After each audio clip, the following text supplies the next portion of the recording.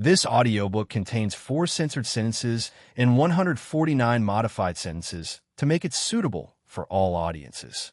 Visit our website to listen to the original version without censorship or modifications. Link in the channel bio. In the middle of the floor is a larger symbol, so you'll be teleported to the middle, much like when we go to the kitsunes, onis, or tengus. I looked down and could also see a larger teleportation symbol carved in the middle. Looking at the door, it was quite a fit. Only 2 or maybe 3 could fit at a time. We'll do it first, and then the rest can follow. A few seconds later, Yoshitsune announces as they walk over to the door.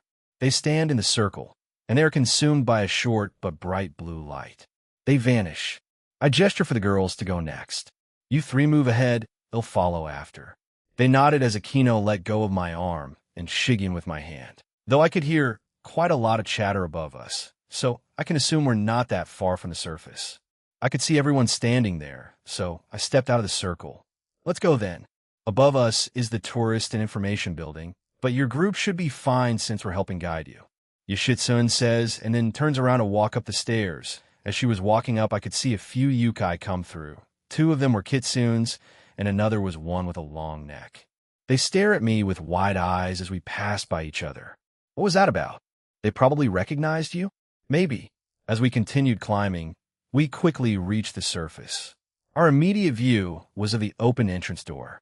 I glanced behind me and saw a few counters with people behind them.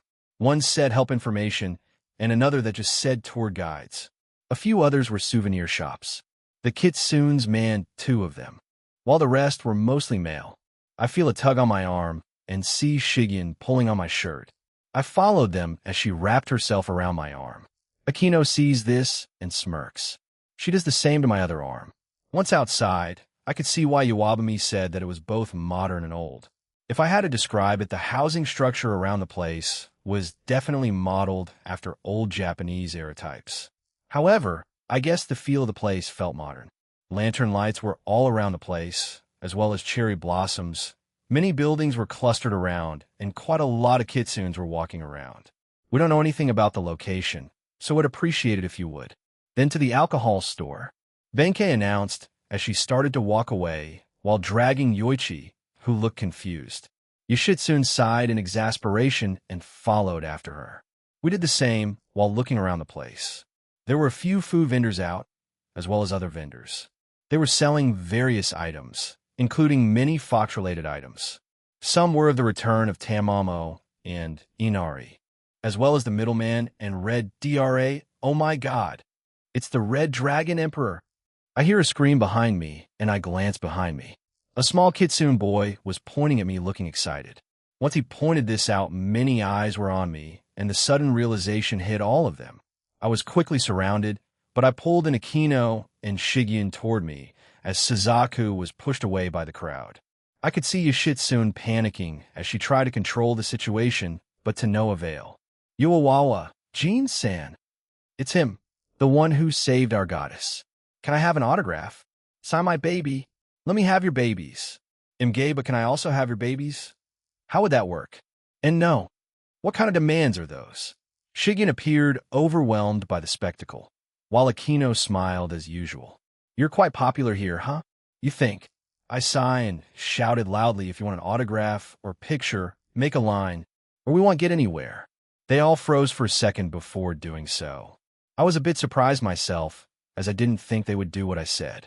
They lined up, and I started to work through each of their requests. I signed some stuff, took pictures, and had to refuse to impregnate some people. All in all, it took around 45 minutes to get everything done. Shigyun and Akino waited patiently by my side, while the rest of them rejoined us. You seem used to this kind of thing, Yoichi said beside me while pulling out a marker and poster. I deadpan at him and signed it. The guy seemed ecstatic and quickly put it away. Yeah, I had something similar happen in the underworld.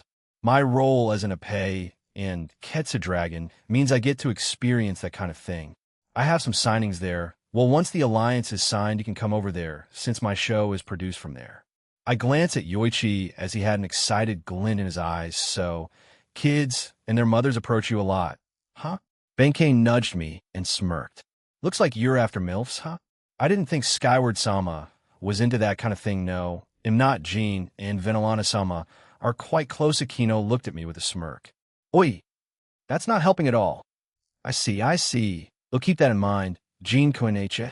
We hear more commotion from in front of us, so we turn to look that way when Tamamo came into sight. She sees us and hurriedly walks over to us. Jin-sama. She bows and smiles at us. She seemed a little modest. I kind of wanted to hear the Maikon thing, but she's not exactly nace-averse. Tamamo. She just looks like her. You have come here for a visit? Yeah, I'm here for the Alliance. They're still looking over it, so I'm just exploring your realms. Today, Kitsune. Tomorrow, Oni or Tengu. Tamamo nods and gestures for us to follow her. Then I shall lead you to where Inari-sama's abode is. Please follow me. She starts to walk away, and we follow after her. As we strolled through the tailless city, we were greeted by many kitsunes and some other yukai. We continue to walk, and Tamamo tells us some notable places to visit, like the Kitsune Waterfall, where many people train to use tuki, a hot spring that you can visit together with the other sex or separately. It's apparently a different area for each party of guests. So, if my group travels there, we can walk to one area by ourselves and Yoshitsune can go to another. But hot springs, huh? I'm interested. Maybe we can check it out before we return to Takamagara. Another notable area is an offering hall for Inari and Meiho, although they're alive, but it was mostly for Inari when she was dead. What about the large rock formations in the distance? Or are they just nothing? There are some villages out there for those who wish to live outside the hustle and bustle of the city. There is a well-known route and path to travel to them. I see country kitsunes, huh? I wonder if they have an accent. We eventually reach the residence of Inari and Meiho. There is some kind of throne or area in front of us as the area was lit up by paper lanterns and candles. What are those things? Flying ghost fish? Shigen points up and we look at them. Yeah, they look weird. I've never heard of them. Yes, they are. They're harmless and just float above Inari-sama and Meiho-sama's home. Come, she is waiting. As we approached the open throne area, there was a female nine-tailed fox and a male kitsune. He looked like an attendee or a butler. Meiho is a beautiful and tall fox woman with a thin and alluring physique. Perhaps her most striking facial feature is her slit blue eyes that give off a languid yet sharp look. Her hair is neatly arranged, primarily white in color, but gradually turning orange towards its tips. Furthermore, Meiho adorned her head with a variety of animal bones, horns, teeth, scales, and other ornaments, making her appearance majestic and somewhat mythical. On top of her head were a pair of sharp orange fox ears. Adorning herself in a richly colored kimono that vaguely exposes her thin white shoulders, Meiho gives off an incredibly languid and relaxed air. She wears a primarily blue kimono with a floral pattern, which features bright green edges and a collar. She keeps it all together with a green belt that has a black floral pattern adorning it. Interestingly, her 9 orange fox tails perfectly complement her attire. In addition, Meiho was casually smoking her golden kizaru. I could feel some sort of magic coming from it. The male kitsune is a tall, handsome young man with white hair, white fox ears, pale skin, and 2 different colored eyes. His left, gold, and his right, blue. His uniform consists of a black suit, gray undershirt, and maroon tie. He wears black half-gloves. He also has a katana on his hip. Meiho-sama, I brought Jean with me. He's the middleman and current dual Dragon Emperor. Dual Dragon Emperor. Do titles mean that much in this world? To them, it does, Velgrind. How would you feel if you were called the Scorch-a-Pay Dragon? I see. Meiho stops, smoking her kizaru, and looks at me. She was sitting down as she did that, and then got up. Welcome, Jean, was it? Welcome to Yolgana and the Tailless City. I am Meiho, the previous ruler of this realm, until you brought Inari-sama back to us. However, as you are here, she's departed for the time being, and I will lead in her place. Nice place you got here, and yeah, I'm Jean. Nice to meet you, Meiho. She chuckles to herself. You are quite brazen, aren't you? Greeting me so nonchalantly is a change of pace. I quite like it. She smirks at me and then looks at the women I was with. Both Shigyun and Akino were still hugging my arm, and then she looked at Suzaku. It seems the rumors of your harem were true. Interesting, Jean. Please do enjoy your stay here, even if it will be just a day. Also, thank you again for saving Temamo here from Cow's Brigade and reviving our goddess Inari. Though I would believe that you heard this from Amaterasu-sama. No? I nod. Very well. You're free to leave. Please do try out many of her delicacies. As she blew out smoke from her kizaru, some smoke fell on my hand, and then I felt a piece of paper. I grip it and turn around. Yeah, I plan on doing so. Thank you. They'll see you around then. It's also a pleasure to see you again, Benkei, Yoshitsu-san, and Yoichi. Yes, you as well, Meiho-san. See you around, Meiho-chi. Yeah, we started to walk away, and I felt both of their gazes on my back. I don't know how to feel about her. I could sense that she meant well, but she's the scheming type. Maybe she has a more. I suppose that's the unhinged part of her personality. I open my hand to see a letter. I open it, and it says if you wish for some nightly activities, come meet me here after midnight. What does she take me for? Maybe she meant something else? Like what? Maybe she's part of the Monkai Association? But I could sense her drag. She may not have taken the vial yet. Maybe she needed their help. Or at least whatever the Yukai part of that faction of the Cow's Brigade was before they joined up. Now she's in a tough spot. That doesn't seem too unimaginable. We'll check this out tonight then. But if you're wrong, and if she's just horny in meeting Tiamat. Ashu, how does that correlate? Meiho-sama means well. Tamamo starts as we walk away and enter the busy streets of the Yogana. When Inari-sama died, and before I disappeared, there was a lot of unrest in our realm. Amaterasu helped as many of us as she could, giving jobs to her place of residence, and setting up a small district for kitsunes in Takamagara. However, like any race, we wish to remain in the same place we were born in. We love Yogana and the place that Inari-sama built. We lived here and made it to be where it was back then. So, when Inari-sama died protecting Kyoto, a few tried to take over. It was working well for a certain time. However, I soon left Takamagara and entered the human realm since I was curious about it. Many things happened, and it led to my imprisonment. I've only heard this from Meiho-sama, so it may have some bias, but a group rose and called themselves Regum. I believe that's Latin for kings. I finished for her, and she nods. They did right for the kitsunes here for a certain time period. They kept up with what Inari-sama wanted, which was unity among our race and whatever others were here. However, a certain individual in that group wanted to rule like a tyrant, and the peace was interrupted. Fortunately, or unfortunately, whatever way you look at it, the peace that was prevalent in our realm was no more. He didn't go further than our realm. I believe he knew he couldn't stand against the gods. Tamatsu, one of the leaders, began to off his fellow leaders. He made them seem like accidents and eventually succeeded. He then took control of our realm. Tamatsu? Quite ironic. Doesn't that mean defender or protector? Akino asked, and Tamamo nodded. Yes. His rule only lasted a few years since Meiho-sama and her group, along with her bodyguard, Soshir, started a revolt and overthrew Tamatsu. He was executed a few days later after they had taken hold of where Inari-sama lived. Meiho-sama can be a cold and calculating person. She systematically and slowly removed the black markets and corruption from our realm. She used any means necessary. She did not want those times to come back to our realm, even if it means being hated by some groups here. Any means necessary? I can see why some would hate her. Some may need to do some illegal things to just get by in life. Whoever was close to those who were caught can hold a grudge. But from what I saw, even briefly, they were quite happy with their current life. Perhaps I'm being naive here, but I wonder if there's a hidden underground at work here. Multiple black markers tried to resurface over the years under her rule, but none were successful. A few tried to assassinate her, but Meiho-sama is quite powerful. The same with Soshir. He's an excellent swordsman. As of now, there are no black markets currently active. Since Inari-sama is back, Meiho-sama has become her advisor. But in reality, Tamamo stops and gestures for us to come closer. So we do. She was appointed to a newly created position. After hearing of what she had done, Inari-sama deemed this newly created role a necessity. If I had to compare it to something, then it's akin to a Black Ops type role. They deal with the bad side of our realm discreetly and quickly. It will never be open or known to the public. She and her group will be the heroes in the shadows. The unsung heroes, huh?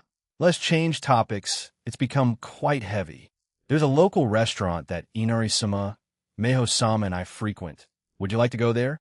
I was about to say something when growl Yoichi and Shigyun's stomachs growled like starved hyenas, making both of them blush. The rest of us laugh at them as Shigyun just pushed her head into my side, trying to hide her embarrassment, while Yoichi was relentlessly teased by Benkei. It seemed like a good time for lunch now. It wasn't a long walk, but we eventually reached the restaurant Tamamo mentioned. It was called the Yuzora Diner. It was a humble establishment made out of white stone and a dark blue roof. The front had 2 windows that you could see inside the place. Tamamo pushed open the doors as a bell chimed as we entered. Strangely enough, we were the only customers here. The tables and chairs were sectioned off by small walls and a small glass window. Seeing as there were quite a number of us, should we split the groups up? I ask, but Tamamo shakes her head. In the back, there's a more spacious room. Let's go there. I shall ask the owner. As Tamamo finishes saying that, a female kitsune approaches us. Oya? Tamamo-chan, welcome. Are you eating, Yoshitsun-sama, Yoichi-sama, and Benkei-sama are here. And those are your friends? The female kitsune looks at us with a cute head tilt. Yes, we're here to have lunch, Yuzora. That is Jean, the middleman and Red Dragon Emperor. He brought some companions with him. Could we use the back since there's quite a number of us? Yuzora is a young-looking kitsune female. She boasts a voluptuous figure and plum-colored hair with bangs that cover her left eye. Her hair is held back by 4 golden bird kanzashi along with a red flower ornament. She has 4 big, purple foxtails with light purple tips. Yuzora wears a red kimono with black linings and golden butterflies on the bottom of the sleeves. The kimono is held up in an impossibly low neckline, which nearly reveals her breasts. She is barefooted. Ara. The middleman has graced my establishment. I would be honored. Please follow me. She walks away, and we quickly follow after her. After passing through 2 doors, we entered what appeared to be the staff lounge and passed by the kitchen. It was quite spacious with various things in the room.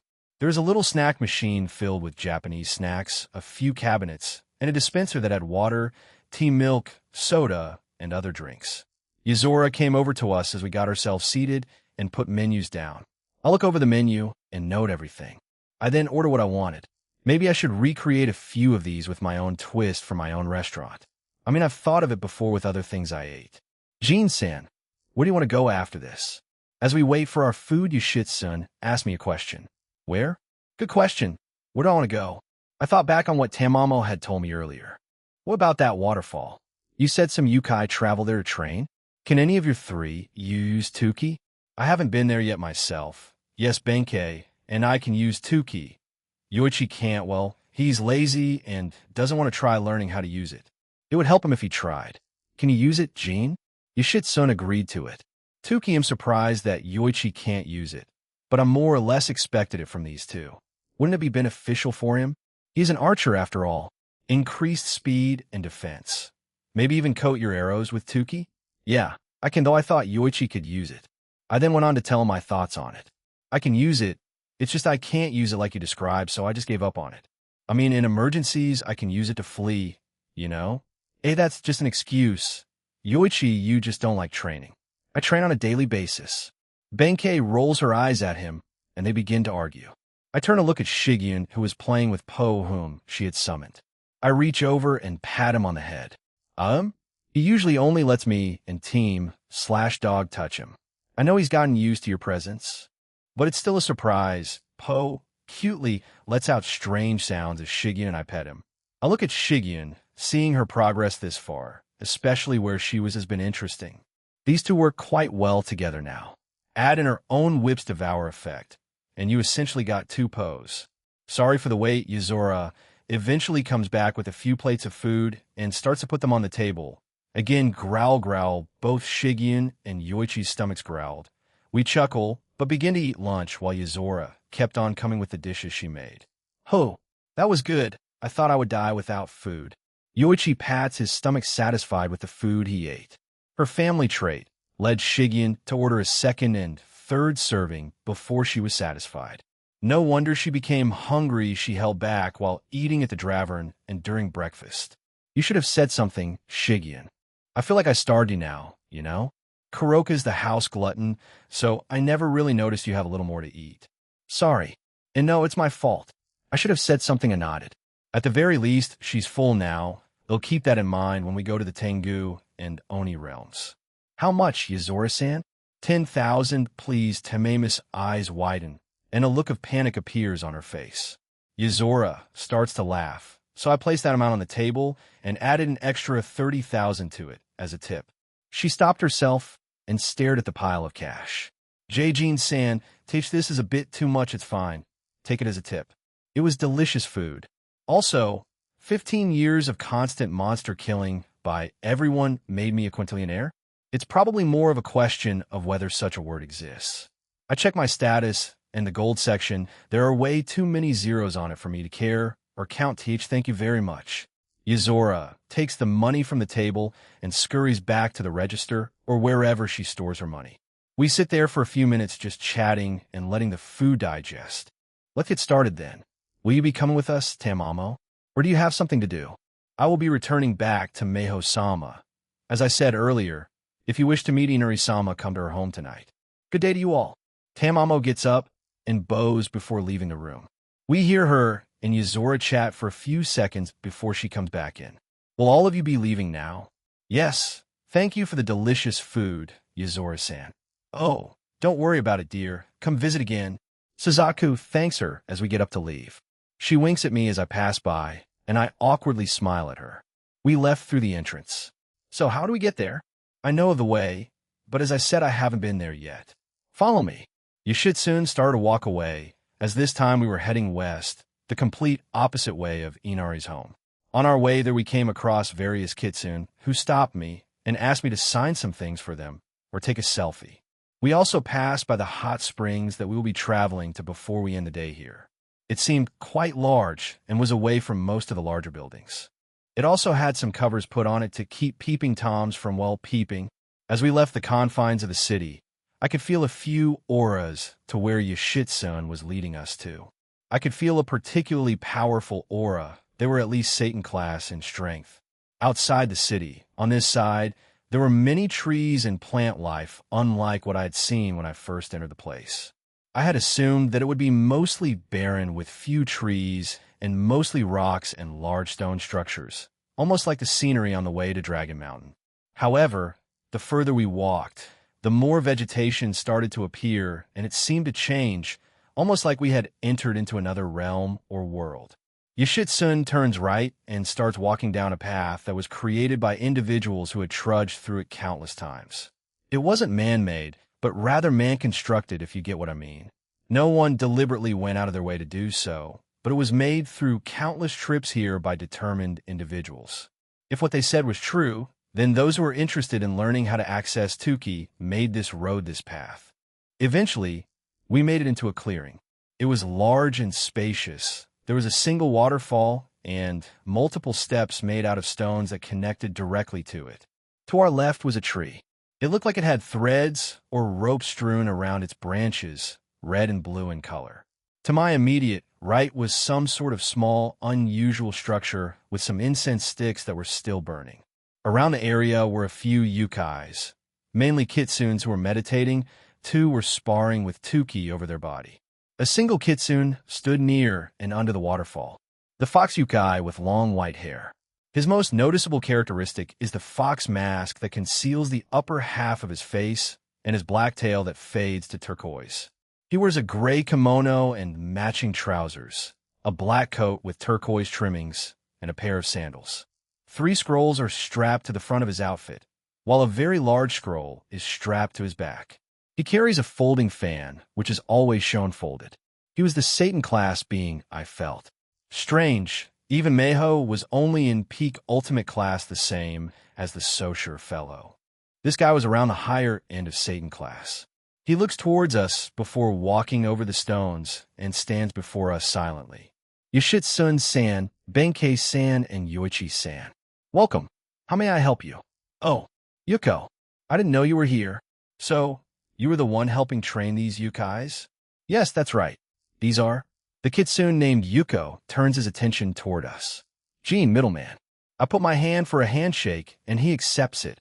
A small smile appears on his mouth. I see. We did hear some rumors that you were in our realm. Welcome to this humble waterfall, where I train our future generation in how to properly use 10k.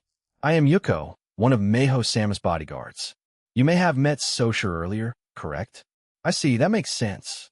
If he's one of her other bodyguards, then yes, I didn't expect her to have another bodyguard. Yuko chuckles and shakes his head. I should correct myself while I am her bodyguard. I am not on active duty as we are in times of peace. So, I took up this teaching position not too long ago. What is the purpose of your visit here? Oh, nothing. I just heard there was a waterfall here and some yukai training. I became curious, and here we are. Anyway, what's that tree for? Why does it have string or rope on it? Yuko looks at me and then back to the tree. Around the revolt, it sprouted. No one knows who made it or why it suddenly appeared. However, it is providing this area with increased life energy regeneration. That's why I chose this place to train the younger generation. I nod and walk over to the tree and used observe on it. What I saw was a bit unexpected. Physis? Who the hell is Goddess Physis? Comptoir. Answer. Goddess Physis is a primordial goddess of nature in Greek mythology. However, she isn't very well known. Much like Goddess Danu, Goddess Physis is a recluse. By choosing to isolate and watch over the country of Greece silently, and also to watch over the other Greek gods. What's up with nature goddesses being recluses and silent protectors? So, where's she right now? Comptoir. Answer. Alonissos, Greece. She is in her own realm much like Goddess Danu. From there, she keeps an eye on the country. Right then, why did she come here? And plant this tree? Comptoir. Answer. Searching. Complete. Comptoir. Answer. Goddess Physis was here during the revolt. As such, she was dragged into the conflict unwillingly. However, she fled the scene and came to this spot and found an injured woman who was Greek. In honor of her, she made her body into this tree. Comptoir. Answer. Not much is known about the female human who passed away, but she was a user of 10k and a martial artist. She may have been in Japan to see the supernatural, came to this realm, and perished.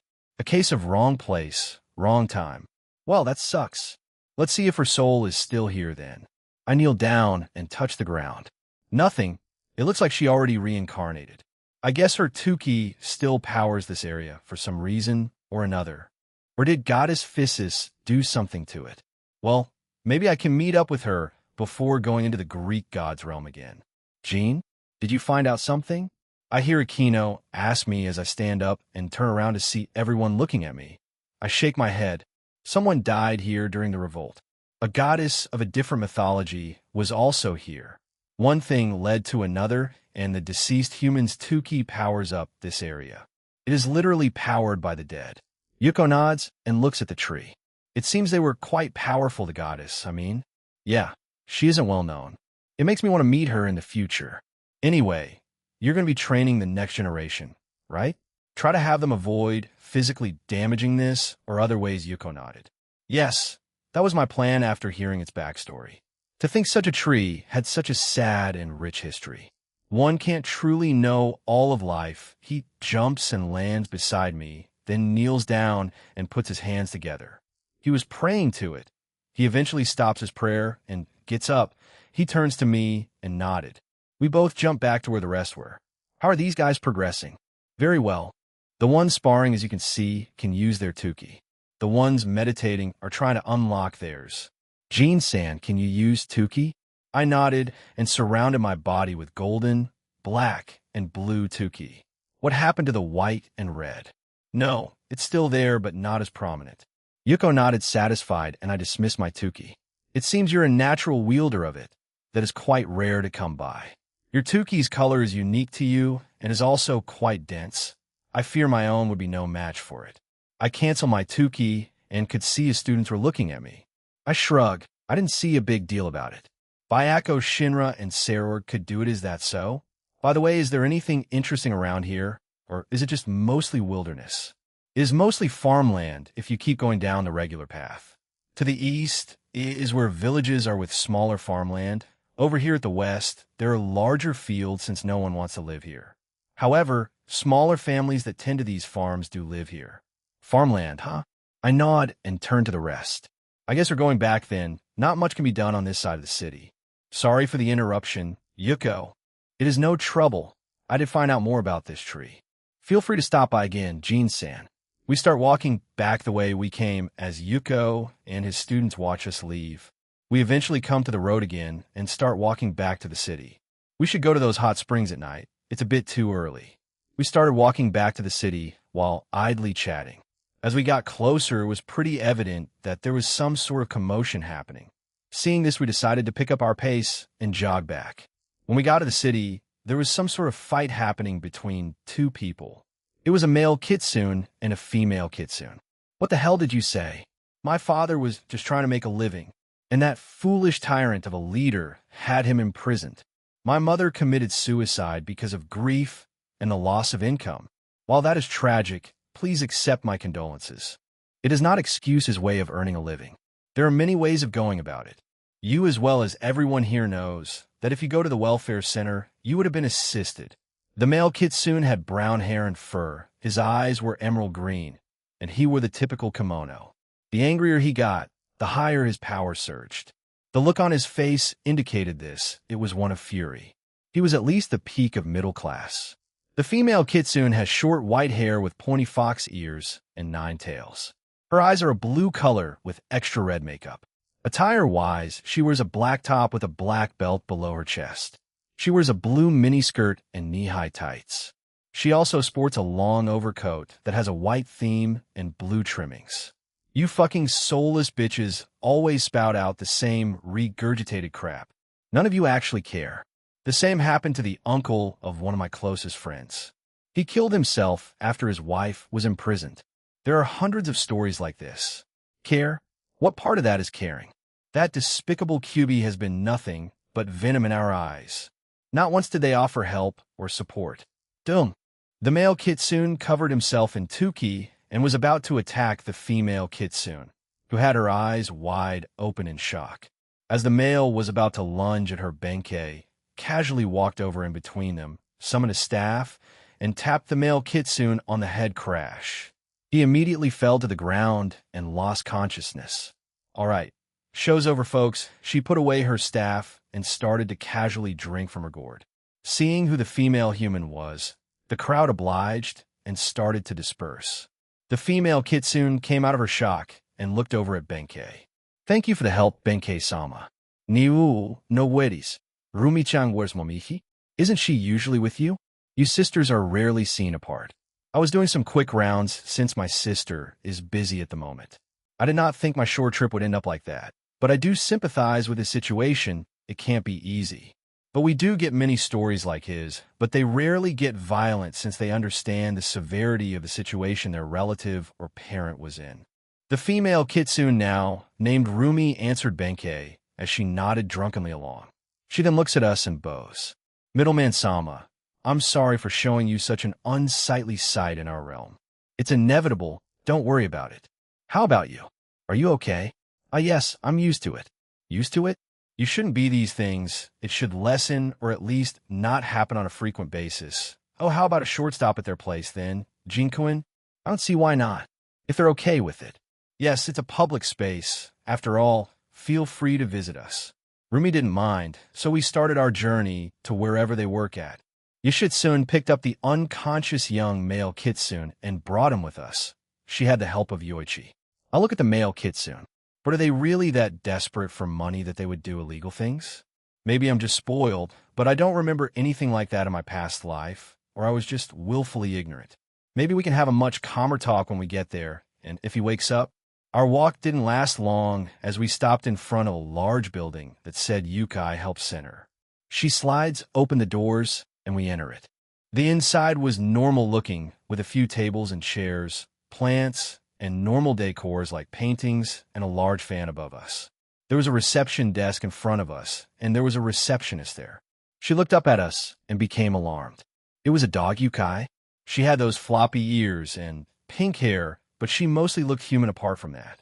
Rumi-san, welcome back. Be Benkei-sama, Yoshitsun-sama, and Yoichi-sama too. Jo, Jujui, you doing well? Benkei greeted her while waving her gourd at the girl. She had a strained smile while nodding. In back, is Nei-san still busy? No, she just finished with her clients not too long ago. She should be in the break room. Will everyone be with you? Yes, they'll be accompanying me. Are there any more clients for the day? Not until later tonight. They had to reschedule for a family emergency. Very well. Then go take a break. Yes. After finishing their conversation, the dog Yui bowed to us before leaving for a break. We followed Rumi as she went through a door on the left, then through another. We eventually reached a location similar to the one Yuzora brought us to, but it was much larger and professional looking. On one of the chairs was another QB. She looked similar to Rumi. Could this be your sister? They sent him back. She looks up and smiles. Welcome back, Rumi. Did you bring some guests? It's been some time. Benkei-sama, Yoshitsun-sama, and Yoichi-sama. Yes, it's been a while, Momiji-san. Momiji is a very tall and beautiful woman. She has long black hair with pointy fox ears and 9 tails. Her eyes are a fiery red color with extra red makeup to highlight her eyes. Attire-wise, she wears a white top with a black belt below her chest. She wears a red mini shirt with knee-high tights, and also wears a long overcoat that has a red and black theme with gold trimmings. That is, she points at the unconscious Kitsune, and Rumi tells her of what had transpired. She frowns and solemnly nods. Another case like that, huh? Very well. Put him over on that chair, and we shall wait for him to wake up. However, she looks at me and everyone else I was with and smiles. I did not think the middleman would come here of all places. It isn't anything special, you know. We are just simple helpers in our realm. Right place, right time. We just saw it all and decided to come here because Benkei suggested it. Come, let's get to know each other. She gestures for us to sit down, and we do. Akino decided to sit on my lap, and everyone gave her a strange look, but she ignored it. Seems like she's feeling a little spoiled right now. I oblige and stroke her head as she lay it on my chest. So what do you guys do here? The Yukai helps center assist individuals and families through healthcare, food stamps, unemployment compensation, housing assistance, and childcare assistance. The benefits available to an individual vary. Eligibility is determined based on factors surrounding the person's financial status. The factors involved can include the family unit size, current income levels, or an assessed disability or another factor. Momiji looks at the unconscious Kitsune and nods. She summons Fox Fire on her fingertip and then touches the guy. He immediately woke up screaming while swiping away at her hand. He became alarmed as all of us were staring at him. His eyes dart around quickly before spotting Rumi. He starts to power up again when Benkei matched him, making him nervously stop. Now that we have your attention, please sit down and tell us why you decided to confront my sister like that, as well as the circumstances leading up to it. He reluctantly sits down while glaring at the sisters and begins his story. He had a fairly typical family. Both his parents were of Kitsune descent, and they had a normal life in many ways, but they didn't mind and enjoyed it. Both of his parents had normal jobs while also making enough time to spend with him as he grew up, but it was eventually cut short. He worked for a company that unknowingly was playing with fire, creating a new black market. However, the youth now named Ren said that his father had no idea and thought he was earning an honest living. But then one day, their business was shut down, and everyone that was working there was sent to prison. They tried to plead their case, but Meiho made the final verdict before sentencing his father to 19 years in prison. He says that his mother was never strong emotionally. She was always quite fragile in that sense. Therefore, seeing her husband being put into prison and also losing most of their family income, she chose another way out. This left Renal on his own, a father in prison and bitter at the world. I went to this damn place several fucking times for support, even before his imprisonment was finalized. But each and every fucking time, it's the same garbage of "I'm sorry, we can't do anything," or "we cannot fight a losing battle." Meiho-sama has the final say. You call that trying? Your asses didn't even move before saying that. No sorting through files, no phone calls, or anything like that. What the fuck? You expect me to deal with that shit? I'm homeless. I'm fucking 15 years old. Momiji listened carefully and intently to his angry rant. The same with Rumi and the rest of us. I can understand where he's coming from. It really did sound and feel like everything was against him and his family. However, that is only one side of the story, or even just what his parents told him. Mayho and whoever else dealt with the matter must have investigated it more thoroughly, right? I felt Akino tighten her grip around me. Maybe she felt some pity for the guy? Everyone else's reactions varied when I glanced at them. Benkei was too busy drinking sake. Yoshitsune had a serious expression and was listening earnestly, and Yoichi tried looking cool while leaning back on his chair. Shigeon had a sympathetic look on her face, while Suzaku frowned. But let's see what Momiji and Rumi have to say about this. The young Kitsune eventually stops his angry rant and is visibly panting. I heard everything from your point of view. While much of what you said is true, I do apologize for your loss and situation. I will tell you why your applications were rejected on the spot. Meho-sama and her team investigated that new black market thoroughly before making the decision to finally shut it down. That place did its darndest to conceal it in plain sight. Shimeho-sama said that they were in business for 5 years. That's how long your father worked there, yes?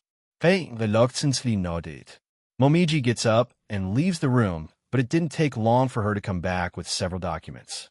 She sits back down and looks through a few of them before putting a few pieces of paper in front of her. And there is a detailed report of everything that had happened in those 5 years leading up to the fall of your father's company, as well as a recording in a form of a magical device. Every shady or illegal dealing they made, as well as what your father took part in. I'm sorry to say this, but your father was a lot more involved than what you're led to believe, Rin. He and the leader had been friends before becoming business partners. He was as involved in the decision-making process as was the leader. Rin listened to Momiji as he read through the pieces of paper he was given, a look of utter disbelief and horror slowly appearing on his face. He touches the magical recording device and a small magic circle appeared. It showed several video recordings as well as audio to back up what Momiji had said. That is why your applications were almost immediately rejected. It's because your father was heavily involved. However, I can make an appeal to Meho-sama to allow a full review of your current situation. You are a minor after all. She may show some leniency, and we can help you get back on your feet. However, I or Rumi have never dealt with your appeals. So who did it? Rin stared blankly at the paper for a full minute before replying. Some kitsune with a scar on his face. He had yellow fur. Momiji frowned and rubbed her forehead in annoyance and sighed heavily. Him, huh? Forgive me, Ren. He's what I call a more rowdy employee. He's prone to mood swings and is biased toward cases such as yours. Some of his ancestors were killed during several downfalls of other black markets and corrupt groups. Anyway, come again in a few days and I'll see if I can do something about it. Ask for me personally, okay? Ren slowly nodded his head before leaving sorry, but he completely walked out the door. Hey, kid. He turns to me as I called out for him. I summoned a bag and threw it at him. He reflexively caught it and opened it. Keep yourself warm until you get the assistance. All right? He quickly nods before leaving the building. Everyone looks at me strangely, and I shrug. I just gave a guy some help. He said he was homeless at 15. I would rather not be if I was in his situation. Choo-choo due to those actions. Akino showers me with kisses, making everyone chuckle at her. He said that cases like his are everywhere. Is that true? Momiji nods to my question. Yes and no. Cases like this are rare, but they do occur. As in their parents were involved in it somehow. Whether it was directly or indirectly, they will get punished regardless. Of course, he's young and not legally an adult. So leaving him on the streets will be detrimental on all our parts. He wasn't involved directly, but was part of his family. However, he was also lied to by him, and our worker didn't accommodate him properly. That's our fault. Anyway, it's getting late, and we'll be closing soon. I glanced at the clock in the room, and it was approaching 6 in the evening, and nodded. We all started leaving the room, and could see the Yukai from earlier was already back and was typing away at her desk. Yuyui, it's time to close. You get too engrossed in your work, you know. Yuyui. The dog Yukai looks up at us, and then at her watch before blushing. I could see that she had some takeaway food on her desk. Maybe she bought food and immediately came back. What a dedicated worker. Ah, yes. They'll get ready to leave then. Yuyui answers Momiji and quickly cleans up her desk and turns off her computer. Is your staff really this small? No, we have more, but today, or the next few days since you're here, they'll be in Takamagara for other things. It's my fault? My bad. I awkwardly chuckle as we left the building. Well then, have a nice night, Jean-san, everyone. We'll be returning home. Night. Benkei waved to them. She was already drunk since she didn't stop drinking during that entire time. Now we should have dinner or head to the hot springs. Dinner or hot springs first. They have both, Jean-san. 10 points to Rudra. Huh. Nothing but yeah, I was hoping for something like that. I nod and we make our way to the hot springs. It wasn't long since we weren't too far from it. This is because we had to pass by it during that brief confrontation with Rumi and Run. Once we got there, it was called Kinisaki Onsen. Isn't there one in the human realm called the same? The three historical figures are ushered in first, followed by us. When we got in there, it was like any other onsen and a small reception desk to our left and a door beside it. Sakurao-san, we're here to eat and use the onsen. An old kitsune who looked to be in her 70s or 80s looked up from reading her newspaper and smiled at us. Oh, Yoshitsune-chan, Benkei-chan, and Yuichi-kun. Welcome, welcome. Dinner is at Oya. Friends of yours? Yoshitsune nods and explains who we were. The lady started to laugh heartily and leave the counter to pat my back. My grandchildren love your show and merchandise. Since an inevitable alliance was coming, they started to broadcast your show here. Do you mind signing something for me? And not at all, ma'am. What should I sign? She strolls back to the reception area, pulls out some posters, and brings out an old camera.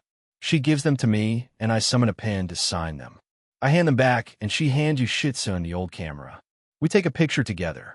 After that, we paid for the use of the onsen. And for our dinner. Let's go into the onsen first, and then eat. It's healthier that way. They look at me strangely, and I explain. When you take a bath or shower right after eating dinner, it causes a slight decrease in body temperature. It is advisable to wait at least 30 to 45 minutes after any meal before bathing. If possible, take a shower or bath before dinner and change into a light outfit. That's why Mom told me that when younger Akino puts her hand on her cheek, probably thinking about the past when Shuri told her not to eat dinner before bathing. So, we all headed to the onsen. We go our separate ways. Yoichi and I go to our side and get undressed. I know this is the supernatural, and this realm is based on old-era Japan, but I kind of expected it would be a unisex onsen, you know? If Benkei and Yoshitsune knew it would be unisex, I would be knocked out and put in a random room. So poor dude. I quickly undressed and passed through the curtains to get to the onsen. It was quite large, and down the middle, it was separated by a bamboo wall. I could hear the girls on the other side. I quickly enter the onsen with Yoichi behind me. Oh, you're like an old man, and I'm older than you, you know? I get that a lot. Yoichi and I get to talking about random things while the girls on the other side were kind of rowdy. What stood out was that Benkei was completely drunk and saying random things that made no sense. Jean, do you use a bow? No, not really. But I did have a small competition with the goddess Artemis and won, though I suspect it was a fluke. Really? She's a skilled archer, you know. Beating her isn't an easy feat, he's lying. They played multiple games, and he won them all. Partner is just being humble. Drake's Mark appeared and informed Yoichi. I sigh helplessly as I lean back to relax more. I suspected as much. Even earlier in the day, when we went to Yuko-san and you revealed the secrets of that mysterious tree, you would normally need to be very powerful for that, you know? I doubt the power of the Welsh dragon and vanishing dragon could do that. Trade secret, Yoichi. I could do a lot of things, but it's not like they're anything to brag about. And even if they are, I don't sense it's unnecessary and just brings unnecessary trouble my way. And the harem? You announced that. Doesn't that give you trouble? It's just a way for people to know what my intentions are. If I become interested in someone, they'll shoot my shot. If they're not interested, they'll move on. It's not like every woman I've come across is in my harem. They're not. Yet. Yep, the same with Tiamat. Benkei. Crash. Thud. Slam. A low tremor accompanied by a crashing noise occurs. Yoichi and I look at the bamboo wall as it slowly falls over. The girls were wrapped around with towels, As Yoshitsun lightly glares at us, Yoichi quickly gets up and runs away. What happened? I didn't leave even with her glaring at me as I looked at Akino, Suzaku, and Shigin. They just smile and shake their heads. Benkei-san was drunk and fell over. Shigin answers me, and I nod. I wonder who's the worst drunk, Rose or her. Though she can't get drunk anymore. Whatever. Could she even have dinner at this rate? I get up and walk over to them. I grab Benkei's shoulder and help her up. Yoshitsun looks like she got over the being seen naked thing, since I'm so casual about it. Jean-san, why are you so casual about this? I mean, I see my harem naked on a near consistent and daily basis. My sex life is also quite active. It would be weirder if I panic every time I see a woman naked. Yoshitsun blushes while nodding. I look at her as she takes Benkei off me and starts to go back into their dressing room. I can get out and help you, Yoshitsun. No, it's fine. I will take her to the lobby and let her cool off. I turn to the other three, so we should probably put this up. Akino shakes her head and hugs me and starts sniffing me. I want to be with you in the onsen. Well, it's fine, right? I didn't see it being not allowed.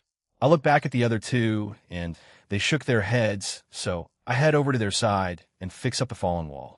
I had stored my clothes in my yexel, so it was fine.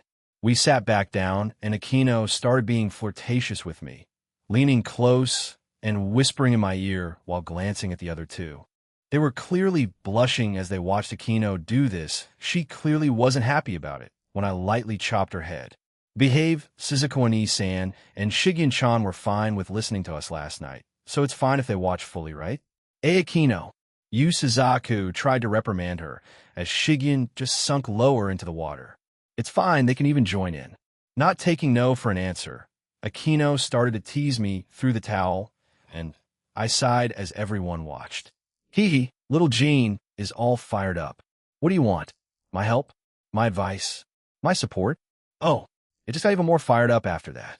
What are you doing? Just as Akino was about to get started, she was interrupted by Yoshitsun's voice. We look over to the entrance and could see her looking at Akino with horror, and she had become red in the face. Taking care of my partner? You're not even married yet. We'll be soon enough. I've helped him plenty of times. Akino takes hold of my arm and starts waving it around. This makes it splash around in the water. Honestly, this is more comical than hot. This made Yoshitsun blush even more as she ran away. You scared her away. No sex for a month. While Akino looked mortified, and then I began to laugh, making her pout. But seriously though, not the right time, Akino. Don't worry, Jean. I'm sure Suzaku-san will take very good care of you. Slap. Suzaku quickly appeared in front of Akino and slapped her hand over her mouth. This in turn made her towel fall off, and as a result, I got to see her entire naked body. In the pocket dimension, I only saw part of it, mostly her upper half since she would mostly sit down when I joined them. Akino appeared behind Suzaku and pushed her toward me. She stumbled and slowly fell on top of me. Our faces were right in front of each other while our bodies were pressed close together. We stared at each other before I sigh again. Akino, was that really necessary? Excuse me, Jean. Suzaku interrupted me as Suzaku leaned in and captured my lips.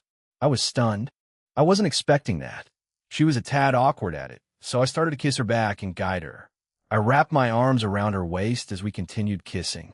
Wugo Suzuka-san. Shigin-chan, do you want to turn? I couldn't see her, but I could feel that she was really embarrassed and didn't give Akino an answer. Suzaku's pinch signaled to me that I should just focus on her. Sorry, MH, NNGH. Choo-choo, Miss LRP. My first kiss with Suzaku quickly became sloppy due to my guidance, but she went along with it. But I could feel strange jealousy coming out of Akino now. Hey, you're the one who pushed for this situation to happen, you know. Okay. That's enough. Akino quickly got between us and was puffing her cheeks. Suzaku was a bit surprised and chuckled at her cousin. Forgive me, Akino. I didn't mean to hog your lover. They then both glanced behind them as Shigin looked startled. Akino quickly disappears and reappeared with Shigin. They sandwiched Shigin between them as the girl looked startled and began to panic. Akino then pushed Shigin towards me, causing her to stumble closer and making her turn even redder. 15 years, and you didn't do anything to them, and now's the time. Jean point taken. Sorry about this, Shigen. Eh. Chu I tilt her chin up and capture her lips, making her eyes widen.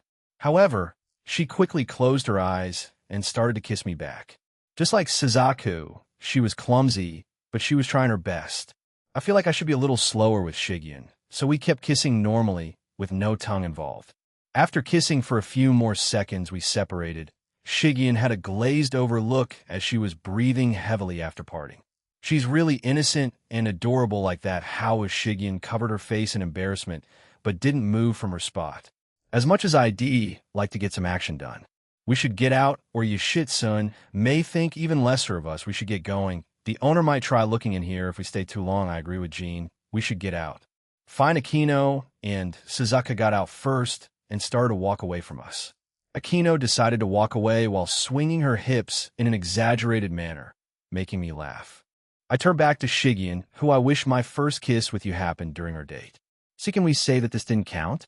Also, I know I'm not as large as the others. The towel around Shigen had fallen off, and her breasts were exposed to me. Well, she had grown in that regard, just like everyone else that had stayed in the pocket dimension, mostly in the height and chest department, but still. It's fine, Shigen. They did grow during our 15 years in there. I reach out and touch her, causing her to stifle a moan. She didn't try to push me away, though. But sure, we can say that this one didn't count and wait until her date. She cutely nods before grabbing her towel and wrapping it around herself and scurrying off. HAAA. That nearly escalated, huh? Though I kind of wish that I kissed them in a more romantic setting. Does that make me cheesy? Yes.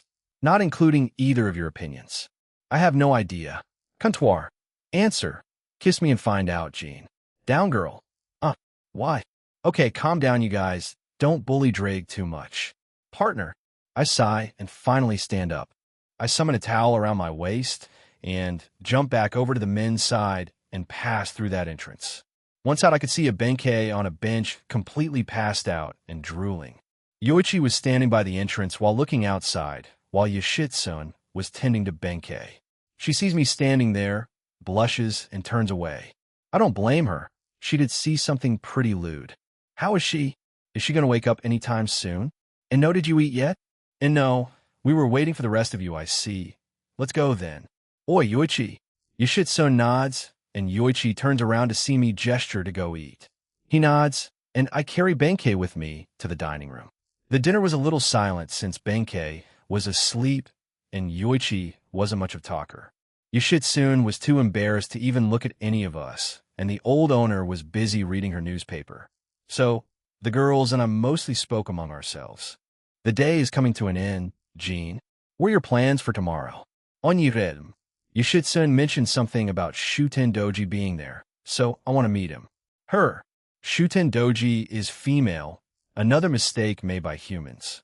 I am not bothered by their depiction of me, but she's not completely over it. She sometimes goes on rants about it. Yoshitsun corrects my mistake. I nod and continue. I see. So are both Shuten Doji and Minamoto no Reiko still trying to, kill one another? No. However, they try to avoid each other as much as possible. They can cooperate if the need arises, but they generally keep their conversations brief and avoid contact as much as possible. Minamoto no Reiko mostly travels all over the realms, and yes, even the Oni realm to provide a helping hand. She wants to help people as much as possible. Over the years, she has relaxed, particularly her rougher side. In a way, she's like Eugene. She wants peace more than anyone in this realm. She actually wants to meet you a lot. She supports your unity of the supernatural, even going as far as saying she'll join with you in this pursuit. I was a bit surprised, though both of them are female. Seeing as how Scat Hack and Tamamo look like their Naceverse counterparts, though their personalities and backgrounds are nothing alike. I can just assume they also look like them, really? That sounds great, I think. Anyway, I look forward to meeting her whenever that is. Yoshitsun, can you tell us a little more about the Oni realm? She nods and thinks about it before telling us it's not as big as Takamagara or Yogana, but its buildings are tall and more spaced. It's obviously mostly occupied by Oni Yukai, and they're led by Shuten Doji-sama. There's a lot more nature within the city, and they're generally a calm species, but they do have some troublemakers. You will understand better when you travel to the realm tomorrow. The realm is called Zyoto. Shuten Doji-sama named it after Kyoto in its honor. Why? She never disclosed the reason. The city is called Vidaya. She gave no reason for the names. Zyoto. Shuten has as strong of a naming sense as me, and Vidaya is a little more unique. It doesn't sound Japanese-esque if I'm being honest, but hopefully I can speak with her and find out more about why she named it, and why she's here. Yoshitsun suddenly gets up, as well as Yoichi. We shall go back to our homes for the night. Jean-san. Until tomorrow. See you around, Jean. Yoichi hauled Benkei like a sack of potatoes, and they left. So I'm the designated payer now. I mean, I don't mind since that's what I was intending to do. I shrug and continue eating my dinner. Jean, are you looking forward to your rematch with Serorg? Breaking the silence, Aquino asks me a question. I look at her and think about it, am I? I certainly hope I don't disappoint him or the crowd watching. I've heard many say they're looking forward to watching it. It's not just being broadcasted in the underworld or our allies, but the entire supernatural world. Many are curious about the middleman. After all, I should try to make a good impression. You sound like you're applying for a job interview, partner. Relax. Don't think about it too deeply. Right. It'll just go with the flow, I guess. I don't have to hold back. I mean, who would enjoy watching a one-hit KO? Live? It'll check Serorg's rank, and then just power down my strength to that. It'll keep everything else the same. You would be surprised to find out that many people are fond of that concept, Jean. Poke, huh? Busy talking to the dragons? Well, you better answer my question. Mister, I felt someone poking me, and it was Aquino. Then I smiled at her and nodded. I guess so. I mean, I do have to hold back. This match is supposed to entertain the watchers. I can't just go in one-punch Serorg and be done with it. It's like your rating games. You guys can end it quickly, but that wouldn't be entertaining to anyone. Also, they would put heavier restrictions on us. Aquino finishes for me, and I agree. Yeah, that. The Gremory Peerage is a powerhouse among the youth devils, even more so than Canon. They basically stomped the Citri Peerage in their last rating game. I can only wonder about future rating game rules. Each Gremory member can move one step at a time every 30 seconds. Couldn't they just jump really far for each step? You, and I think alike, White One. Huh, exactly. So it's better to hold back when fighting Serorg and his peerage, but do try to estimate their battle strength before doing so. Raw power can be beaten with technique, teamwork, and experience if the gap isn't too large anyway. Let's get going. I had finished eating my share and waited for the rest to do so. I walk over to the owner and hand her a bag of money. She's a bit startled and puts her newspaper down when she looked into the bag. I swear she would have a heart attack. A paid Dragon Coin. It's fine, ma'am. I enjoy my stay here. Please keep it. When I come back, I intend to visit again. Thank you very much, and please do come again. She nods humbly as she accepts my payment. I turn back to see that everyone was done and ready to leave. We double-checked that everything was in order before leaving. Once we are outside, we return to the teleportation circle we used. There's quite a bit of Yukai using it. Aquino points out, and we agree. Therefore, we had to wait in line until our turn. However, surprisingly, it wasn't that long of a wait. We eventually got on and made it through. Of course, it was 3 per teleportation, so I was last. Takamagura wasn't time for the nightly rendezvous, so I headed back to Takamagura and to our inn. Once there, Iwabumi greeted us. Oh, how was your trip to the Kitsune realm? Fluffy? Yes. None of them know. Much like elves, I love kitsunes, so even with Yasaka and Kunu, I had to hold back a lot. I want to touch their fluffy tail a lot. You seem bothered by something, Jean. We had reached our room, and Suzako pointed this out. Shit, was I being too obvious?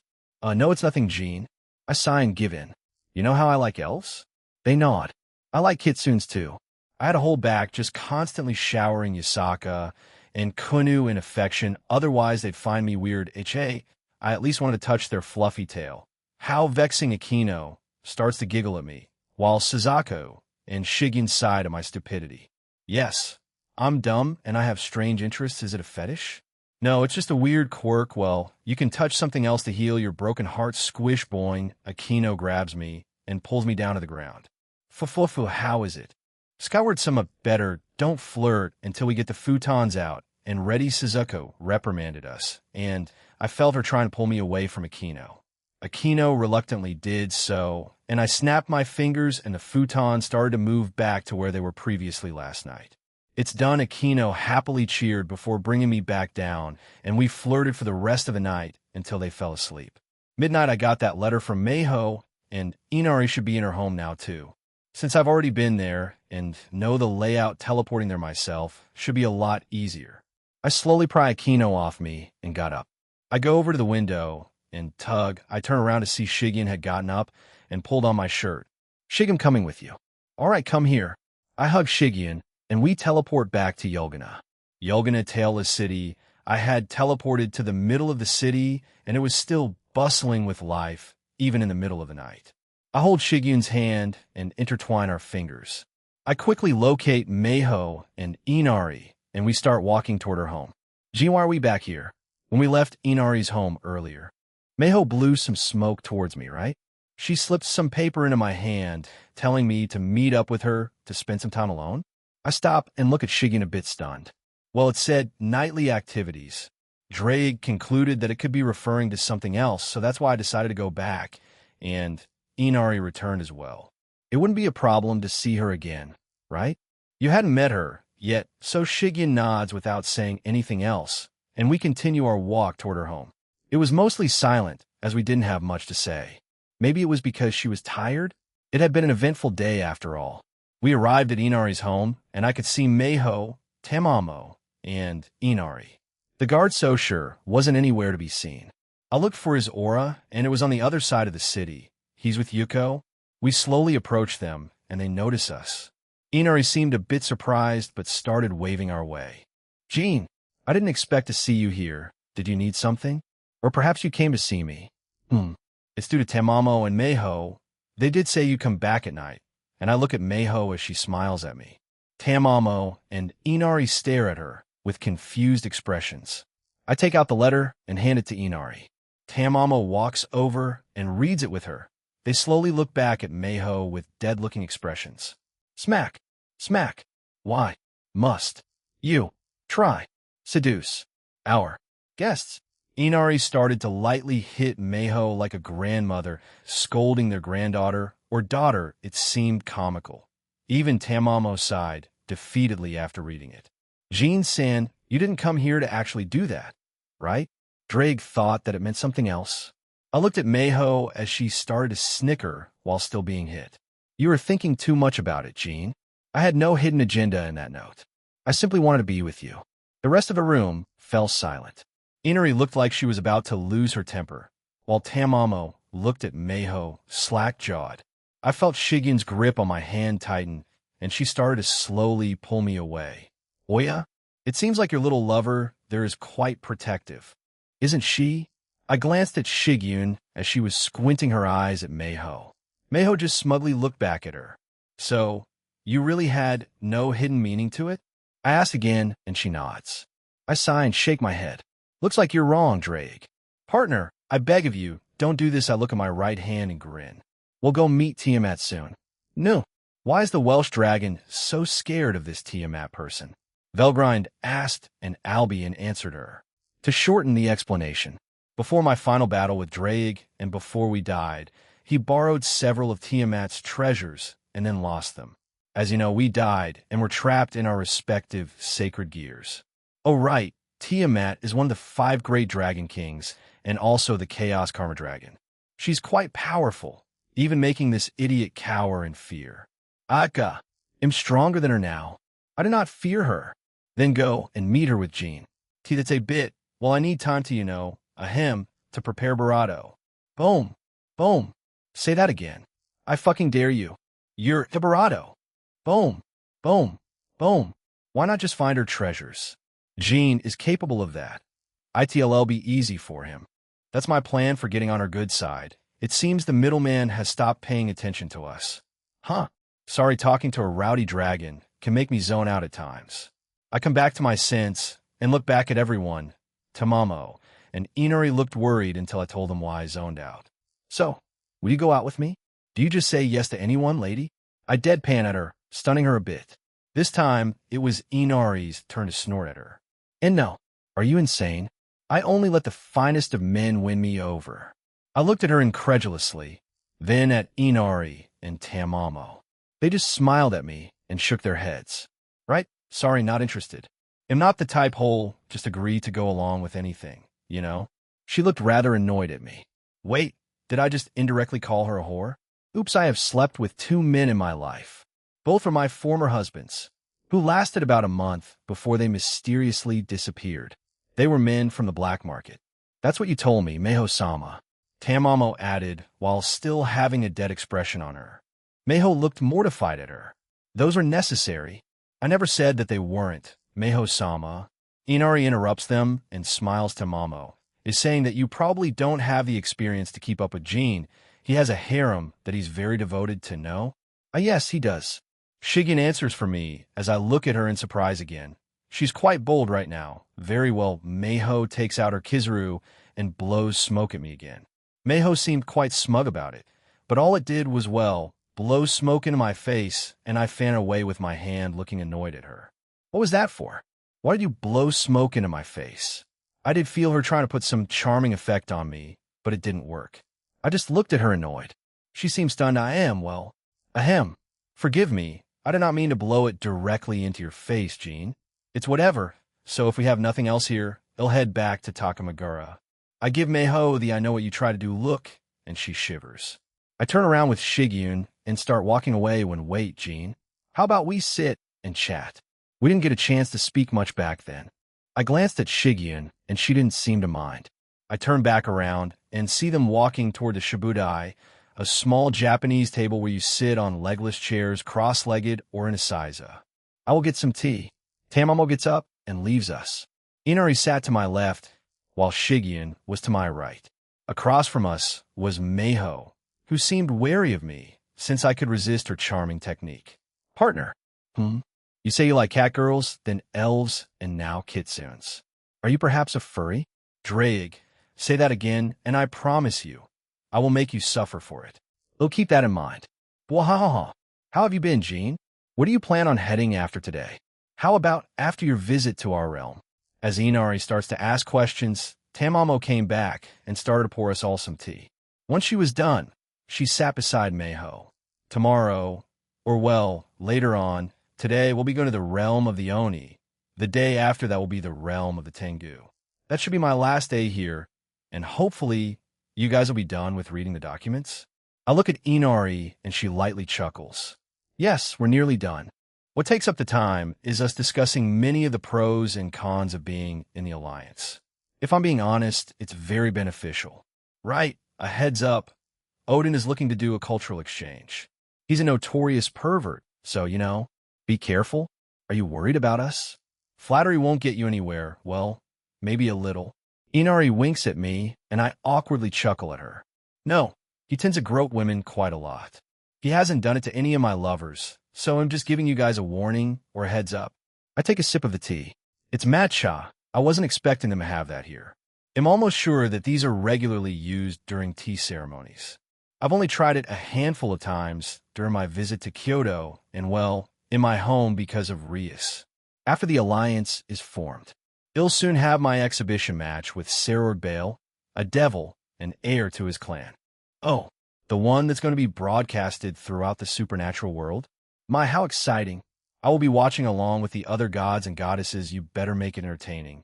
Gene, I'm sure there will be an option in going to the stadium itself.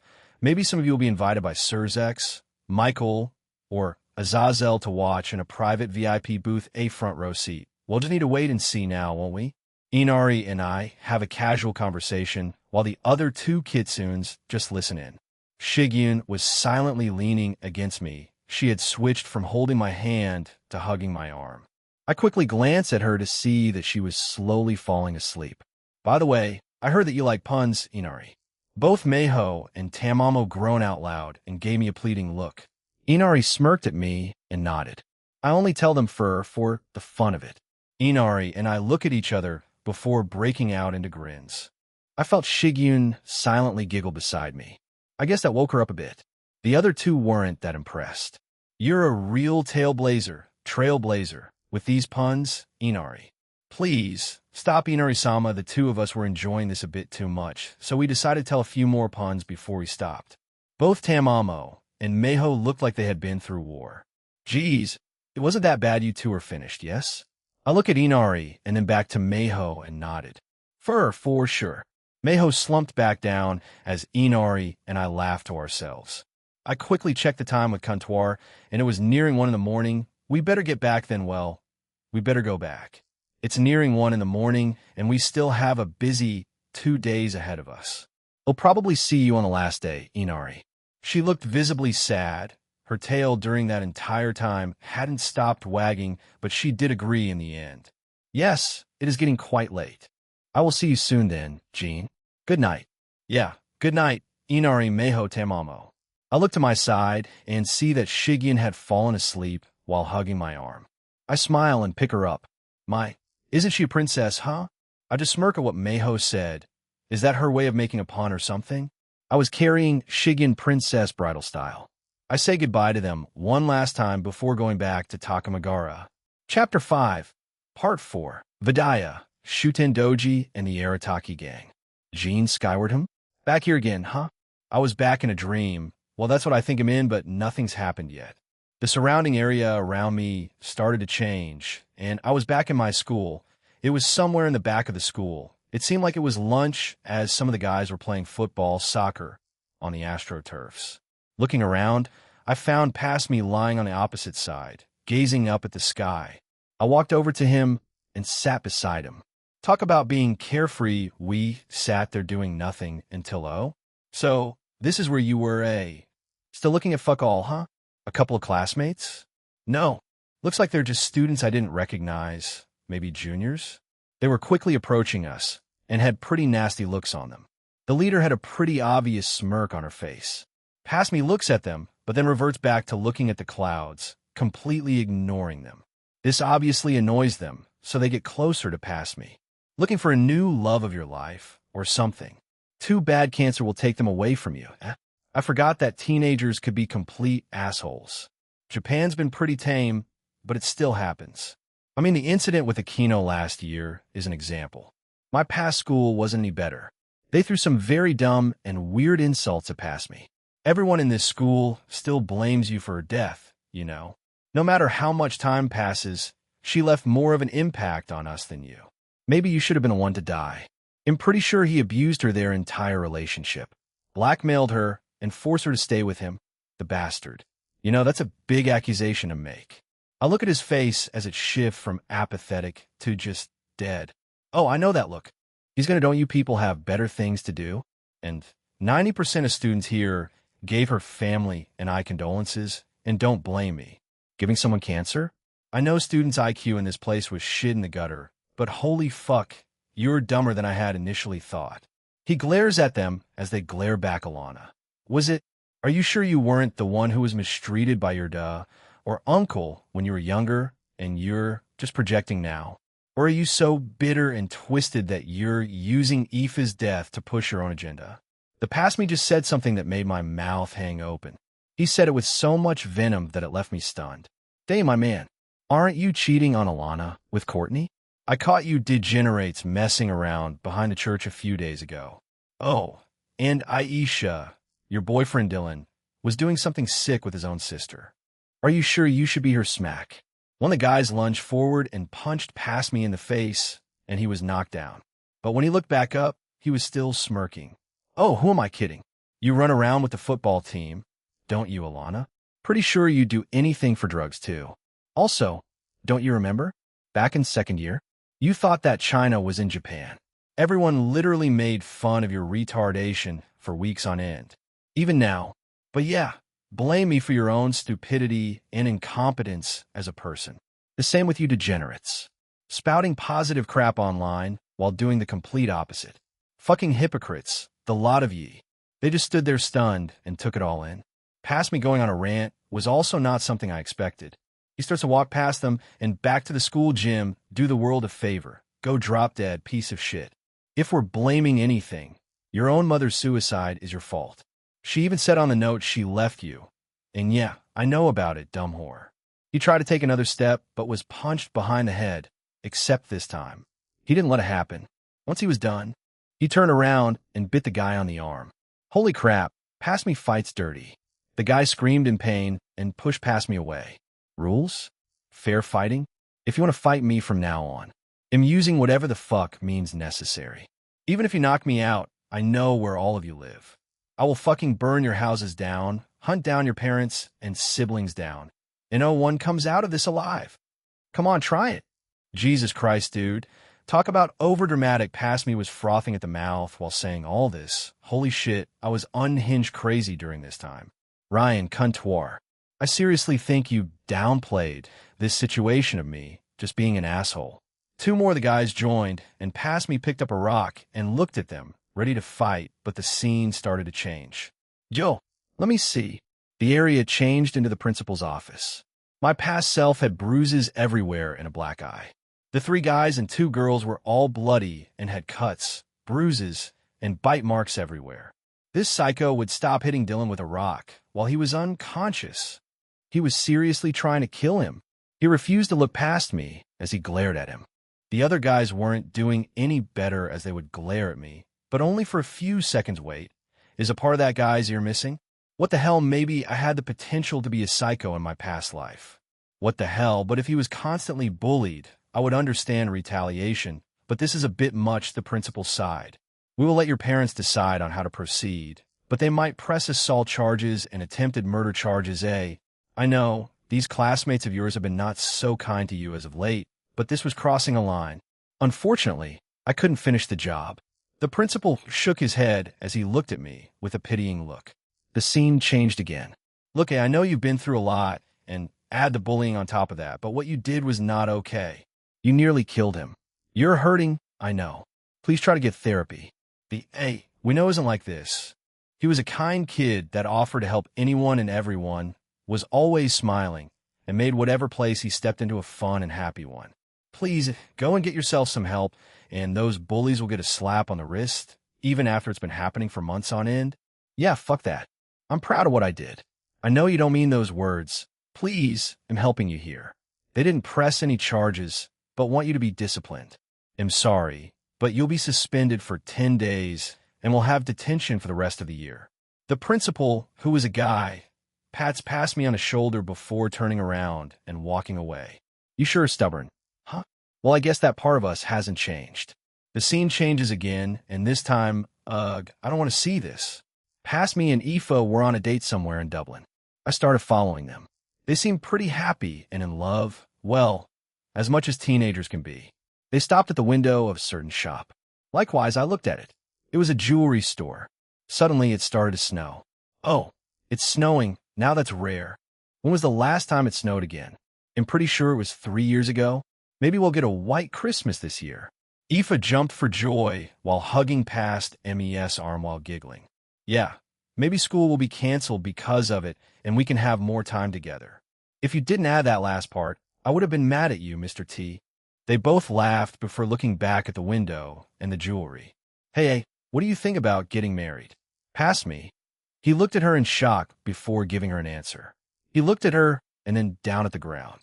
I mean, we did say something like that when we were younger, but are you serious? She nods. We're still pretty young, you know? But if you're serious, sure, I don't mind. But wait for me to get you an actual ring, you muppet. A light poke on her nose from past me makes her huff, but she also agrees with him. KSHSHSHSHSHO, it's over. Anyone else here with me? Irene, Elsha, and Amorous come out and awkwardly smile at me. We're aware of the guys. As soon as they found out you were dreaming, they headed back to your soul and were hanging out with Albion and Drake. Those in there should know that you were dreaming. Elsha explains, and Amorous agrees with her. But I did not think that your past self would be so unhinged. Wild. Psychotic? Yes, but it was certainly an intriguing watch. Yes, I completely agree. I don't know whether past me made up with those people before he passed away, but it could go either way. It seems this dream is ending. Let's chat more in your soul in the future, Jean. Sure thing, Elsha. See you around. All three of them fade away as my dream came to an end. I learned a little bit more about what happened during those asshole years, though I don't think that's the right word for it. More like unhinged psycho years. Takamagara, Jean, Skywarden. Hiya, so energetic in the morning in front of me was Aquino. She was looking down at me with a blush while lightly panting. What the hell are you doing? Akino? Suzaku turns around to see her cousin on top of me. Morning lewd activities? I lift Akino off me and sit up. She makes exaggerated moans and then pouts when I don't play along. Shigen also wakes up and looks around the room, confused while slightly drooling. Good morning. Let's get our day started, shall we? We were downstairs having breakfast. Iwabami was just casually chatting with the girls as I remember my dream. Oh yeah, you had a dream, right, partner? Care to tell us, Jean? No use in hiding it from them since Belzer and Garrett told them. So I told them what I saw and they began to laugh. Wahaha. Unhinged crazy. Partner, I would love to see that part of you again. It's difficult to imagine you acting like that, Jean. Idon Jean? Do you wish to go back to your own world? Velgrind. My original universe is already gone. Didn't they tell you? I was floating for a long-ass time before being reincarnated. Oh, right, Jean? I hear Iwabami calling out to me, and I look at her. Be careful while in the Oni's realm. Do you hear me? Why? I look at her strangely before she sighs loudly. While they're generally a pleasant bunch, they do have some notorious troublemakers in their realm. They don't come out very often since their leader is stupid. By leader, I mean the small group that's causing trouble, not Shuten Doji. Are they dangerous? No, they're like a small gang, stealing some things, causing small interruptions to daily life, but they're just generally seen as an annoyance more than anything. They spend a few nights in jail, and then they go out. They sound like an interesting bunch. What's the group's name? Orataki Gong. Huh. Wait a minute. Arataki? Like Arataki Ito? Does that mean they have a kooky shinobu too? Well, at least going there seems a lot more interesting now. The thing about Shuten and Reiko, and now Ito being there, I wonder who else could be there? Ara. Do you know him by chance? No. I thought the name sounded familiar, but I'm probably mixing it up with someone else. She looks at me strangely before shrugging. Well, anyway, just keep an eye out for them, all right? And before you ask, I visited the Oni's realm before and came across them causing a ruckus. Quite an energetic bunch. They'll keep that in mind. Thanks. She nods, satisfied, and turns back to browsing her phone. As they were still eating, I glanced at everyone. I felt the trio that's been guiding us standing outside the inn. Why aren't they coming in? Well, whatever we eventually finished our breakfast, as Iwabami started on another rant about something. I mostly tuned her out, as it wasn't anything significant. Thanks for the breakfast again. It tastes delicious as usual. Flatter won't get you anywhere. I chuckled to myself as we left the room and exited the building. Once outside, we could see the three of them waiting. Benkei waved her gourd at us as the other two turned around to greet us. Good morning, everyone. Morning, Yashit-san. Forgive me if this is out of the blue. However, Yasen wants Akino-san to go to her shop, as she wants to speak with her about something. Kajitsunru also requested for you, Jean. He said some novels came in that you may be interested in. I glanced at Akino, and she excitedly nodded. What did they talk about? Maybe I should ask her later on. I gestured for Yashit-san to lead the way, and we made our way over there. As we did, Shigen hugged my arm like the night before, making Akino gasp. Ara! Shigen-chan is being quite bold. Then excuse me too. Benkei quickly jumped back and hugged my other free arm, making Akino look at her in shock. Suzaku was also a bit surprised by her actions. Benkei, we continued walking towards the two novel shops. On our way there, we came across Kathleen, the local blacksmith. Oh, if it isn't the middleman, why are you here today? Leaving to another realm? Yeah, but we're taking a small detour right now. Actually, may I see some of your wares? Feel free. I entered the smithy with Akino and Shigyun as the rest waited outside. I use Observe on everything, and they were high-quality products too. Maybe I should tell Hephaestus about this? There weren't many, but the ones that were here were made with a lot of work and dedication. What do you want to come by here when I form the alliance? In the Shinto realm? Is it comparable to the quality of the two shops we saw in the Norse realm? Yes, I would not recommend them if they weren't. How are they, by the way? Sherry and Kyoko? I will see to them myself then. And yes, they're doing well. They have come to learn from me 3 times already.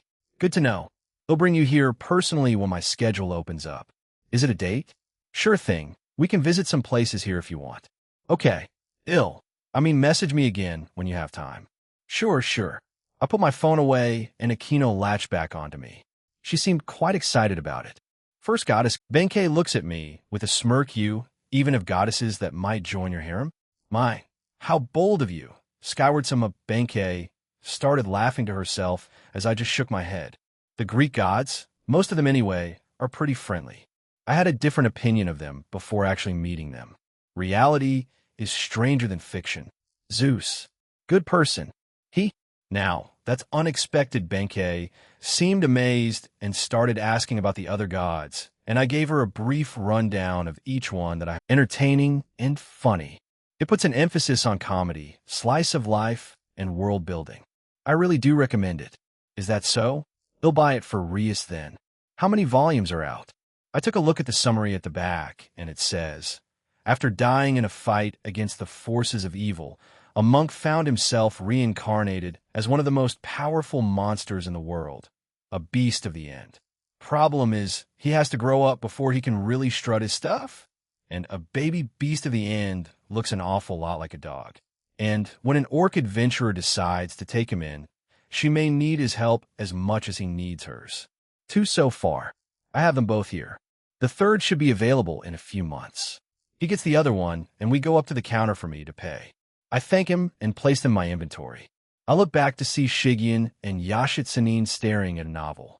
I go over to them and look at the title. Why is it even longer? The book's title is, My Life is Just as Wrong as I Expected After Traveling to Another World Where I'm Surrounded by Cute Girls and Magical High School and AM, also the fabled hero of legend. But before I tell you that story, I have to tell you this story, in which I was walking along with my unbelievably, impossibly cute younger sister who doesn't like me at all, and she said to me it was my fault she wasn't popular no matter how she looked at it as we walked to school together, and we stopped to look at a garden, which had a flower whose name I don't remember, when suddenly a portal opened up to another world, and when I landed in a field and my face was buried in the largest pair of boobs I'd ever seen, and my sister hit me and called me an idiot while blushing, but then the girl I landed on saw the birthmark on my hand and gasped, and she grabbed my hand and I blushed, but she started dragging me away, and my sister got mad and chased after us, and I asked where we were going, and she said she was taking us to Grimheart Magic School, where she was the school president, and then I gasped because I was now in a magical world. And when we got to the school, which was a giant castle, I asked the girl what her name was, and she said it was Akane Yusha, which I thought was a tad strange since she had blonde hair and blue eyes, and the entire aesthetic of the school seemed very ancient European, but I forgot about all of that when she told me we needed to see the headmaster, because she had been taught that the mark on my hand was the symbol of the reincarnation of the legendary dragon hero of legendary literature. And I said that was a cool thing to be taught, because at our school the only book we learned was Atlas Shrugged, and she asked what that was, and I told her I was the book our society based its philosophy on a speech from, and she asked me to recite the speech, which I did, and the speech went for 12 years. You've been asking, that's like 387 characters. Who made this? I take another one from the pile and look for the author's name. I was left speechless. It was Kajit Tsunemaru. I looked back at the guy, and he started to laugh loudly and slapped his sides. He walks over to us and takes the book from my hands. Yes, I tried my hand at writing a light novel, and well, this was it. It took me a couple of months to edit everything, but no one bought it, so I dropped it. But it was a learning experience. He nods sagely and looks at me. Even if the work isn't some groundbreaking thing, the author himself has probably put a lot of work into it. Time spent trying to build a world from scratch, create characters, plots, subplots, arcs, and such. Even more so if they drew the art themselves, which I did. Anyway, all I'm saying is respect them, even if the series is a flop for you. Is that so? I can see where you're coming from then, but everyone has their own opinion, you know? I tell him, and he nods. Oh, I'm not saying they can't. I'm just saying that they need to be constructive about it, and not just throw insults because they didn't like it or whatever other reason they have. I mean, I guess so. Although I have written essays for school, I have never written anything else in my life. I shrug as Kajit Tsunemaru continues. He apparently made a web novel of it first, and then decided to create a light novel just to try it. I hope so. Take it. That one is in the house. The two nodded before walking together out of the shop. I didn't think Shigen liked reading novels, but she did read some normal books during our time in the pocket dimension. Well, here. I handed him a piece of paper with my number. Text me when you have updated stock, and I'll see if I want any of them. He gives me a thumbs up as I leave his shop and join the others at Ye's. Once there, Benkei was looking through the shelves while Yoichi was reading a novel by himself. Ye and Akino were still speaking to one another when Ye hands Akino something and she pays for it. I look at her as she hides it behind her. She trotted over to me and showed me it. 101 Ways to Drive Him Absolutely Crazy. I look at the book, at Akino, and at Ye.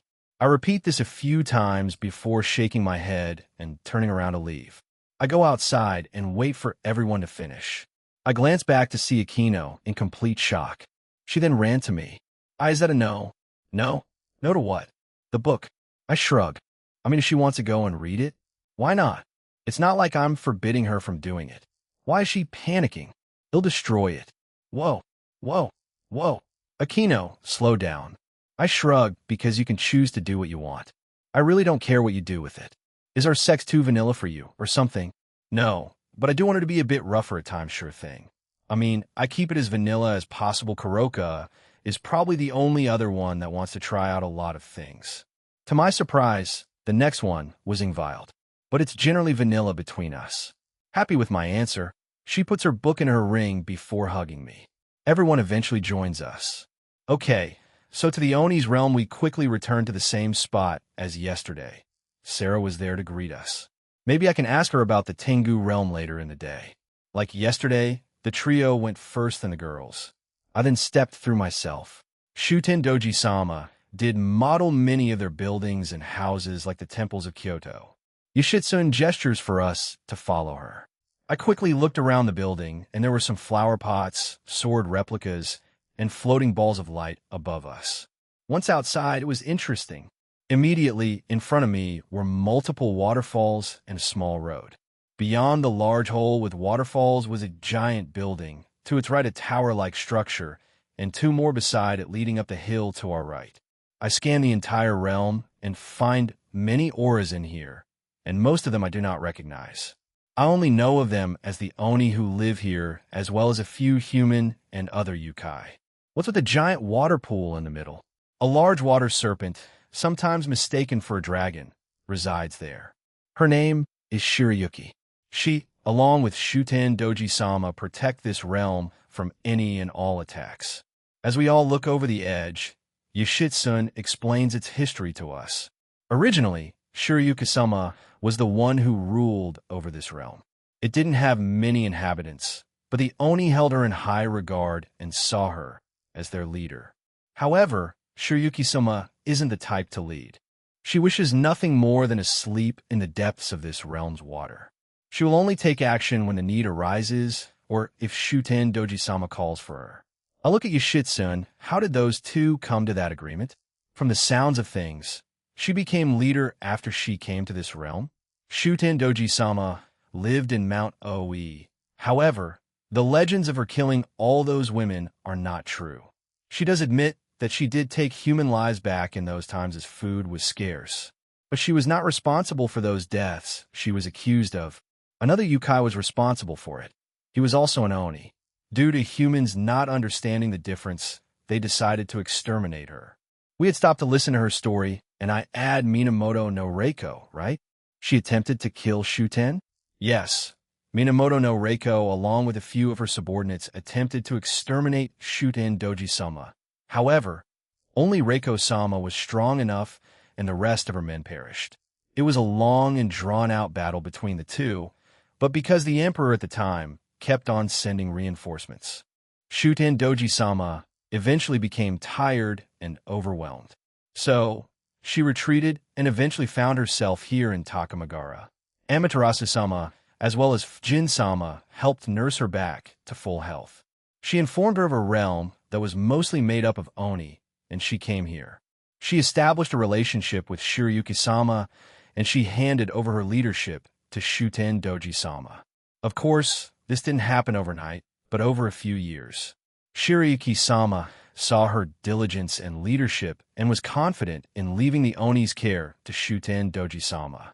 The other Oni here were also fine with the decision, as they saw her as another leader before becoming one officially. I see, but when did Minamoto no Reiko come here? When did Reiko get to this place? How did Sakata Kintoki get involved in this? Isn't there a legend in him capturing Shuten Doji? Benkei snorted and Yoichi looked away. What's up with those reactions? I looked at Yoshitsune confused. Only Amaterasu-sama, Fujin-sama, Reijin-sama, and Reiko-sama told me the stories of his life. He led an interesting one. Unlike the folklore, he did not come across Shuten Doji-sama and capture her. Instead, he came across Reiko-sama and became extremely loyal to her and became chief of Reiko-Semis Shiteno. He studied martial arts and became an expert at the use of many weapons. He fought many battles alongside Reiko-sama and her Shiteno, but eventually died. But the strange thing is no one could find his body or where he died. In reality, he was MIA, but they changed it in human text. Comptoir? Comptoir. Answer. Scanning for Sakata Kintoki. Comptoir. Answer. Unable to locate Sakata Kintoki at this time. However, his last known location was Mimisaka Katsutaso on Sakusha Road. He was on his way to Tsukushi, present Kitakyushu City, to overthrow bandits in Kyushu. Died of fever? That's superhuman? No, that doesn't add up, seeing as how the supernatural in this world is real, and other powers no way someone like him can just die to a fucking fever. Nyarlathotep? Only thing I can think of, but where is he now? Did he suffer the same Let's arrange to meet up with her then. Yes. We started to walk away from the spot we were at. According to Yoshitsune, Shuten Doji's home is the giant castle in front of the building where we teleported from. So, we started to walk to the east side where there was a long wooden bridge. This realm was like old-era Japan, as it didn't have too many modern things, but had their own entertainment like the red light district, basketball court, and soccer field. I didn't know they liked those sports as we made our way there. The 3 historical figures with us were greeted by all the yukai there. Many of them were Oni, obviously, but there were also some humans here too. We passed by a few diners and mini restaurants, a couple of vendors, and some regular shops. All of the Oni here varied in shape, size, and color. But there was one distinct feature that most of them had. They were buff as hell. Like around 90% of Oni I came across were really muscular, even the women. These Oni sure are muscular. Akino comments as we pass through more of them. We eventually reached the bridge. This does not look stable at all, I commented, as Benkei laughed. Yeah, it's not meant to. If you want to speak with Shuten Doji-sama, you'll need a certain amount of courage or nerve to do it. If you get past this bridge, she'll entertain you for as long as you want. But no cheating, so no flying or anything like that, only walking. Cool beans, let's go. As I try to move forward, someone stopped me. I looked back at Shigen, who looked pale. Is she scared of heights? Shigen, are you scared of heights? She nodded. But you've been in plenty of fights where you've literally been flying or launched into the air, but this and fighting battles are different. Is it? Well, let us move forward with that. After nodding, I walked back behind her. I picked her up and carried her.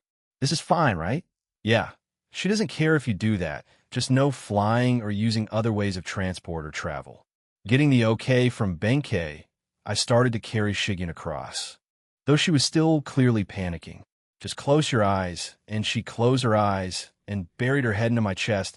Well, at least she didn't need me to tell her to do that. You know this will make it a tad harder to walk. Deal with it. Akino had hugged me from behind, and it didn't seem like she was about to let go. Geez, she's been on a slight jealous streak since we got here.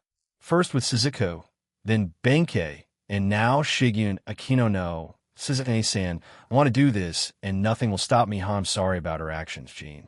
I chuckle. No, it's fine. I'm used to spoiling her. So this is par for the course. Exactly as we walked on the wooden bridge, the wind started to pick up and it started to sway. Everyone held steady and didn't fall. Thankful. Yoichi fell. I spoke too soon. I looked over the edge and Yoichi was slowly falling down while screaming. I sigh and throw Shigen up into the air, making her scream as well. Easy bonk. Bonk. Why did you do that? You could have just put me down. My apologies. It was spur of the moment. Forgive me. I kissed her on the forehead, and she blushed, closing her eyes without saying a word. I guess I won this round? Yoichi gave me a thankful look as we continued walking towards the castle of Shuten Doji.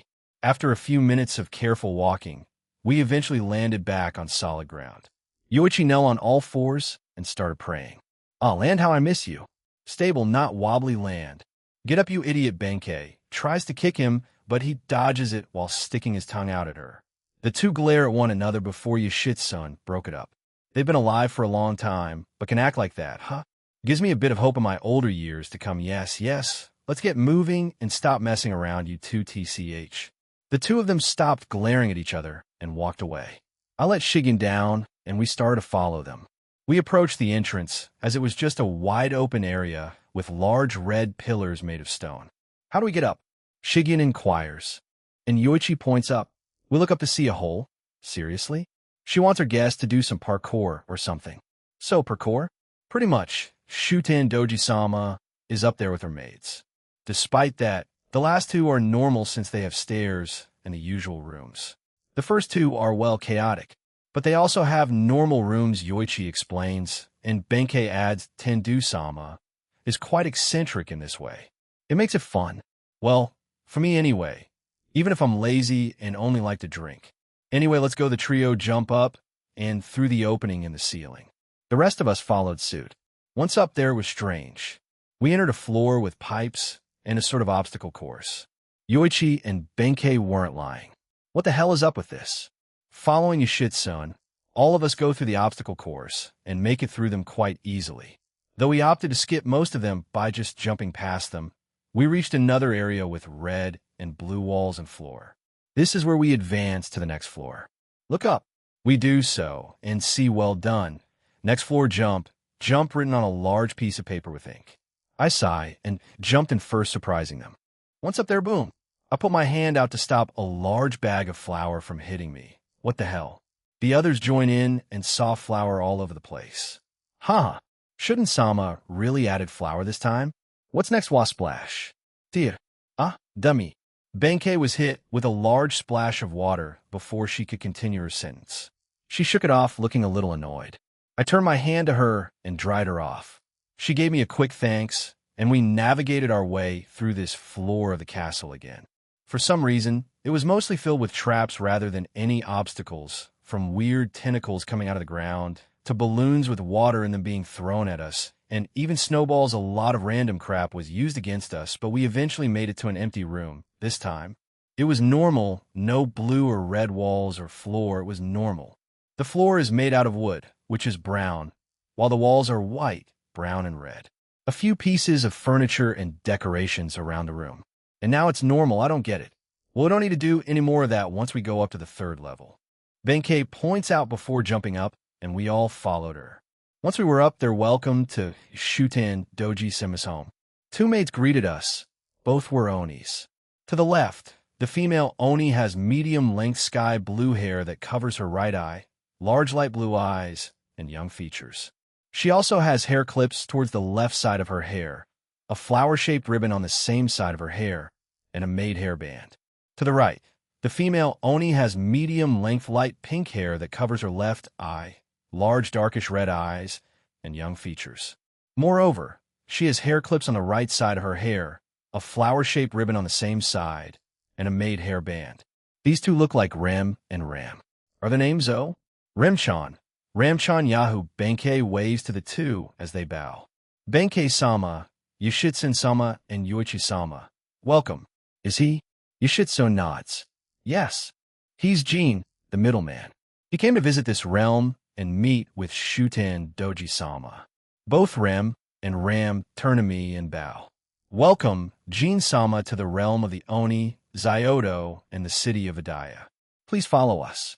Both Rem and Ram started to walk away, and we followed after them. The third floor was as promised, normal. No weird traps or parkour, just a normal home. There were multiple pieces of furniture around the floor. As we walked through the floor, we also come across a few rooms that were unique as they held different types of objects in them. They range from old samurai armor to tea ceremony rooms, and even why is that room just full of fish tanks? It is a collection, Jin-sama. Collection? Is this Shuten Doji a psychopath? We eventually reach a staircase, and we climb it. The floor appeared to be normal. The whole place was being illuminated by foxfire. Did they hire kitsunes to light up the place? In the final floor, there seemed to be an increase of portrait paintings and pictures of her Shuten doji. We eventually reach a door, and they both open it and step through. We also do so, and were greeted by a fancy-looking room. The throne that Shuten doji was on. It was elevated by an extra layer of wood. It was also surrounded by an octagonal box in fancy-looking decorations and wallpaper. Shuten was sitting on a red, blue, and purple pillows as she was sipping on a cup. She looks over at us as both Rem and Ram walk over to her side and stand there with their eyes closed. Oya, Benkei, Yashitsun, and Yoichi. It's been some time. Could this be the famed middleman? I did not expect a visit from you. I welcome you to our realm, Zyodo, and our city, Vidaya. Shuten doji is a rather short oni. Her skin is pale tinged with light purple, almost resembling silver. Her hair is purple and short, reaching only her neck, and her bangs cut past her forehead. Her eyes are lustrous purple, with red makeup painted right above them. Shuten doji's horns flow out of her body naturally, beginning from the same pale tone of her skin and gradually becoming wine red. Her fangs are sharp and long compared to those of humans.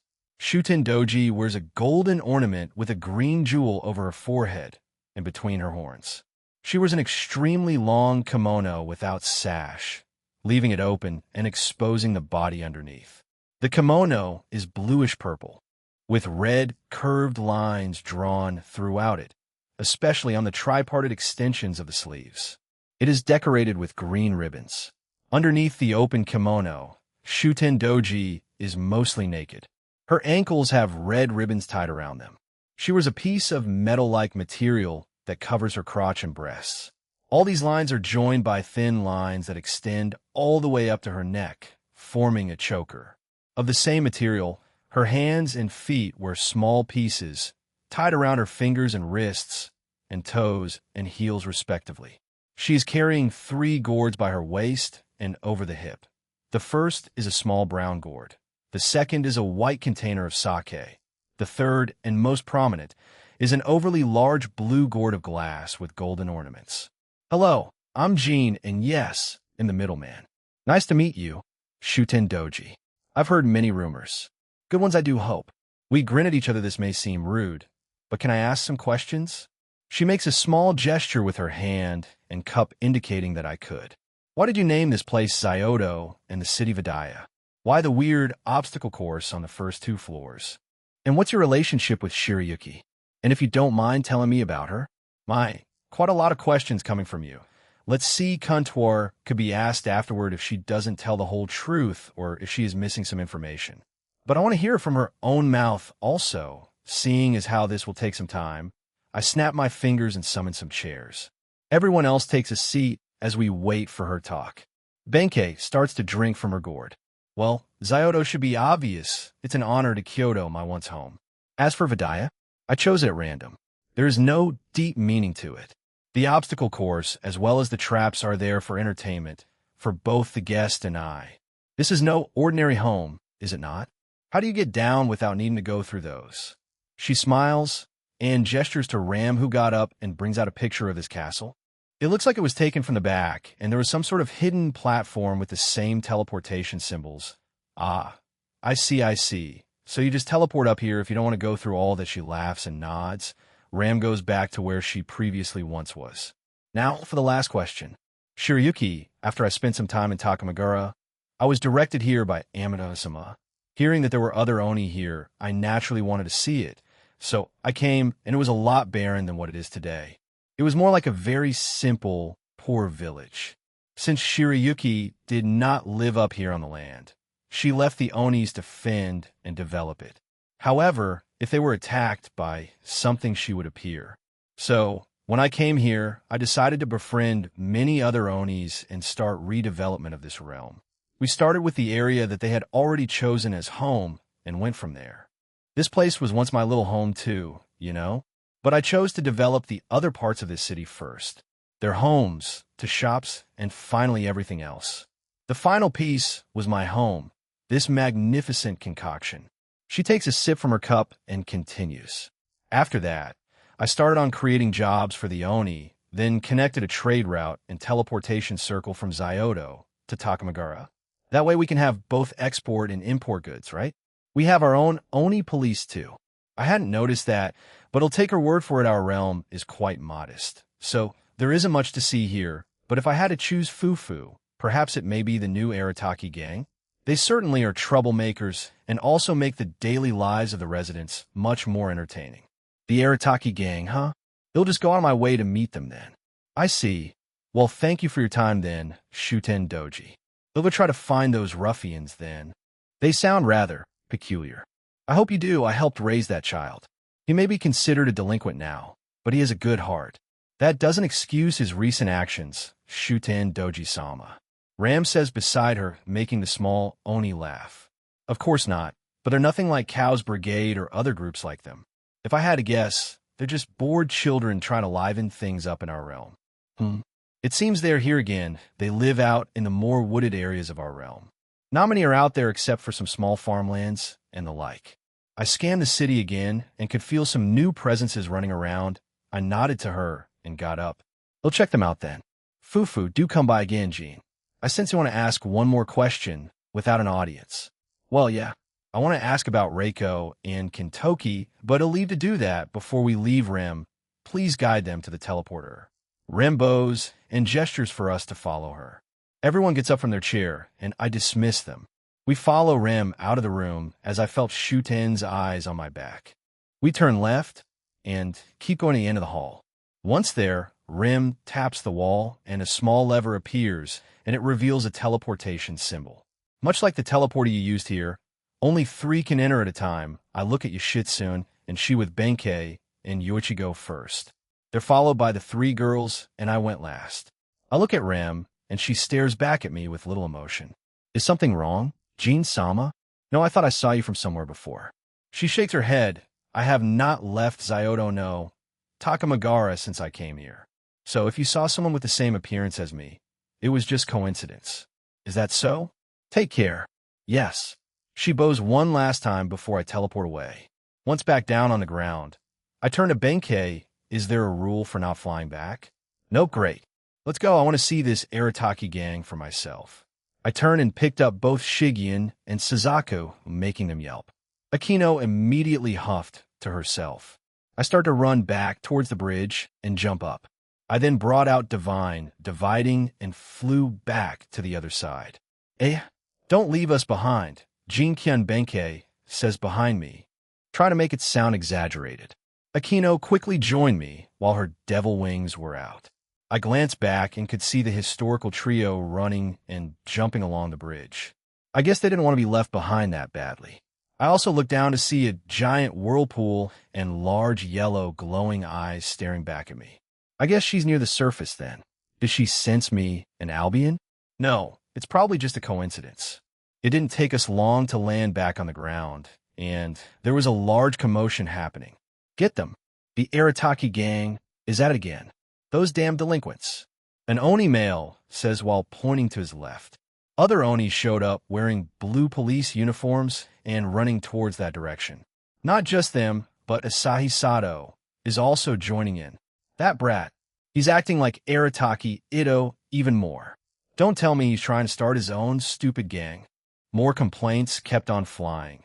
The historical trio eventually reached us, and I made a small gesture with my head and started to follow the commotion. Asahi Sato, who the hell is that? We ran there and eventually reached a large open area with houses and shops circling it. In the middle of the area was, it was definitely Arataki Ito. Ito is a tall man with a large build. He has white spiked hair with pale red streaks that goes down his back.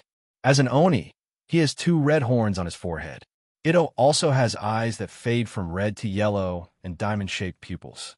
His face is painted with red makeup, which extends from his upper eyelid to this lower eyelid, and numerous parts of his body, arms and head, are also painted with red lines. Ito's attire is decorated with a number of spikes and spines. He wears a cropped purple top paired with a sleeveless black collared coat decorated around the shoulders with thick purple and white ropes. He also wears a thick black belt decorated with a large buckle resembling an Oni mask and gray pants decorated with red and tied at the end with ropes. Man, screw you guys. Can't you lighten up a little? It's just a prank. Ito voiced out his complaint as the crowd just booed and jeered at him.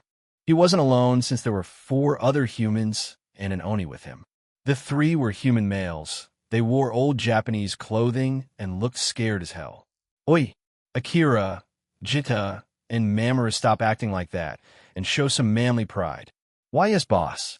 But we still do need to get out of here. They're waiting for us. After all, I know that. Just let me think, Shinobu. Some help will be appreciated. Ito turns to his crew and sighs, and then turns to the only woman there with him. Shinobu is a young woman of medium build with light green hair, held up into a messy ponytail with a thick dark reddish-violet rope that matches the color of her eyes and a dark hairpiece with gold accents. In addition to this, Shinobu has messy bangs and wears a dark gray mask that covers the lower portion of her face. Shinobu's outfit consists of dark-colored crop top exposing part of her midriff, matching dark shorts, and a black belt decorated with a thick red rope tied into a bow. Over this, Shinobu wears a cropped dark purple red and gold-trimmed hooded jacket with a buckle, dark gloves that leave certain fingers exposed, and thigh-high leg wear with red armor plating. Shinobu's outfit is decorated with a number of gold and red accents and trinkets and more thick red ropes, most notably around her chest area. In addition to this, Shinobu wears a single samurai plate over her left shoulder. The woman called Shinobu's side and started to speak when, "Excuse me." Bam! Another person arrived. He had short, messy orange ginger hair, blue eyes with red makeup on his face. His horns start dark blue up, halfway up, they become red. He has earrings on him and wore a typical Iromatsuki Heiori hakama, which was mostly red in color. He also had a spiky choke collar around his neck. Jo, Ito, Asahi. The man, the myth, the legend has arrived. And we're getting out of here. Asahi raises his hand and slaps the ground. From there, a large amount of water erupted from the ground and started to flood the immediate area. I, along with everyone else in my group, jump up and land on roofs around us. Using this chance, the Arataki gang and Asahi escaped. The Oni police were taken by surprise, and they scrambled to stop the water from damaging the area even more. Do we follow them? Yoichi asked as he kept his eyes on them as they escaped. I glanced at the fleeing delinquents and then back to the area they just flooded. Do it discreetly. I want to know what they meant by getting back to them. I snapped my fingers and cleared the waters from the area. All eyes went towards me, and I nodded before jumping away to follow the gang. Everyone else followed me. Well, that wasn't as bad as I expected it to be. Yoshitsun says beside me as we lightly jogged with me in the lead. We quickly leave the city and go into a more rural and forested area. We go through the area, and it didn't look like it was maintained at all. Do they not care about this place? But didn't Shuten mention that there are farmlands this way? Maybe it's in another area? It did split off earlier. Right, point taken, I guess so. Following Ito's aura, we started to slow down our speed, and everyone started to lower their presence. We come by a few trees, and in front of us was a larger opening with a few houses, but it was mostly empty. The houses looked old and worn out. The wooden fences around this place also looked disrepair, and the well in the middle of the area had a damaged roof above it. The only saving grace was a small patch of dirt with some vegetables and fruit growing from it beside one of the houses. What the hell? Where is everybody? Ito looked around in shock, and 3 guys started to look around in worry and started to shout. Rinobu-san, Kin-chan, Ii-chan. Asahi looks at Ito with a confused expression. Did you guys move base or something? Of course not. Are you stupid? With golden markings on his hooves, cheeks, albeit lighter in color, and across his body. Ushi carries a small dark navy blue and red roof on his back, with golden faces resembling that of an Oni. The roof is tied to Ushi with a rope in purple and white accents, similar to Ito's ropes on his outfit. Mu, Ashu. You can't find them either? Oh, damn it. Oi, esya ga Shinobu? Ito, looking horrified, turns to Shinobu as she had closed her eyes and was thinking. Shinobu then opens her eyes. I'm sorry, boss. But all I can think of is that they were kidnapped by them. We've been fighting them over the last few months, but it's only gotten worse. If I'm being honest, I'm surprised it took them this long to do this. Wait, you them, as in them. Ito repeats Shinobu's words, but Asahi looked confused. Who the hell are you guys talking about? Now wait a minute, Shinobu. Shut up, boss, let me speak. As I was saying, we're a bunch of nobodies just causing a little bit of trouble since we have some mouths to feed. Anyway, at the start of the year, we came across a group of humans and Oni who banded together, and in my opinion, a real gang. Ito began to sulk, crouch down, and start messing with the ground with his finger. He was muttering something about being the boss and having a say in things pure violence, torture, violating men, women, and children of all ages, the use of drugs, and other more despicable things they do. We had clashed with him a few times over the last few months. But since Boss is quite strong, as well as everyone else working together, we always repelled them. But I guess they've decided to attack people we're close with and have nothing to do with our fights. It's disgusting. We have to find them before anything happens to them. Boom! The ground beneath Asahi cracked, and blue flames started to surround his body. He was clearly pissed off. I turned to face everyone with me, and they nodded, so we came out of our hiding spot. Once we did, the Arataki gang were alerted. Who are you? Shinobu asks while bringing out a kunai and covering it with purple lightning. Asahi's eyes widen, and his anger seemingly vanished to pay dragon. He says while pointing at me, while shaking his hand. A pay dragon? Oh, you mean the middleman? What? Shinobu calms down and puts her kunai away while Ito springs back up, screaming in shock. He quickly runs over to me and starts shaking my hand. A boss to a boss. Red Dragon Emperor. Please, you gotta help us. I didn't think he'd throw his pride away and ask me right away, well, we did come out of spying on you to offer our assistance. So, tell us more about this real gang you're having beef with. They should be somewhere that way, northeast of where we are currently. Why doesn't Shuden-sama or Shirayuki-sama do anything about them? Shigen asks them, and Ito sighs. Shuden-ba-san only cares about what happens in the city or anyone affiliated with it. If you choose to live out her without associating with them, then you're on your own. But she does encourage them to be connected to them, so it's up to those to agree to it or not. Honestly, there are more benefits, but some people or Oni are stubborn. So as you can see, this little village is on their own. We simply exorcise spirits in Japan like any other that's involved in the supernatural. The Kuki clan prides itself in creating shrine maidens each generation. I was the one who broke off from it. Long story short, I left the family and became my own person. I traveled the world learning and mastering all kinds of things until I came back to Japan, came to Takamagara, and came across the Arataki gang. As I said before, I may one day move on with my life, boss. Shinobu turns to say that to Ito as he looks away. I know that already. You don't need to keep telling me that. Anyway, I don't mind helping since innocent people or Oni were abducted. I can do the rescue mission.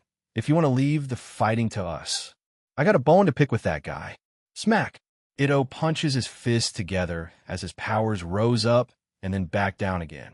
The three human guys and Shinobu agreed with him. Asahi, will you, of course, am helping, even if we're rival gangs. We're nothing like those guys. They'll seriously sour our reputation in this realm, even if I'm the only one of my gang so far. Benkei, Yoshitsun, Yoichi. Are you guys helping or? Yes, of course, Jin-san. I get to kick a bit of ass. I'm done. Sure thing. All three of them were for it. I nodded and turned back to the Arataki gang. All right, let's do it like this then. Yoichi Nazuno Jin had left me back here in the village. However, I play a pretty key role in all of this. He had given me a pair of goggles that gives me a zoom function on it, as well as a new compact bow that has a larger range and accuracy than what I have. He had created a large platform for me to stand on and scout out the area where we think the Prius base is at. He also gave everyone transceivers to make communication easier. Yoshitsun to Yoichi, I'm in position. How about you, Benkei? Ready, I'm also ready. I see no movement in the area that Jean located, but there are signs of people living there. I see some creates, torches, and other miscellaneous items. I answer back after hearing those too. Roger that. Using the goggles, I zoom in further to see Gene was looking at me and giving me the OK sign with his hand. I'm surprised he could still see me from there. I nod at him, and he nodded back. This Arataki too. I'm in position with Asahi. Boss, stop making everything dramatic. This is Shinobu. I'm also ready, and the traps too. Arataki Ito and his deputy office, Kuki Shinobu, responded. This is Araki with Jinta and Mamoru. We're also ready with the traps. Then all right, let's commence the operation. Mission start. Gene began the mission. Gene skyward, I had reached a cave's entrance with Akino and Suzaku with me. Shigyun was with Shinobu, since we'll be assisting her with the traps that we set up. But Ito is a stubborn Oni and probably would have had a tantrum, so I decided to involve everyone instead.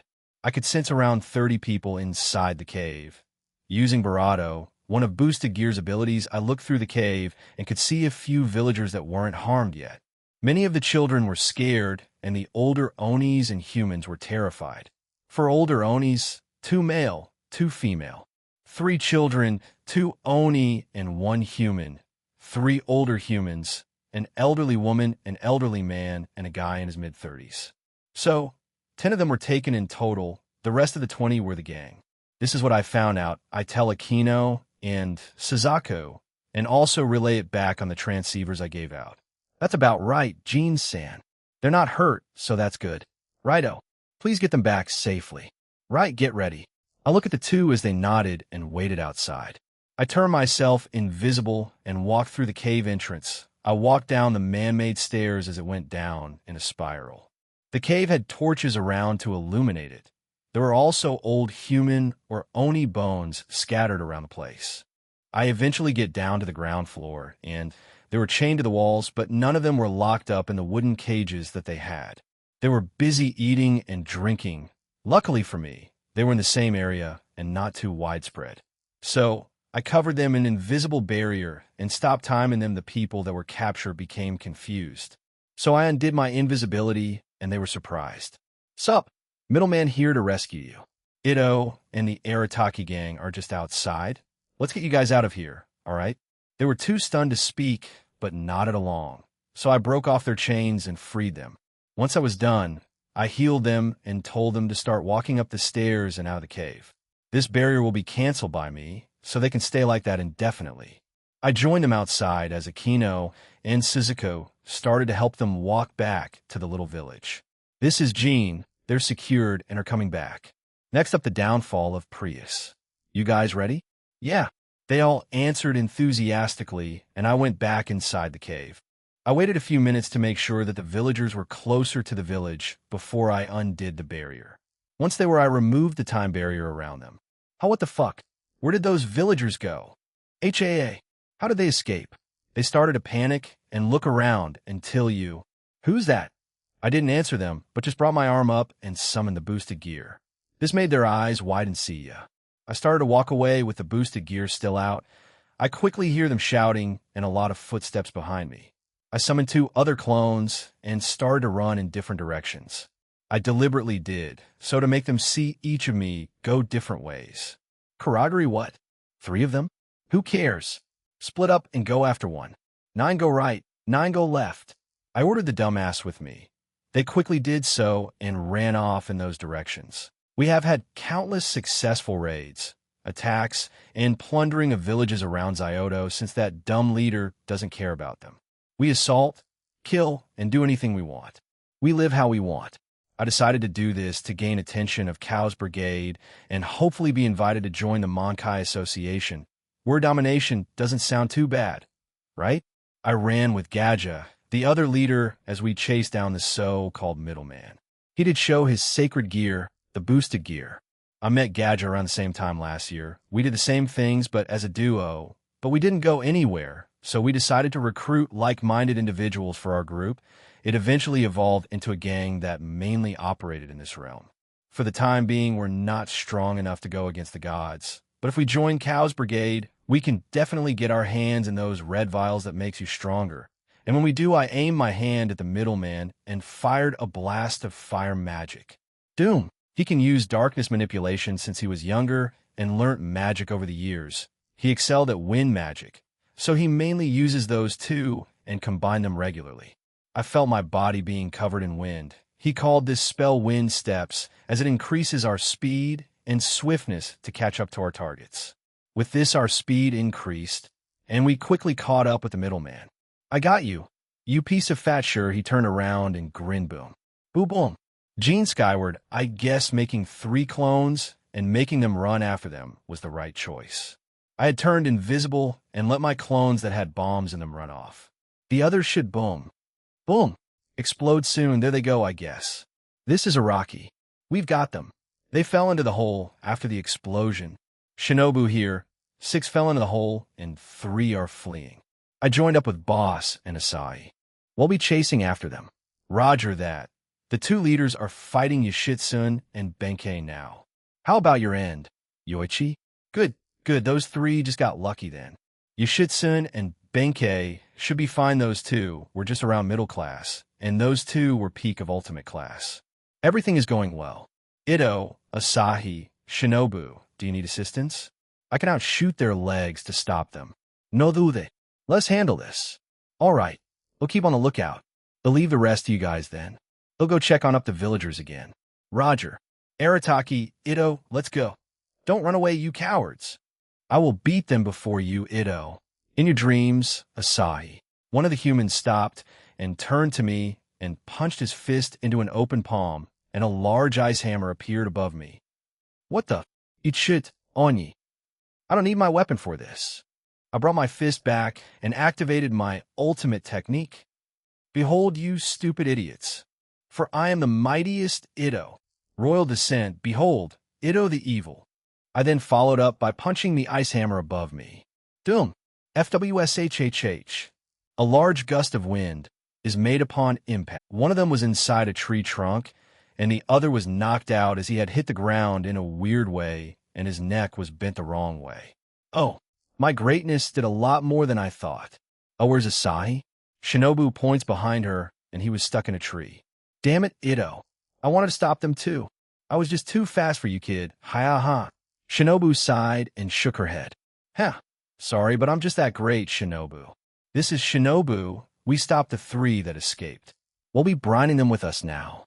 Asahi, you still have the rope, right? Yet he came down from the tree, still not happy, but took out the rope that Jean gave him. It was made out of pure mana and didn't break easily. Yeah, I could have carried 2. Ha-ha-ha. Benkei Musashibu, are you sure you're one of the leaders? You're pretty weak, you know, Tang. Don. The plan after Jean's clones lured the bosses away was for Yoshitsune and I to fight them, though. Is this even a fight? It's more of a one-sided beatdown since they're so weak. Quit fucking with me. Ubarato on legs. Arira? Quite vulgar. They're the Oni leader. Kurajiri was a tall and muscular Oni around 69. His skin was mostly red. He has black hair and was mostly fighting with his fists. He didn't use any kind of elemental power or magic, but his natural strength was quite something for a weakling that as I brought out my staff and smacked it against his torso, launching him backwards. To my surprise, he managed to steady himself. Am I holding back too much? Shigen-san is heading toward Araki's group to help them bring those guys back. You 2 need to finish yours. Jean's on his way. I heard Yoichi through the transceivers. Why would Jean need to come back here himself? Well, whatever, Benkei. Yes, I heard him suddenly. Kurajiri started to grow in size and get bigger and bigger until he was at least 3 times my size. What kind of unique ability is this? Boom. Don. He cocked his arm back and punched the spot where I was, but swiftly dodged it and jumped backward a few times. Do you think making yourself larger will help you? You have heard of the term the larger they are, the harder they fall, right? Arf. He started to attack me again, and I dodged all his attacks. I guess that means this is some sort of berserker form or technique. He didn't exactly hear me. H.A. whatever, I just want to drink. I dashed towards him and appeared beside his left side. He hadn't caught up to my speed, so I crushed his left leg with my staff. I appeared to the other side and crushed his right leg too. Spinning my staff around my hands, I crushed his elbows, making him quite literally useless. Now, stay down and be a good boy. I turn around to look at Yoshitsune and Shing. Slash, slash, splat, splat. With one swift movement, Yoshitsune appeared behind the human called Gaja. Both his arms slowly fall off him and were also cut into tiny pieces. It took him a few seconds to register what had just happened. Yoshitsune turned around and kicked him on the neck, knocking him out. Very efficient. Boss, huh? Just tie up the other leader, Benkei. Yoshitsune summoned some fire on her hand and started to cauterize the wound on the passed-out gang leader. I'm surprised that he didn't wake up, but this also reminds me how brutal the usually kind and caring Yoshitsune Minamoto can be. Is something wrong? She asked me while cutely tilting her head. Nothing. I turn around to tie up the passed-out Oni too. Jean Skyward, just use those ropes, all right? It'll be fine. Jean and I had been speaking with Shigyun as she headed towards the other 9 that were captured by Araki and his group. I was waking towards Benkei and Yoshitsune. Oh, hey Jean, we're finished here. I arrived at where they were and looked at the 2 leaders, Kurajiri and Gaja. They looked worse for wear. Kurajiri, the Oni leader, had his arms and legs crushed. Gaja had his arms cut off. These 2 can be quite brutal when they choose to, huh? I sigh and walk over to both of them and read their memories. I see. While they hadn't made any contact, they were trying to get recruited by Cow's Brigade and the Monkai Association. Nothing too special about them. They're scum. That's all there is to say. All right, let's get them back to the village and go from there. Jean, I'm coming back with the gang and Araki's group. Roger that, Shigyun. Once we arrived in the village, Shigyun's group wasn't too far behind. We had gathered them up in the middle, and we discussed what to do with them. So, before I make my suggestion, what do you guys want to do with them? Beat them up again. Slam. Smack. Ow. Ito suggested, and then got smacked by Shinobu. I'll look at the others, maybe bring them back to Shuten Doji-sama. She is the ruler of this realm, maybe even Shiryuki-sama. They can pass judgment down on them. We can rest assured that they won't just let them go either. Yoshitsune suggested, and everyone else agreed, but Ito seemed hesitant. Or do we have to go back to Shunba-san? Ito, why do you call her that? And why do you sound scared? I look at him strangely as he started to suddenly sweat profusely while looking around in a panic. He tries to leave, but I bind him on the stop with Gleipnir. What the hell are these chains? I can't break them. Give up, Ito. Just tell us why you're so scared of her. He looks to his gang, but they turned their backs to him. I mean, what could they possibly do at this point? So, Ito gave up and slumped down while making a heavy sigh. She's a goddamn devil. No, I've heard even some of the devils aren't that bad. From the weird obstacle courses I was forced to do every day to traps, physical, and magical training. She said it was to toughen me up. I'll admit that it did toughen me up, but my body and mind remember it all. She would even sometimes jump scare me at night. Did you know? She tried to throw me into the pool of water that Shiryuki-sama is in. At night, I had to hold on for dear life and climbed out of there. Ito started to mumble more of his trauma and kept on shaking. Is this the famous tough love kind of thing? It seems or psychotic more than anything. I guess I can ask her about it when we go back. That's why I don't want to go back there. Sorry, dude, but we have to go back. Anyway, this is what I think we have to do. We go one step further. We need to report this to Amaterasu since Cow's Brigade was nearly involved. Everyone became alerted, and I told them of what I had found when I examined the gang leaders' memories and what they had planned to do. Cow's Brigade, Monkai Association, these guys were seriously trying to?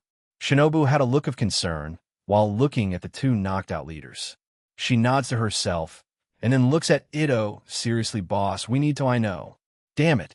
I know I just have to bear with it, right? Let's go then. Araki, Mamoru, Jinta, and Asahi. The ones who knew what was happening did so. The rest became confused. Just gather around me. It'll teleport us to the last floor. Still confused, they did so, and I teleported us up. Once I did, we were outside her throne room's door, and I pushed it open. Shuten looked a bit surprised, but composed herself quickly. Oya? What might you be, Ito? Mine's been so long. Did you miss me that much? Ito chakel nervously griega yo. Sutenba-san. How you be don? Boah, don't call me that. Call me Shuten-sama. Shuten disappeared from where she was sitting and punched Ito in the gut as he fell over, clutching his stomach. She nods to herself, satisfied, and walks back to her seat. Now then, what are you here for, Jean? Shinobu and Benkei bring the 2 leaders into the room. I put the others in their gang to sleep so they won't wake up too soon. These two are Kurajiri and Gaja.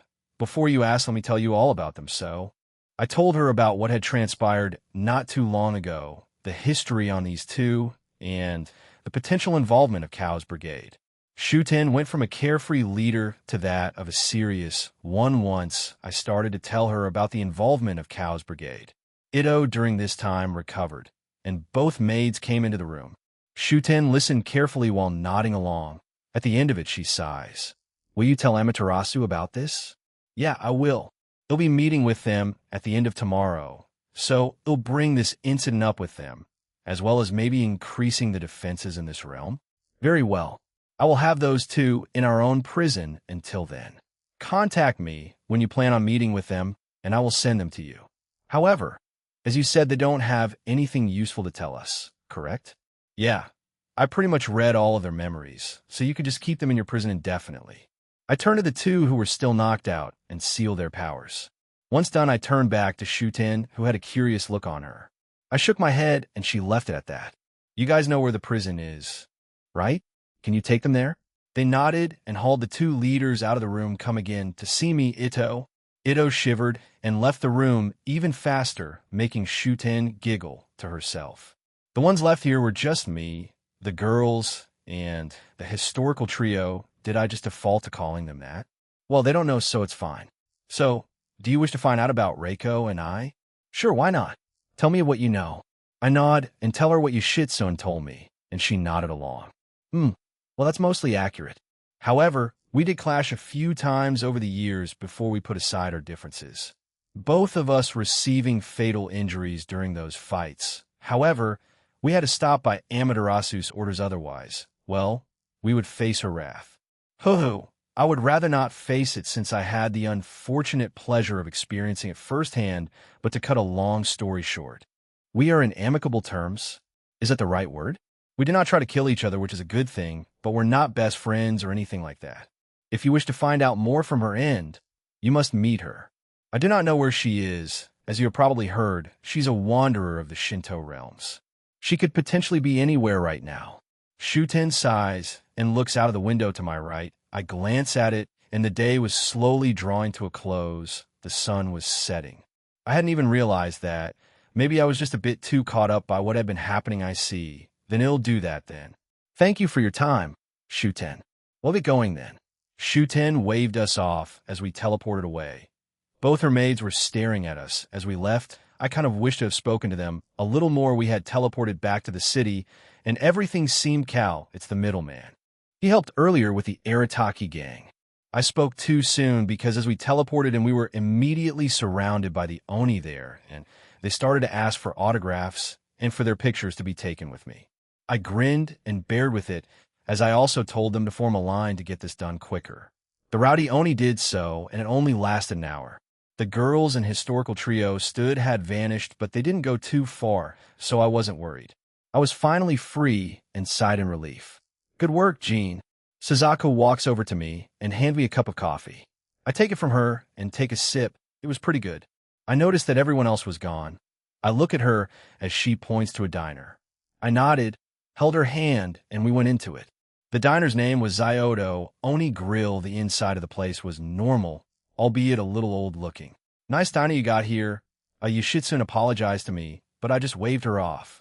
The Oni that was the owner of the place laughed at me and nodded. Chikage, call me Chikage, Red Dragon Emperor Quinn.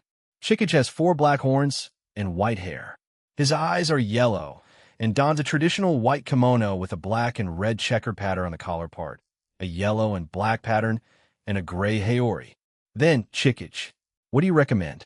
To that he grins and tells me the specials he had for today. Seeing as they didn't sound outrageous, I agreed to order them. Everyone else ordered their food too. Tomorrow is the last day. Jean-san, would you like to know a bit about the Tengu's realm? Sure, if you don't mind. Yes, the Tengu realm is a lot more unique in terms of how their city is. There are only a few roads that connect to each other. Most of the time you'll need to fly or jump to the floating landmass that holds the... His name is SJB, and he has been ruling for a long time. Yoshitsune smiles, and I see Benkei grinning. I will leave out some things so you can experience it yourself. However, the Tengu king has a more unique lover. His queen won't be someone you will be expecting. Benkei starts to laugh to herself and slapping her sides. Chickage eventually comes back to us with some of the food. Oya? What is Benkei-sama laughing about? Oh, do you hear this, Chickage-san? Jin will be in for a surprise by tomorrow. He'll be meeting the Tengu king and his queen. He nodded sagely. Yes, it was quite a shock to see the first time around. However, I hope they do have a wonderful life together. But yes, I do agree with Benkei-sama. You'll be in for a shock, Jin-san. A shock, huh? How about asking Comptoir about it? A logical choice, but Comptoir. Answer, would you like me to look into it? Jean? No. Let's leave it as a surprise. They've got me interested, so we'll leave it until tomorrow. I didn't get a response from them, so I assume they agree with what I said. We'll take your words for it then. We enjoy a calm rest of dinner while chatting about our time that's going to end soon. While it wasn't long, we did become relatively good friends in a short amount of time. We had left the restaurant and got to know Chickage a little more. He was a previous guard in Takamagara for Amaterasu, but decided to retire early and start his dream job, being an owner of a restaurant. He also decided to start here, his home realm. I shared with him my future goals in starting a restaurant, and he gave me some tips about it. They will be very valuable in the coming years. We also exchanged phone numbers, so if and when I decide to add my restaurant here, we may just merge them just like the inn with Iwabami. We were walking back to the teleportation building when a question popped into my head, Yoshitsune. Are there any other historical figures that you hadn't mentioned to me yet? We stop walking as she thinks about it. Well, Kata Danzu, Miyamoto Musashi, Ibaraki Doji, and Sasaki Kojiro are the ones who come to mind now, Jin-san. Perhaps in your next visit you will see them? Those are interesting lineups, and yeah, I hope to see them then. I nod to Yoshitsune as we continue to walk back to the teleporter and back to Takamagara. Takamagara, good night, Jin-san. Yeah, see you guys tomorrow for one final adventure. They laugh at me as they walk away. The most surprising thing about today was that Benkei didn't become drunk. The girls laugh beside me as we go back to Iwabami's inn. Once there, the girls go take a bath, and I go after them, so I wouldn't cause a ruckus here. Since we came in, there were other patrons. The Yukai guys were stunned at the action before wait, what the fuck? Yo, hold on there, human. I moved the girls around so I could carry them with my left arm and put my right arm up, summon the boosted gear, and give them the middle finger. I hear them make weird noises of shock and scurry away. I then carry them back to the room. Once there, I celebrated. 1 point to Jean, booyah, bonk. Sazako lightly hit me as she was blushing at me. The same could be said for Shigeon, but she went the less violent route. I thought my yukata was going to fall off. Please be more mindful in the future, Jean. I don't want anyone else seeing my body. She looks away and sighs. I grin, knowing what she meant. I see. Sorry about that, Sisko. We'll be more careful next time. Well, look at asleep then. I feel like the last day will be a little more hectic, call it feeling. The girls agreed with me, but ring, my phone rang. I pick it up and answered it. What in the world is happening over there? Is that Jean Naya? Put him on speaker. Nia. I hear some fumbling before the phone was taken away from the two. My apologies, Jean. Those two have been a little strange as of late. They talk about not having enough Jean or skyward energy. It was Greyfire's voice that started to speak through the phone, and I chuckle at her. Is that so? Well, tell them tomorrow is my last day here, and I'll be home by later on the night. I see. I will tell them that. Please come home soon, as much as I want to deny it. I feel the same way, and so do many of the women here. Thud. Asia. Ingvild. Stay with me. Kanema's voice screamed from the other side as I heard Grayfia sigh once more. Admittedly, I also miss them, but 3 others are with me, so I'm mostly fine. Like I said, just one more day, so try to survive. I look at the girls as they were silently giggling to themselves. Era, popular Samus harem, is missing him, but we get to monopolize and Makino starts to jump on me when I stop her mid-air, making her shocked. I snap my fingers and get our futons organized first. I then let her continue on her way. Gyu surprised me there, but I agree time for some nightly activities again now. Gyu, to my surprise, Suzaku and Shigeon pull me away from Akino. She had another surprised look on her as a competitive atmosphere suddenly manifested in the room. Am sleeping on his futon tonight. says Kane-san, Shigen-chan. And no, she heard my squealing about my date with Jean and decided to invite so many people here to talk about it. Come on, Happy. Tell us the details. Why am I here? Demeter, Aphrodite, Artemis, Astrea, and Amalthea were all invited here with Hestia. I wasn't sure how to feel about all of this. Was I that obvious? They all looked at me strangely as I asked. I mean, he helped you with that eye of yours. I guess that's reason enough to feel some affection towards him. Artemis says in a more questioning tone. Demeter starts to poke her while giggling. You just haven't met your Prince Charming yet, Artemis. Didn't you have that short nighttime rendezvous with Jean and Smack? We had a small competition. Artemis glared at Demeter as she giggled at the goddess of hunting. When will you go on your date? Hephaestus? Amalthea turns and asks me. Amalthea nods and continues, did it cross your mind that he may have fabricated the reason so he could spend more time with you? I shake my head. The thought never crossed my mind, but when I think about it, it makes me blush, Era. That certainly made you blush. How innocent. I feel like this is just some kind of interrogation at this point. I look at Hestia for help, but that woman was just smirking at me. Two can play at that game. It seems Hestia has been training her cooking skills in order to impress Jean. Why is that, I wonder? As I finish saying that, all of them turned to Hestia as she had a surprised yet panicked look on her face. I smile at her as she frowned. Oh, of course. He said my cooking wasn't good enough, so I've been practicing. Is that why you're improving your cooking skills, Hestia? Ushu. And no, I just want to prove him wrong. Only Hep is in love with that guy. Hestia denied it quite hard, causing the other goddesses around her to look at her strangely. Artemis sighs and gets up.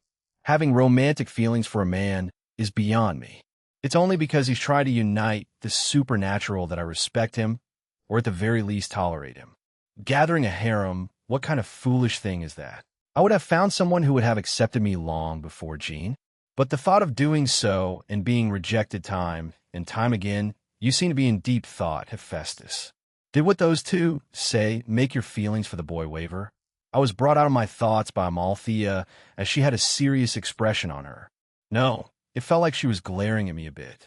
Why? It's normal to think like that. I mean, he was only here for a few days, correct? And you also had limited contact with him. So, it makes sense if you are unsure of your feelings. Even if he did help you with that. I've lived a long time, longer than most of you, and I've seen many things, including your current leader falling for many goddesses over the years. But he did eventually come to pick Hera and has been very loyal to her since. Amalthea smiled to herself. Perhaps she was remembering fond memories of a young Zeus. He meant to be, so they have to part ways. This happened many times, and he eventually landed on Hera. You know how that ended up? Demeter, Hestia, and I nodded. Then, why did you do that to Jean when you first met him, Amalthea? Amalthea paused for a thoughtful look and started to think of her own answer. Yes, what she did that day was strange. She just kissed him without warning. Now to some, a kiss may mean nothing or it can mean a lot. What is my opinion about it? I think it depends on the person. What if Jean K kissed me right now? I closed my eyes and thought of the scenario, but every time I did, my face burned up and I couldn't continue imagining it. So, perhaps to me, it meant something special. I opened my eyes back up and looked at the other two. They were also sporting small blushes. Did they do the same thing as I did? Truthfully, I do not know. Demeter? Were you not quite smitten and clinging to him when you accompanied him during his stay? I simply wanted to tease him, but seeing as how he wasn't getting flustered at all, it made me want to keep trying. Boys his age should be blushing up a storm or be embarrassed about seemingly anything. After all, Demeter gave a convincing response. But I could see that Amalthea didn't believe her reasoning. In all honesty, I can never tell what she's really thinking. Hestia's answer is quite obvious, so we won't need to go into detail in that regard. Ushu. Hestia looked at Amalthea with complete shock. She didn't know how to respond, so she didn't. She just stared slack-jawed at Amalthea. Oh yes, Jean did not meet all the gods when he came here. Yes? We nodded, but Amalthea flashed a troubled smile. Freya has returned. Wouldn't that make his next visit here a little more special? I froze, and so did the others. Freya, huh? I wonder what kind of opinion Jean will have of her Ireland goddess Danu in light of recent news and the winds telling me. It seems like Jean has departed to the realm of the Shinto gods. He may be forming an alliance there as we speak. I wonder when he'll come back to Ireland. However, you really pick the weirdest places to stay in. Danu, Ain has been following me rather incessantly the last few weeks. I do not know why, though. Perhaps she sees me as a way to meet Jean? If that's her line of thinking, then she has a better chance of meeting him if she's stuck with Scat Hack, though I heard that she had moved in with Jean in his home in Japan. However, I'm not sure how she managed to travel from Ireland to Japan so quickly. However, if it's Jean, anything is possible. Did you need something from me, Ain? Am I not allowed to visit a fellow goddess and friend? Also, you're not exactly in the most hidden of places. Danu, you've been in easier to spot places since you let Jean find you, and you even helped out that team from the Fallen Angels, though. I would say that makes sense since we're in the Alliance now. It is true that I helped Team Dog. I did recognize Natsum and Shigian from that group of people. Therefore, it was pure coincidence that I ended up doing so. Otherwise, I may only have assisted them as they neared the end of their battle. So, where is our miracle boy currently at? Japan. He is visiting the Shinto gods. An alliance with them is nigh. I can't wait. We'll get to experience some Japanese culture here in Ireland. Ain was skipping around, happy with what Jean was doing, but not necessarily too fond of the man. At least he's good for something, I sigh and shake my head. Oh, did you know? A certain someone is a certain sound reverberated throughout the area. It's a sound I hadn't personally heard in a very long time, but it felt nostalgic. I look behind Ain, and she follows my gaze. There stood another person. The woman has hip-length light blonde hair that is tied in the back by a white bow with bangs hanging over her forehead, blue eyes, and a pretty well-endowed figure. She is wearing a white sleeveless sweater with a white shirt underneath, paired with a pink ribbon. Her pleated skirt is crimson, and she wears black knee-high socks with black shoes. Well, color me surprise if it isn't Miss Kana Kludmer. I haven't seen you in the longest time. That's a lot less than Danu here. Where have you been? I see. Kana Kludmer, the inventor of the harp and the goddess of music, inspirations, and dreams. I haven't seen her since Hi Ain. Goddess Danu. It's been a long time. She walks over and hugs Ain. She also hugged her back. She then stands in front of me, and we share a hug. She's as cheerful as always. What brings you here, Kana? She answers me without her smile, leaving her face. I've heard many things in the last few months, and it's definitely piqued my interest.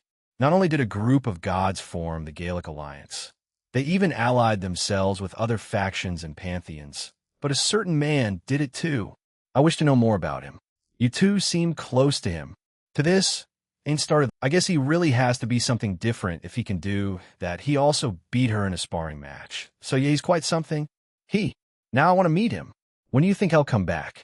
When? That is a good question. I take my phone out to see my last text messages from Shigian, Lavinia Rennie, and Natsum. It's been only a few days, but I'm also curious. Perhaps I should ask him? I do have his number, Danu, and I have his number, so we can simply text or call him and ask. Please do.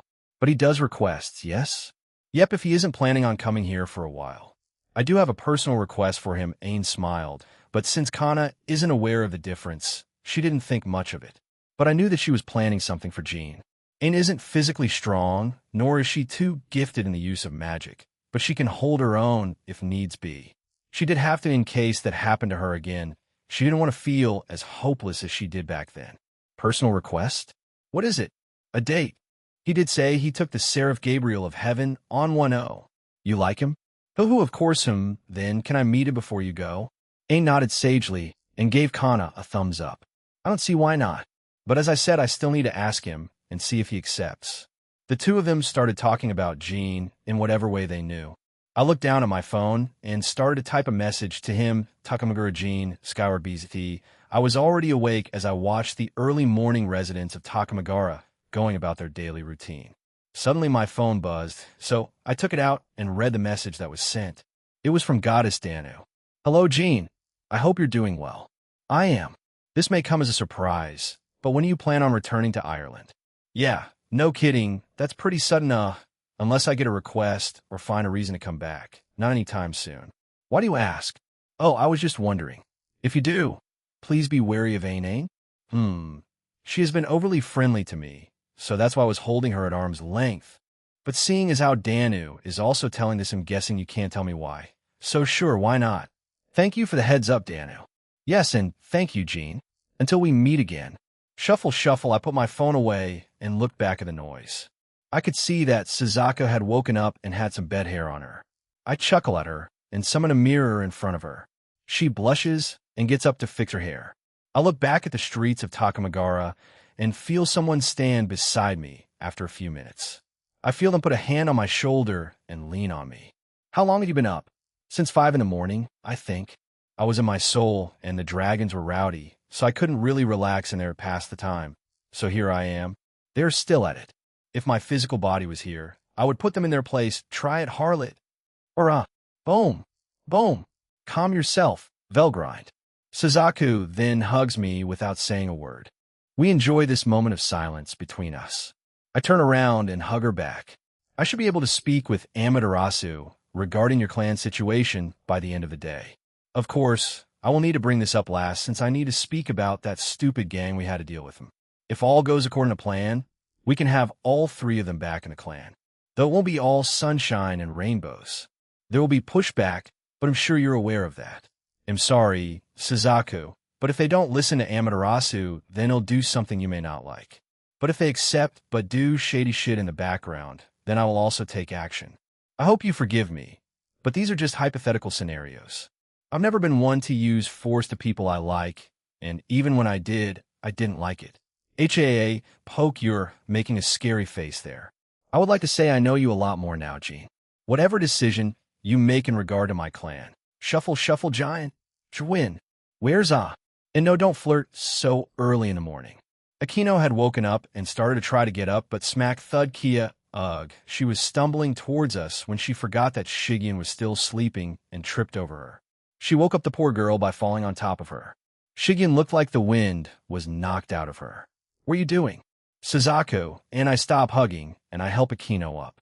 Using this opportunity, she hugged me and wouldn't let go.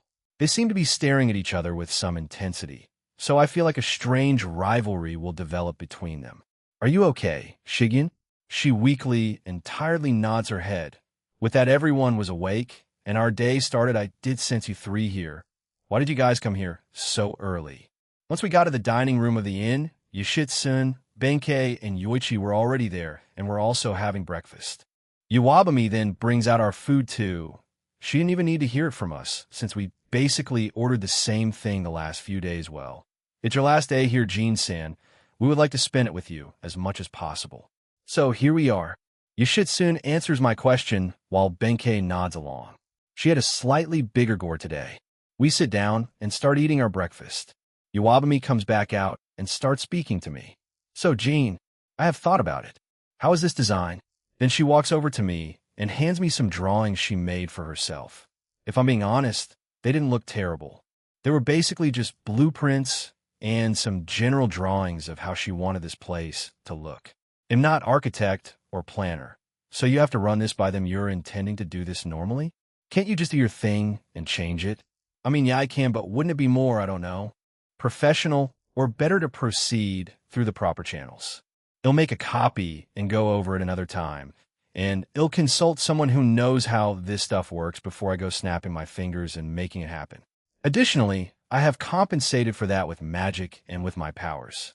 If I hadn't, my house in Koo would probably just collapse since I didn't know anything about it. Comptoir. Answer. I have been filling in those gaps, Jean. Oh, right. Sorry, Comptoir. I completely forgot about that. So what do you think of the blueprints? Comptoir. Answer. Processing. So, with the help of Comptoir, I summoned an eraser, ruler, and pencil. I changed certain parts of the blueprint so that it would cause this place to fold in on itself. Magic was used to compensate for those areas where she wanted to look a little more fancy. Once I was done redoing her design and blueprints with the updated measurements, math, and other technicalities, I handed it back to her and got back to eating. Thanks, Comptoir. Comptoir. Answer. I require a reward. Okay. What do you want? Here it comes. Brace yourself, smack. Smack. Ow. Comptoir. Answer. I want a kiss. They'll be quiet, Rudra. Yes, I will do that when I dive back into my soul again. I heard a weird squeal that came out of her before they became quiet.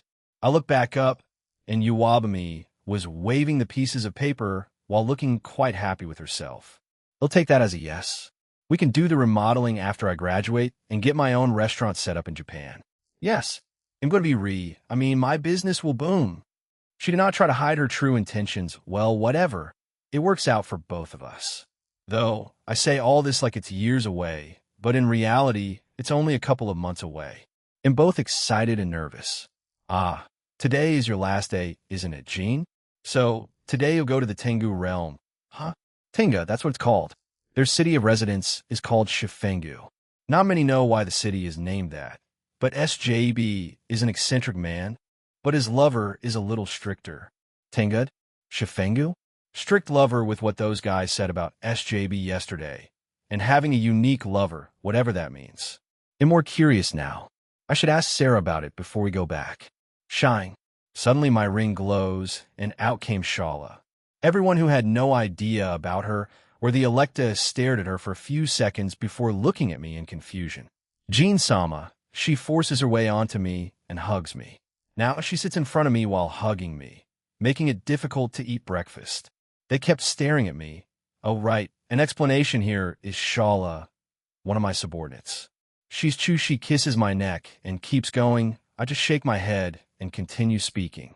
An energetic woman, a magician, you could say. Anyway, I'm going out on a limb here, and assuming you want to come along? Yes. It's pretty cool in there, though. I can change anything I want in there. I can make food appear out of thin air and eat it, unlimited drinks, read any book I want to read, watch any shows. It would be weirder for me or the other elected to move out of them the three historical figures, and Uwabami stared at Shala blankly. Said girl just went back to hugging me, and I continued eating without paying much mind to it. Hino. TCH I tried. I would even sell you my body. Like a dead corpse?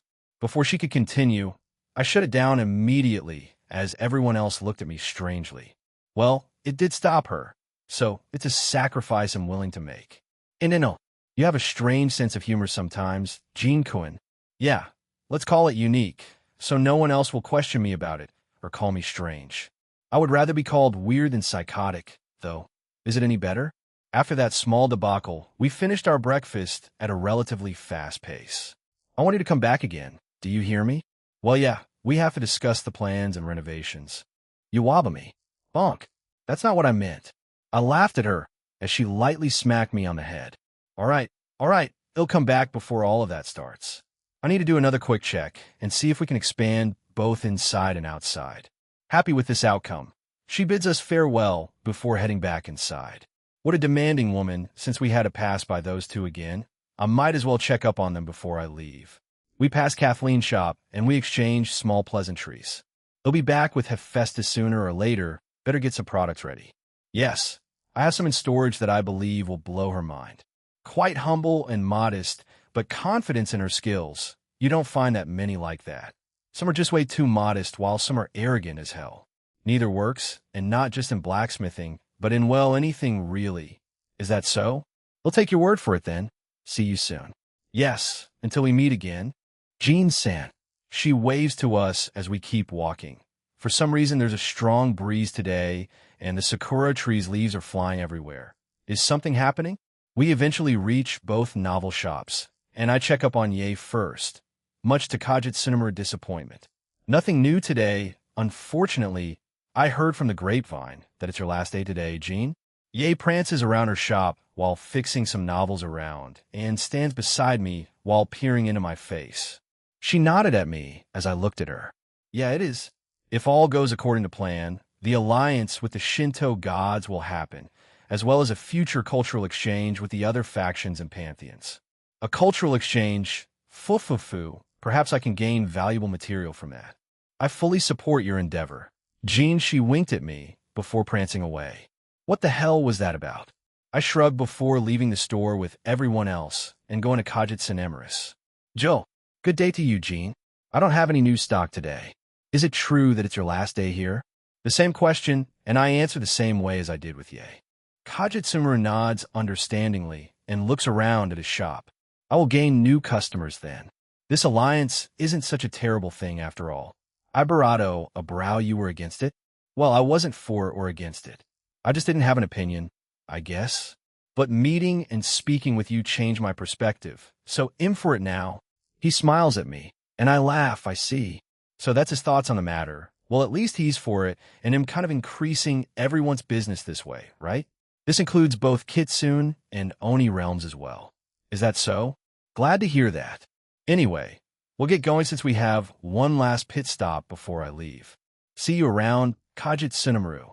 Yes, please come back to my shop when you next visit. I wave at them as we leave the shop and go towards the castle. When we got there, Sarah and two other Tengu were there. Jill, Sara, what's wrong? She turns around and nods at us. Bunki-sama, I was going to ask you to accompany us to the Tengu realm. A Tengud and Shifengu, right? She seemed a bit surprised, but nodded. Yes, that's what the realm and our city are called. However, I would rather call it a medium-sized town rather than a city. In any case, please follow me. Sarah turns around, and I quickly go beside her as Akino and Shala are attached to me. So, anything special to look out for in your realm? She glances at us and looks back forward. We continue walking as we enter the castle and go down the stairs. You may have heard, but you need to be able to fly or need to be powerful enough to jump to high and elevated terrain. Our city is in the middle of waterfalls. On all sides are cliff sides and waterfalls run down them. SJB-sama picked this place because it would make it more difficult for enemies to invade us or monsters that couldn't fly to attack us. The most difficult realm to go to are the Kitsune and Takamagara since they lack large masses of water. So, she has to be in her human form. I look back at Yoshitsune and she looks away nervously. Benkei starts to lightly pat her on the back while laughing. Yoshitsune sometimes forget details, huh? Be Benkei. Also human form, huh? Benkei started laughing behind me, which made everyone stare at her strangely. She was apparently pointing at me with her gourd. Shirayuki-sama is a female, and once this guy heard of her having a human form, he became even more interested. Jinkun, you never cease to amaze me. Why can't I be curious about how she looks before someone assumes that I just want her in my harem? No comment. That's not helping. I'm just curious about her human form. I looked at them, but they didn't believe me. I just sigh and leave it at that. Whatever, another dragon. Velgrind muttered Ophis, Irene, possibly Tiamat, and now Shiryuki. Velgrind, you have a lot of competition, and not just from his normal hair, ow, ow, ow. And what is that supposed to mean, Rudra? The quarrel between them didn't matter in the end, since we eventually reached the teleportation room. Yoshitsune's group entered first, followed by Akino, Suzaku, and Shigeon, and finally mine, which was Sarah, Shala, and I. Tenga Chifingo FWSHHH, this is certainly something. We're not even inside a building Jin-sama requested as so. Sarah says next to me as the rest of us stare at the view ahead. We were on a floating platform with no walls or railings anywhere. However, the platform is quite substantial, so there's no chance of anyone falling. In front of me was a vast, expansive blue sky with multiple floating rocks, or tiny islands that had buildings on top of them. Looking down, there was the quaint town or city that Sarah called Shifengu. What she didn't tell us was that the city island was connected to the side of the waterfalls via stairs and houses. On the sides of the waterfall were also some houses scattered along it. One structure stood out the most, and it was the castle where I will presume SJB resides in. In front of the castle was a large circular courtyard. Away from that, it looks like a normal city with markets, vendors, houses, and other businesses. Further down, there was the same large pool of water that could definitely fit a large snake dragon like Shiryuki. I looked back up and could see mountains in the far distance. And hey, what's that to the northwest? I point in that direction, and everyone else follows. Sarah nods. That's where a single Tengu lives. If you wish to know more, Sarah leaves the platform we were on and flies down towards the city. However, she slowed down to wait for us. Anyone who could fly did so. I looked at Benkei, Yoshitsune, and Yoichi as they hadn't moved from their spot. Can't fly. Nano inudda kaisel. From my shadow came out my shadow, Soldier Kaisel. He flies into the sky and then floats in front of the platform we were on. The three of them stare in awe. Hop on. We'll go down with his help. I stepped on a Kaisel's back, and the others soon joined me. Once we were all on, we flew towards everyone else. Thanks to Rennie and Rose's help, Suzaku and Shigeon can fly on their own. Whether they use magic or, in Suzuka's case, using fire manipulation to conjure wings on her back made out of flames. She can fly with no trouble, having practiced that during both our trips to the pocket dimension. Where do we land? By the market area? Please, Sarah says, and then looks at Kaisel. I know, I want to have Kaisel land, while float above and jump down. Sarah nods, and we continue on. It didn't take us long to arrive near the island, and everyone else lands. I order Kaisel to just stop above it. Many of the Tengu that were staring at us, Benkei, Yoshitsun, and Yoichi jump down first, and then I do. When I jump, Kaisel also disappears back into my shadow. I landed on the ground, and the area was a little larger than I expected. From afar, it seems small, but being down here makes it feel larger. I look around to see a normal marketplace, Tengu, and some other yukai, as well as humans being there. Several of the stalls sold food, other general goods, and even Tengu masks. Please follow me, Sarah says to get our attention. I guess she lets us look around a little bit before getting our attention. She starts to walk away, and we follow her. Oh, it's Serenade-chan. Sarah, Yoo, my Tengu baby booty slam. Bam! Sarah drop-kicked a random male Tengu who was saying strange things. She had a look of pure annoyance more than anything. The people and kids who were calling out to her stiffened and ran away. Ignore the idiot. He's a stalker of mine. Let's go. All right. I summon a healing slime and throw it at the guy. He immediately perks up and looks around while shouting Sarah's name. After climbing a flight of stairs, we reach the circular courtyard. This place really is smaller. Is there more to your realm? Apart from a structure in the back and the pool of water underneath this place. Sarah stops, looks at the ground, and nods. She brings out her wings and flies up, gesturing for us to follow her as she lands on top of a building's rooftop, by green and red walls and a black roof. That is where Jin-sama lives. As you know, she isn't here right now, so it wouldn't be wise to go over there. Perhaps in a future visit? Once she was done with that, she flew back down. Everyone else followed her, but I stayed for a few extra seconds looking at the place. That's where she lives, huh? They'll take note of it then. After that, I flew back down. We resumed our walk up, but were then stopped by two Tengus, one male and one. She wears a black and white gothic Lolita dress with frilly black toe stockings leaving her barefoot. She did not look like your traditional Tengu, as she was mostly wearing Western clothes. However, Sho looks more like your typical Tengu, as he wore a more traditional set of clothing. Sho has long black hair that's tied into a one-sided ponytail and has red eyes. With it, he wears a black, white, and golden off-shoulder cutout long-sleeve t-shirt with arm guards, paired with wine-red pants that are modified cutout hakama with patterns in gold and black and brown getters. Yeah, the pleasure's mine. Anyway, can we see the SJB, or is he busy? SJB-sama isn't busy, but a certain person is meeting up with him. It should be fine. Right, Sho? Yeah, they won't be long. Hurry on and enter. They parted to let us through, and Sarah started to walk forward. She pushes the large doors open, and once inside, it was quite opulent. This may be the most luxurious place I've been in the past few days, with polished brown walls and floating balls of fire everywhere. It's certainly not like Shuten's weird-ass house or Inari's open-plan home, though I didn't really venture inside it, since we were mostly outside. There were multiple portraits of the king, and he certainly looked handsome. Another male was present in some of them. Was it his brother? Or maybe a general or something? Follow me.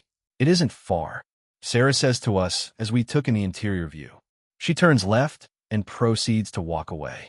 We quickly followed after her. There were multiple rooms around the castle, but all the doors were closed. I scanned the castle and felt many auras within it. We climbed up some flights of stairs, turned a few corners, and eventually ended up near the top of the castle. We stood in front of a unique shaped-looking door as it was painted red. Everyone turns towards us once she said that, and they had surprised but happy expressions on them. Oya? If it isn't Yoshitsun-kun, Benkei-kun, and Yoichi-kun. Are these no? Is it the Dual Dragon Emperor? To think you would visit my realm today on your last day. Am honored. The man speaks from his throne. Allow me to introduce myself. I am the king of the Tengu SJB. Beside me is my husband, Suresu, and the lady in front of you is none other than Minamoto no Reiko. Wait, husband? The man that was beside the king of Tengus is his husband? He's gay. Wow, I never would have thought of that. Now that's certainly interesting. The king of Tengu. SJB wore what is called the sokutai of the emperor. It's basically what they wear. His was golden in color. He had blonde hair and yellow eyes. He had some sort of helmet that looked like the top half of Tengu's head, and that had long white hair. Beside him, his husband, Suresu, has long black hair tied in a ponytail. He has red eyes, but his right eye was covered with a dark eye patch. He had a stoic but calm look on him. She has very long hair, which she ties at the very end. She appears to wear some kind of a latex bodysuit, with a piece of cloth draped over her chest, with a heart-shaped insignia linked to her collar. A similar piece of cloth is found over her crotch, tied by a rope around her waist. Reiko possesses some armor in the form of tight gauntlets and greaves, elbow and knee length respectively. Her katana is seen sheathed, connected to her by another sort of rope. Welcome to Tenggud and Shifengu, middleman. Welcome. Please enjoy your stay. Both had different ways of welcoming me. Thank you, SJB, Suresu. I will enjoy myself here today. He sagely nods and looks back at Reiko. Our discussion has essentially come to a close. Minamoto no Reiko. Shall we end it here? King SJB asks her, and she nods. He turns back to us with a kind smile. Sarah, I trust that you can guide them in our realm. We do have a small event happening, Skyball. It's essentially basketball for Tengus.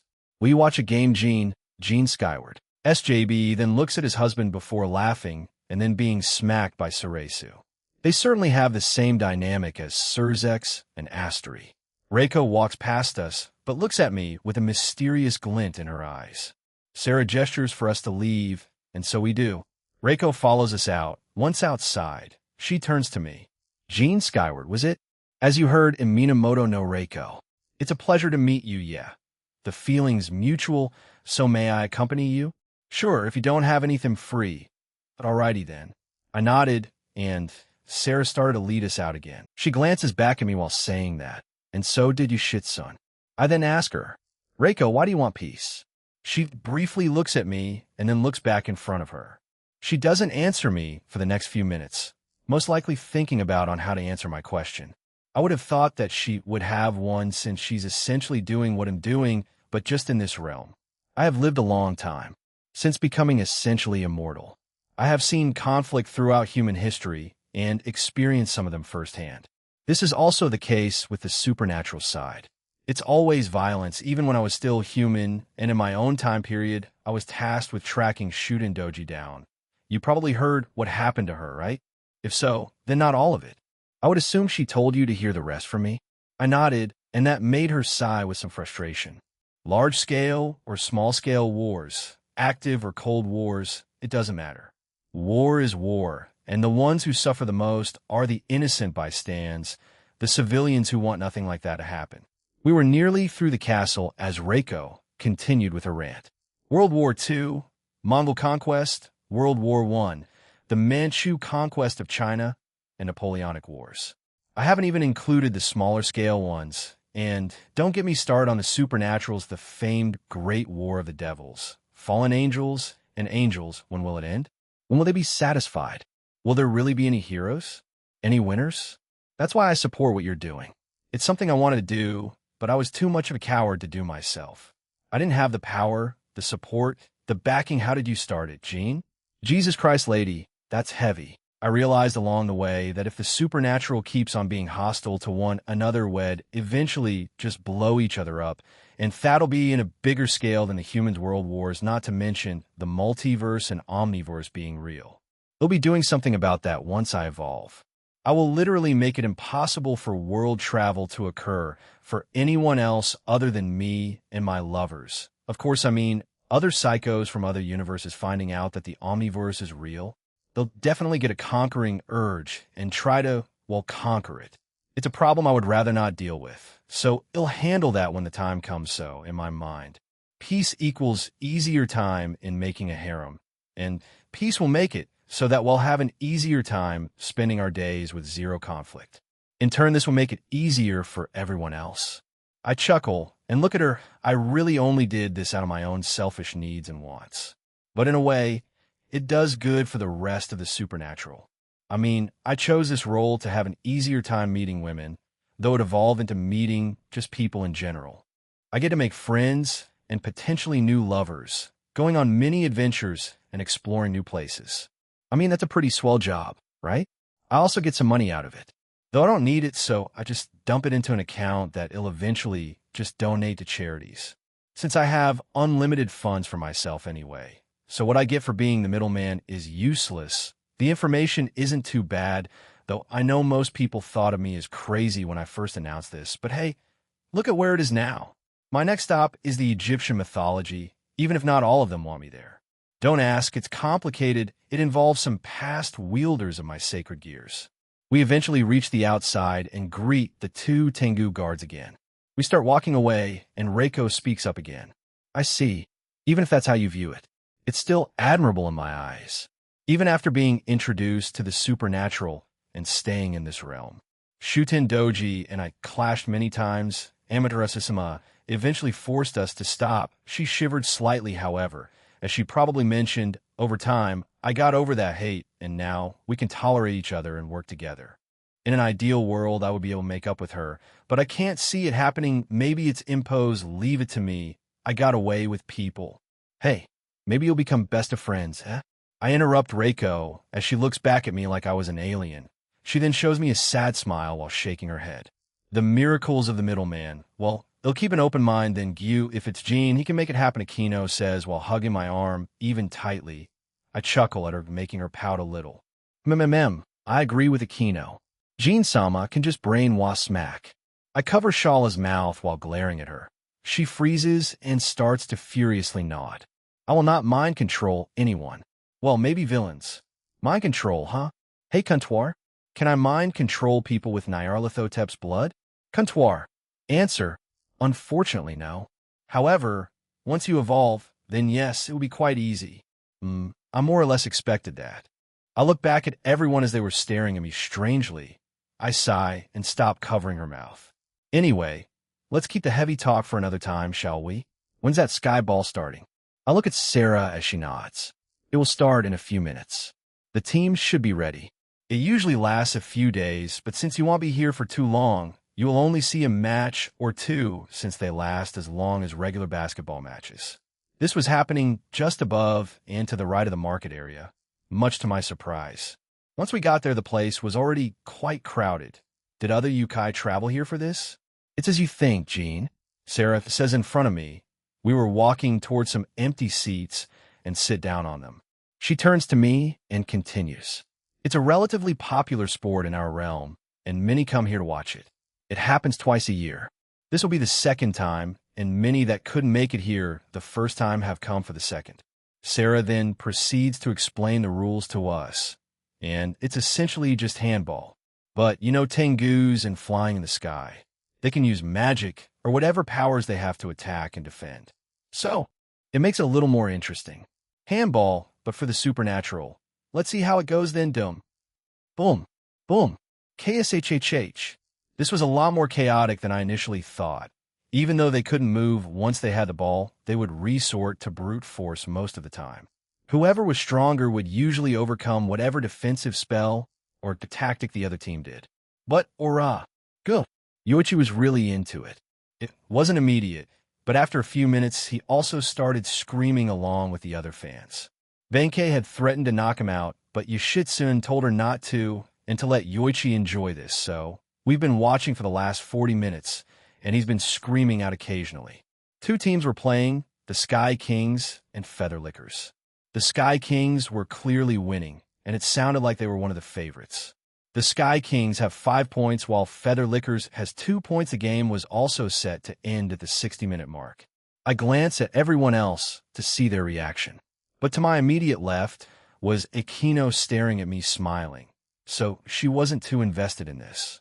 Beside her was Shigyun, and she just looked confused, so she was mostly playing with Po. Benkei and Yoshitsune did watch occasionally, but they were mostly discussing things among themselves. To my right was Suzuku, Reiko, and Sarah. Suzaku and Reiko were actually watching it like me, and Suzaku would occasionally grip my arm when a tense or exciting moment happened. Sarah just looked as serious as ever. Shala was on my lap as she refused to sit anywhere else. I could still see, but I had to move my head around from time to time. She sees me looking at her and gives me a questioning look. Your thoughts? I'm a fan of the Sky Kings, but the Feather Lickers aren't a bad team. However, since they came across the champions this early, they don't stand a chance, as unfortunate as that sounds. Ah, so they were the champions. Well, they did well to get 2 points or goals off them, and so the game eventually ended with the Sky Kings getting one more point, making it 6-2. It was their victory. I've never had time to watch those games, so seeing them today was something. I may become a regular. Outside, there was a huge crowd around the team as they did just win. Sarah looked like she wanted to go there and get something signed. She did buy a shirt before we left. Go ahead. We're in no rush. I pat Sarah on the shoulder as she looks at me and everyone else. They also had no problem with it. Thank you. She scurries off to join the other fans eager to meet the team. I turn to the others, so where to next, Jinkuin? Well, to that hybrid that Sarah mentioned. There's a reason I'm curious, and I'm not the only one. We'll fly over there while riding Kaisel, so don't worry about it. Benkei drank from her gourd as a response. Do they know anything about it? I look at you, Shitsun, but she shakes her head. Then to Reiko, and she just smiled at me. She is one of the people I couldn't help. If you can, that would be great, Jean. Do I need to make a formal request? Oh, but we're not in an alliance, yet Reiko seemed troubled. I see.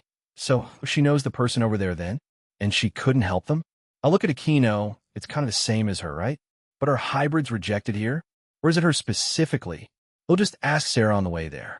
After a few minutes, Sarah came back looking satisfied as her shirt was signed. I tell her in where I was going next, and she changed back to being serious. I tell her on how to get there. The same with everyone else, so we jumped up to the highest point in the area, and I summoned Kaisel again. Once he was out, we all jumped on his back. Take us to that, Kaisel. He makes a grunt and immediately started flying in that direction. The terrain below us was mostly marshland or small areas with solid land, a few grass and tress, but it was mostly inhabited. In the distance was a lone tower. This certainly feels like a prince going to save a princess trapped in a castle. The only thing missing is a dragon. Did someone call for a dragon? The boosted gear appeared as Drake asked enthusiastically. No. Yeah, I guessed as much. I just got done reading a series, so I was taking a break, then try these. I summoned some books in his home in the boosted gear. Ho, these seem interesting. They'll give them a try then, partner. With that done, the sacred gear was dismissed. Everyone was looking at me strangely. I didn't know your relationship with the Welsh dragon was that casual, Jean. Yoshitsun says while the others who didn't know agreed. Yeah. Well, if you're stuck with each other, you tend to try to get into a more friendly relationship. Anyway, Sarah, can you tell us anything about this hybrid you mentioned? She nods and think about it for a minute. Once she was done, she begins to speak. Her name is Ine. She's a half Yukai, Tengu, and half fallen angel. Now we have had hybrids in the past, and they're generally accepted. But in her case, she was hated from the start. She stops to look at us. It would be best if you find out yourselves. A half Tengu and half fallen angel. Huh? I wonder why she's hated then. I glance at Aquino, and she was frowning already. I guess she's also eager in finding out. If possible, maybe she could be the star in this? Two hybrids that can help each other. Well, ideally. I then turned my attention to Reiko, but she was expecting me to do this as she shook her head, so no information from her. Whatever, we're not too far now. Kaisel then increased his speed, and we reached the place in record time. The area around the tower was mostly dry land, and Kaisel landed on it. We jump off, and he returns to my shadow. We look around, and could see it was rather well maintained. There was a flower garden to its right, and a vegetable patch for growing her own vegetables. At least she isn't starving. Maybe SJB sends her food every month? Was she forced out her by everyone else? Or did she go here just to get away from the hate? Then, Reiko-sama, and I will lead you. Everyone please follow us. Sarah says, and Reiko start walking towards the brown wooden door. We do so, and they push it open. Once inside, it was, well, a spiral wooden staircase up. When I look up, there were multiple levels to this place. They walk up, and we follow. The first area we come across was a sort of living room area, a few couches, a table, and shelves of books. We keep on walking, and the second area was a kitchen area. The usual things were there, but no Ine. So we kept on walking up, and the third level was mostly storage, some boxes and storage containers here and there. It seemed like there was a section that had a lower temperature. We were pretty high up now, so the next area should be the last one. We quickly get up there, Reiko-sama. Sarah? What are you two doing? A voice starts to speak, but when the rest of us came up, she went silent and was staring at us with a blank expression. Her eyes dart around to each of us. I can tell she recognized Benkei, Yoshitsun, and Yoichi, so she let her guard down a little. Ine has silver-white hair and red eyes, the latter of which are purposefully shown to have narrow, slit pupils. She wears a black headband with black lace trimming. Each side of the headband ends with 2 black bows. The headband also sports a black rosette on top. A black neck ribbon is tied around her neck, and her dress is white and black. It has a matching rosette on the chest, just like the one on the headband. The top part of the dress also has black lace trimming and features white ruffles trimming. The sleeves of the dress are puffy on each of the shoulders, while on the arms they fit the first half. The lower arms feature 3-layered white ruffles. A ribbon and several strips of cloth from the dress hang off around her elbows. The skirt is white with ruffled trimming, layered with black diamond-shaped pieces. The 2 front layers feature white inverted crosses. Between these 2 layers is a crisscrossed ribbon. She also wears a pair of black boots with matching rosettes like those on the headband. Hello, Ine. We've come here to visit you, and we also brought the middleman. Sarah gestures to me, and we stare at each other, while we did that I used observe on her. I wasn't expecting that. Daughter of Kokubile was her other title. The first one was Tengu of the Tower. I don't and never will see Kokubile as someone who would love someone. Then she must be Jean Skyward. Nice to meet you, Ine. I hold my hand out, but she just stares back at me, unblinking until why are you here? Well, Yoichi, Jean-san, can both of you leave, please? Yoshitsun tells us. I look at her and everyone else I see. All right, sure.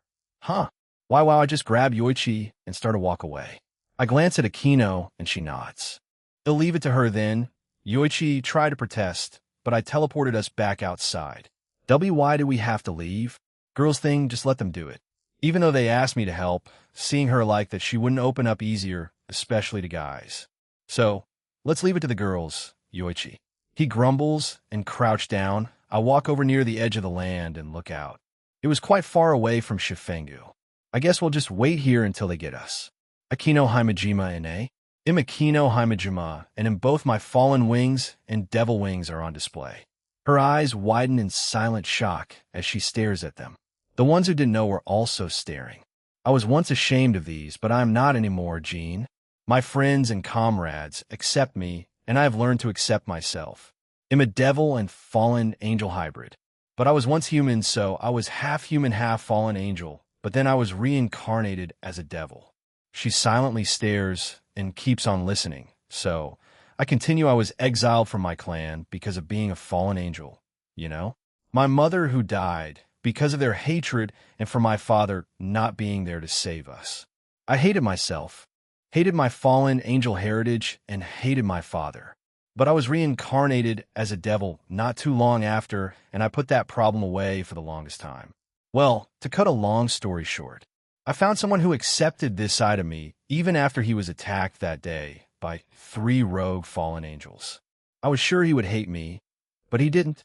He resurrected my dead mother, helped repair my relationship with my father, and gave me back my family, helped me accept my powers, and gave me new friends and comrades while also strengthening my old and current ones. Ine, you don't need to be ashamed of yourself or blood. Whoever that was from originally, you are your own person and not them. I stopped to look at Ine as she was looking at the ground. She finally looks up and a single tear falls from her. I am a hybrid of a Tengu and a fallen angel. Hybrids are usually accepted, but the one who called himself my father is nothing but despicable. Hey, he's dead now, though.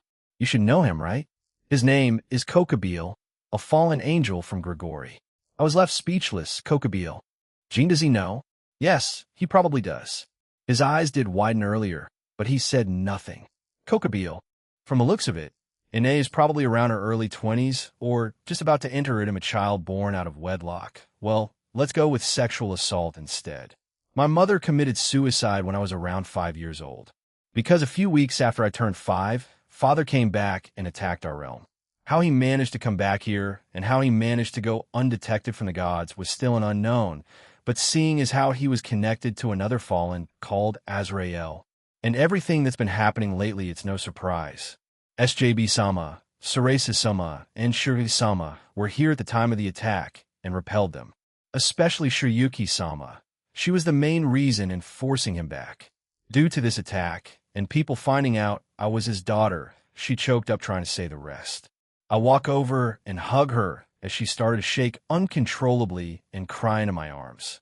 We can more or less understand what happened after that. Ine eventually calmed down and continued.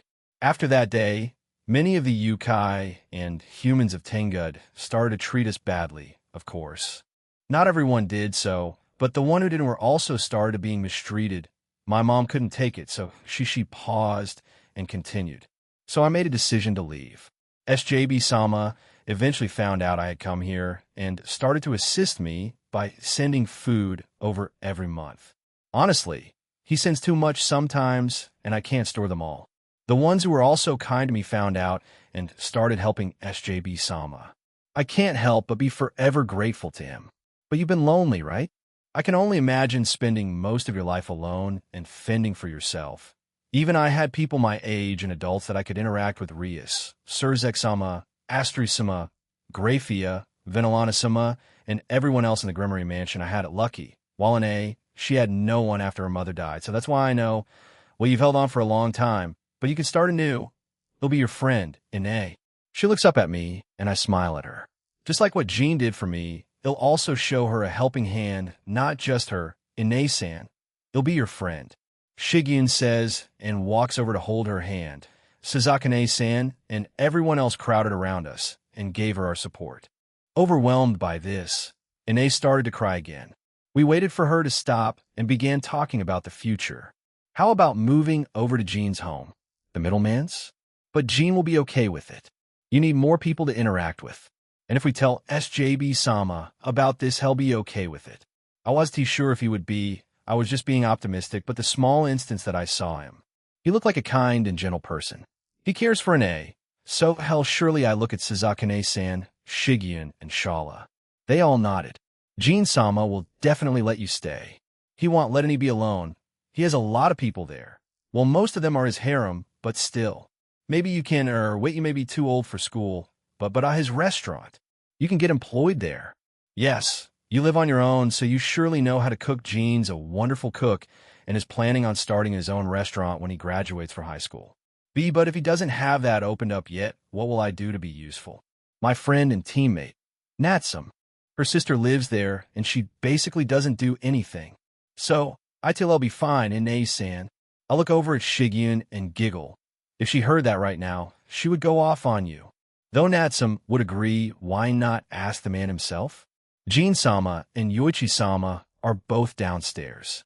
Sarah-san says. Ine nodded. Then let's go ask him. Reiko-san was the first one to leave the room, followed by the rest of us. Did I do the right thing? Jean would have done the same thing, right? I wasn't too sure, but I felt like I did. Jean skyward. Jean, thanks for giving me that bow and goggles the other day. But since I've always used a regular bow, how does maintenance work for a compound bow? Yoichi brings out the bow I had given him when we dealt with the troubles of Zyodo and looks over it. Both of us were sitting on a bench I summoned while looking at the scenery in front of us. Normally you'd go through a process. You should also know the basic stuff since you're an archer, but you don't need to worry about that.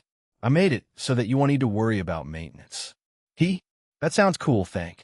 I didn't get to use it, but all I need to do is pour some mana into it, right? I nod.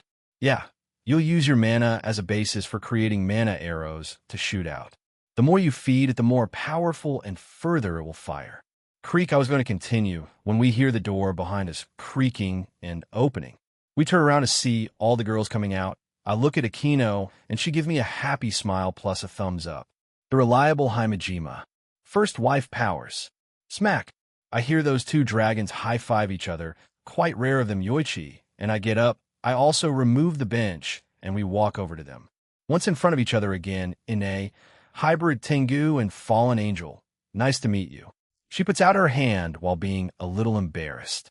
I see, well, the ones who supported her definitely will be rewarded, unless they King SJB already did. I see, and sure, why not? I don't mind, but I want you to think about being employed for me. You may want to change careers, or you might find other interests while you're living with me. So, just keep the offer at the back of your mind for now, all right? Yes, good.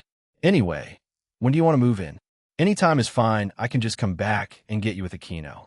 I still need to pack things. Tell SJB-sama about it, and check if anything else is needed to be done. I nod and summon a smartphone and a piece of paper with my and Akino's numbers. I hand them to her and explain that they're for her, and she can contact me through that, as well as Akino. I have no idea in how to use this. Akino trots over and start to show her in how to use it. I look at Sarah, and she nods. I will go back to SJB-sama and explain the situation then. I appear beside her, surprising her. They'll teleport you there. We'll join you shortly. She nods, and I touch her shoulder, and she's teleported back to Shifengu. I turn back to everyone and see Reiko had broken away from the group and waving her hand, gesturing for me to join her. I do so. What's up? May I join you too? Join me? I look at her confused, and she sighs. Join you in your home. I am a wanderer and do not have a permanent place of residence. As you also know, I heavily support what you are doing, so I want to be part of it. I want to see you do your job as the middleman, be there by your side, and provide assistance when I can. Will Amaterasu be fine with it? I mean, I don't mind, but you've been part of this realm for the longest time. Wouldn't your help be indispensable to the ones living here? She shakes her head. Amaterasu-sama set us free when we came here. I only did this because I wanted to. Also, most of the time my help here is minor, helping small things like moving large objects, helping clean places, and even promoting Ye's books once. Your job seems to be a bit more. She trails off and looks at me. He'll run it by Amaterasu, but I sure don't mind. But like an A, just get anything done before we do go back to my home. I'm a student, so I only get to do requests when they do come. Other than that, you'll need to find things to do on your own. Hobbies, jobs, and the like. I'm a good cook. I also only have these on me. I travel light, and as I mentioned, I don't have a permanent home. I slept in the wilderness or when the ones I helped offer to let me stay the night. Why is everyone bringing up cooking with me? I know I'm going to have a restaurant, but Jesus Christ, all right, like I said earlier, I'll talk to Amaterasu about it. I turn my attention towards where everyone else and notice that only Yoichi and Shala were left here, and they both were minding their own business. I sense that the rest had gone back into the tower. I gesture with my head, and we walk back over to them. Are they perhaps beginning to pack? I asked the both of them, and they nodded. I look at the tower and the summoned android fairies and send them in. Those are. I tell Yoichi, and he seemed amazed by them. Shala comes over and hugs me from behind. Yoichi and I start talking about what we were previously talking about, which was bow maintenance. A few minutes later, boxes started to float out of the door and started to pile up on the side. They vary in sizes, but were mostly small to medium. This went on for a few minutes, and the girls eventually came out of the tower. I asked Akino and Shigen to store her boxes in their rings, so it'll be easier for them to unpack it all since it'll take Suzaka back to Kyoto before finally going home. They were fine with it and did so. Ine looks at the tower one last time, and sighs it can still come back here, She turns to look at me and shakes her head. I do not wish to come back, Jean-san. This is a place that holds lonely memories. I'll move on with my life from today, and thank you for accepting me into your home. She bows to me, and I wave her off. We should get back to Sarah while it's still only around the afternoon and the day isn't ending yet. It should be fine in going back to Takamagara and just spending the last few hours there. It's fine. Anyway, let's go back to Shifengu, and we won't let them bully you out, though we'll probably mainly in the castle of SJB. Without further ado, gather around. Shala, who was already hugging me, decided to fully wrap herself around me. Everyone else joined me, and I decided to teleport to the circular courtyard. Shifengyo, is SJB in? Oh, Middleman-san. Yes, they're expecting you. I nod and walk forward. I felt both of them looking at Ine, but said nothing. I can tell they didn't feel any hatred for her, but weren't particularly happy in seeing her either. I guess neutral would be the word for it. Ine stayed with the girls as they chatted to themselves. Shala had gotten off me and was walking beside me.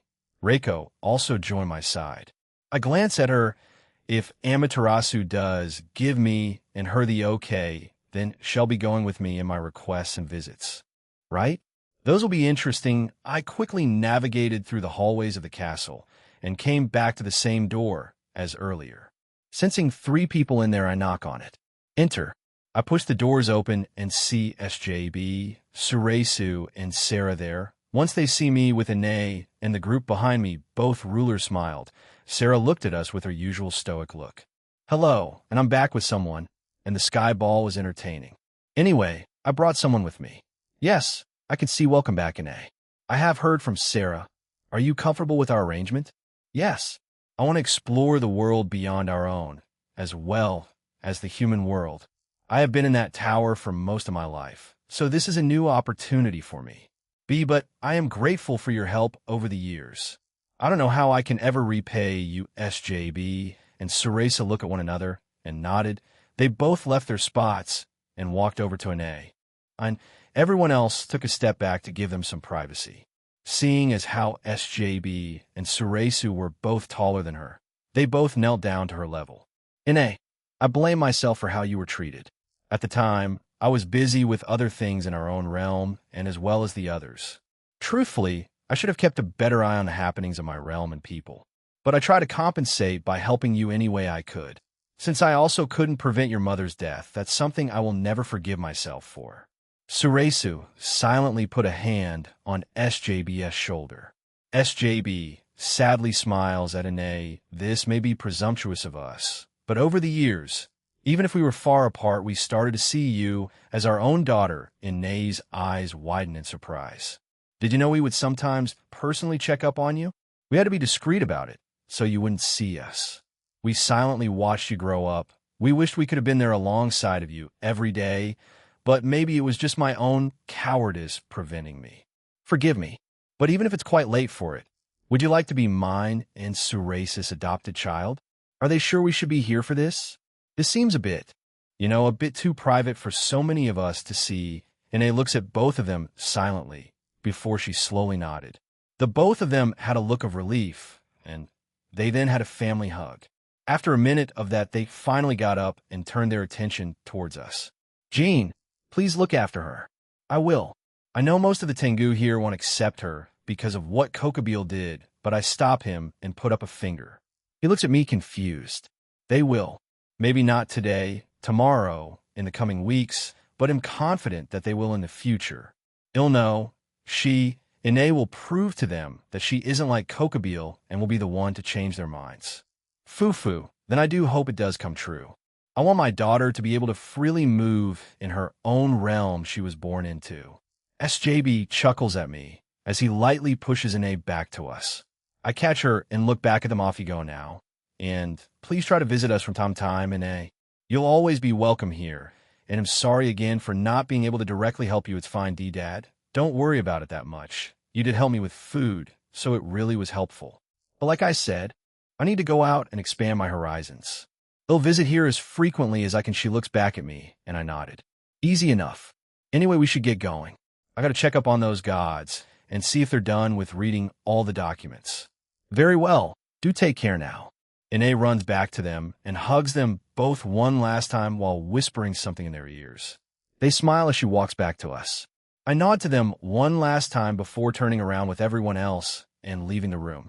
Once outside at the courtyard, I summon Kaisel out of my shadow, shocking Ine. Hop on. We'll be taking the teleporter back to Takamagara. Everyone quickly jumped onto Kaisel's back, and we flew back to the floating platform to teleport back to the main realm, Takamagara. Once we teleported back to Takamagara, we immediately ascended the long staircase up. Ine, did you have lunch yet? Because we haven't. Ine shook her head to my question. Great, I guess we can all go eat then. I'll look at your Shitsons group. I know a good place, Jean-san. Let's go over there. They're also cheap, though. You don't really worry about that aspect of your life, do you? Fufu, he doesn't. He's basically a billionaire Already they go back and forth with how much money I currently own until we reach the surface. Once there's Sarah stops, this is as far as I go. Please enjoy yourselves. You didn't eat lunch yet, though? I will be fine. The others tried to sway Sarah, but she was adamant in staying and going back to her usual job. Seeing as how she wouldn't budge, we gave up and let her have her way. Yoshitsune was the one who was leading the group and started to walk in a direction we hadn't gone before. She takes a few turns, and finally we stop at a small building that had steak and bake above it. We enter it, and there were only a few other customers there. There were two that stood out. Two females, and they were both Onis. One was an Oni with gray hair, black horns, and she wore a nun's outfit. She has a necklace in the shape of a cross, and even eyes which were pale blue her pupils were in the shape of crosses. She had a tall and slim build and had a calm aura around her. The other Oni is a tall girl of slim build and considerable height. She has red skin, long pointy ears, and two small horns protruding out of her forehead. Her silver hair is cut short and styled, and she dresses in a fashionable ensemble of jeans, tank top, overcoat, and a fur wrap draped over horn spalders. She also has red eyes, and her nails are painted black. The two of them were speaking to one another as we approached the counter where the owner was. He was a human who had black hair, green eyes, and looked Europeans more than anything. He was also quite tall. If I had to estimate, he was around 5'11" in height. He wore the typical bar attire. Haruka-san, Rose-san, Mizun-san. Hello. Yoshitsune greets the two of them, Oni and the owner. They look up and wave. Mizun, the owner, now, called Mizun, looks at me and nods. He takes out some menus and hands them to us. We each take one and go over what we wanted to order. To my surprise, a lot of normal dishes here. Though he is human. We all take a seat. I glanced to my side and could see the two female Onis looking at me. So this is the middleman, huh? He's pretty tall. Imro, by the way. It's nice to meet you, Haruka. Call me Jean. Pleasure to meet you, too. The nun was Haruka, and the fashionable one was Ro. We order our food and start talking to them. Do you two know each other? Yes, we're friends and are in Takamagara for a day trip. However, we were not aware that Yoshitsune-san was the mid-Jean-san's guides. Is that why you haven't been here for the last few days? Yoshitsune nods to them, and they start to catch up a bit. Shala was a bit fidgety beside me, and I look at her. Sorry. Jin-sama. I haven't gotten much action, so I feel a bit restless. It's fine. Just don't go too crazy. It'll spoil you later. She had a weird look of excitement, and immediately became stiff. Is this her way of stopping herself from moving around? What a weird girl. Even though I was the one who made them, I let them have a lot of freedom. Even during the recent 15 years in the pocket dimension, she and the rest of the Electa were given the okay in coming out. The ones who took advantage of that were Aurelia, Leanne, Elsa, and Shala herself. Even still, I can feel that Shala feels a bit out of place from time to time. The owner just laughed at her enthusiasm and happily made her seconds, and then thirds the same with Shigen. I feel like we just got another glutton in my home, Haruka. Why do you dress up like a Catholic nun? Don't you worship the Shinto gods? Or, at least I don't know, Shuten Doji? I sprung this question to the Oni nun, and she stops her conversation with Benkei and looks at me. She ponders the thought for a few seconds before answering me. I just choose to. We have freedom here. We know that the gods are real, so I choose to pray for all of them. I just found this outfit comfortable. She blushed at the last part, making Ro beside her laugh. An Oni nun that prays to all types of gods. Huh? Will that include me? I inwardly snored at the thought. I silently ate the rest of my lunch as everyone else spoke amongst themselves. In the end, Ine ate more than Shigen. We stopped at 5 servings, even shocking Shigen in the process. I paid for everyone's meal, and we parted ways with Ro and Haruka as they went back to Zyodo. A few hours later, we decided to just walk around Takamagara and explore the city a bit more. We even stopped by Uebami's Inn, Kathleen's Smithy, and the 2 novel shops.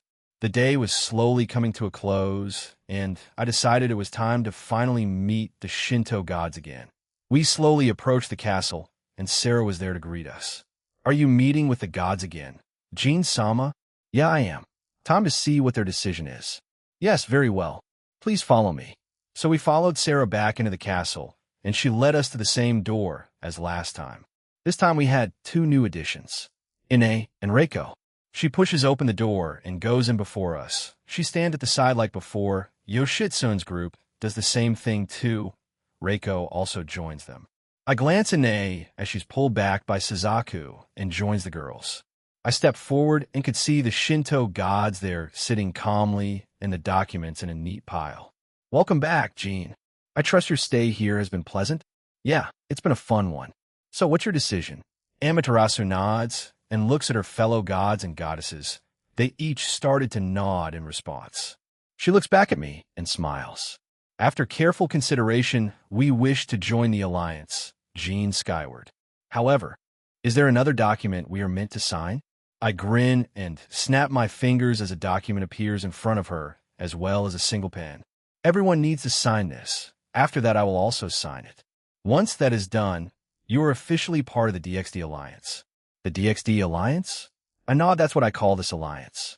It'll run it by everyone else eventually. It's what I unofficially call it. She nods and signs the document and then passes it along. Every other god also signs it until it was done. I walk over and sign it myself. Once I was done, I put all the documents away in my inventory. With that, I welcome you. You are aware that you will need to add your own to it eventually. Yes?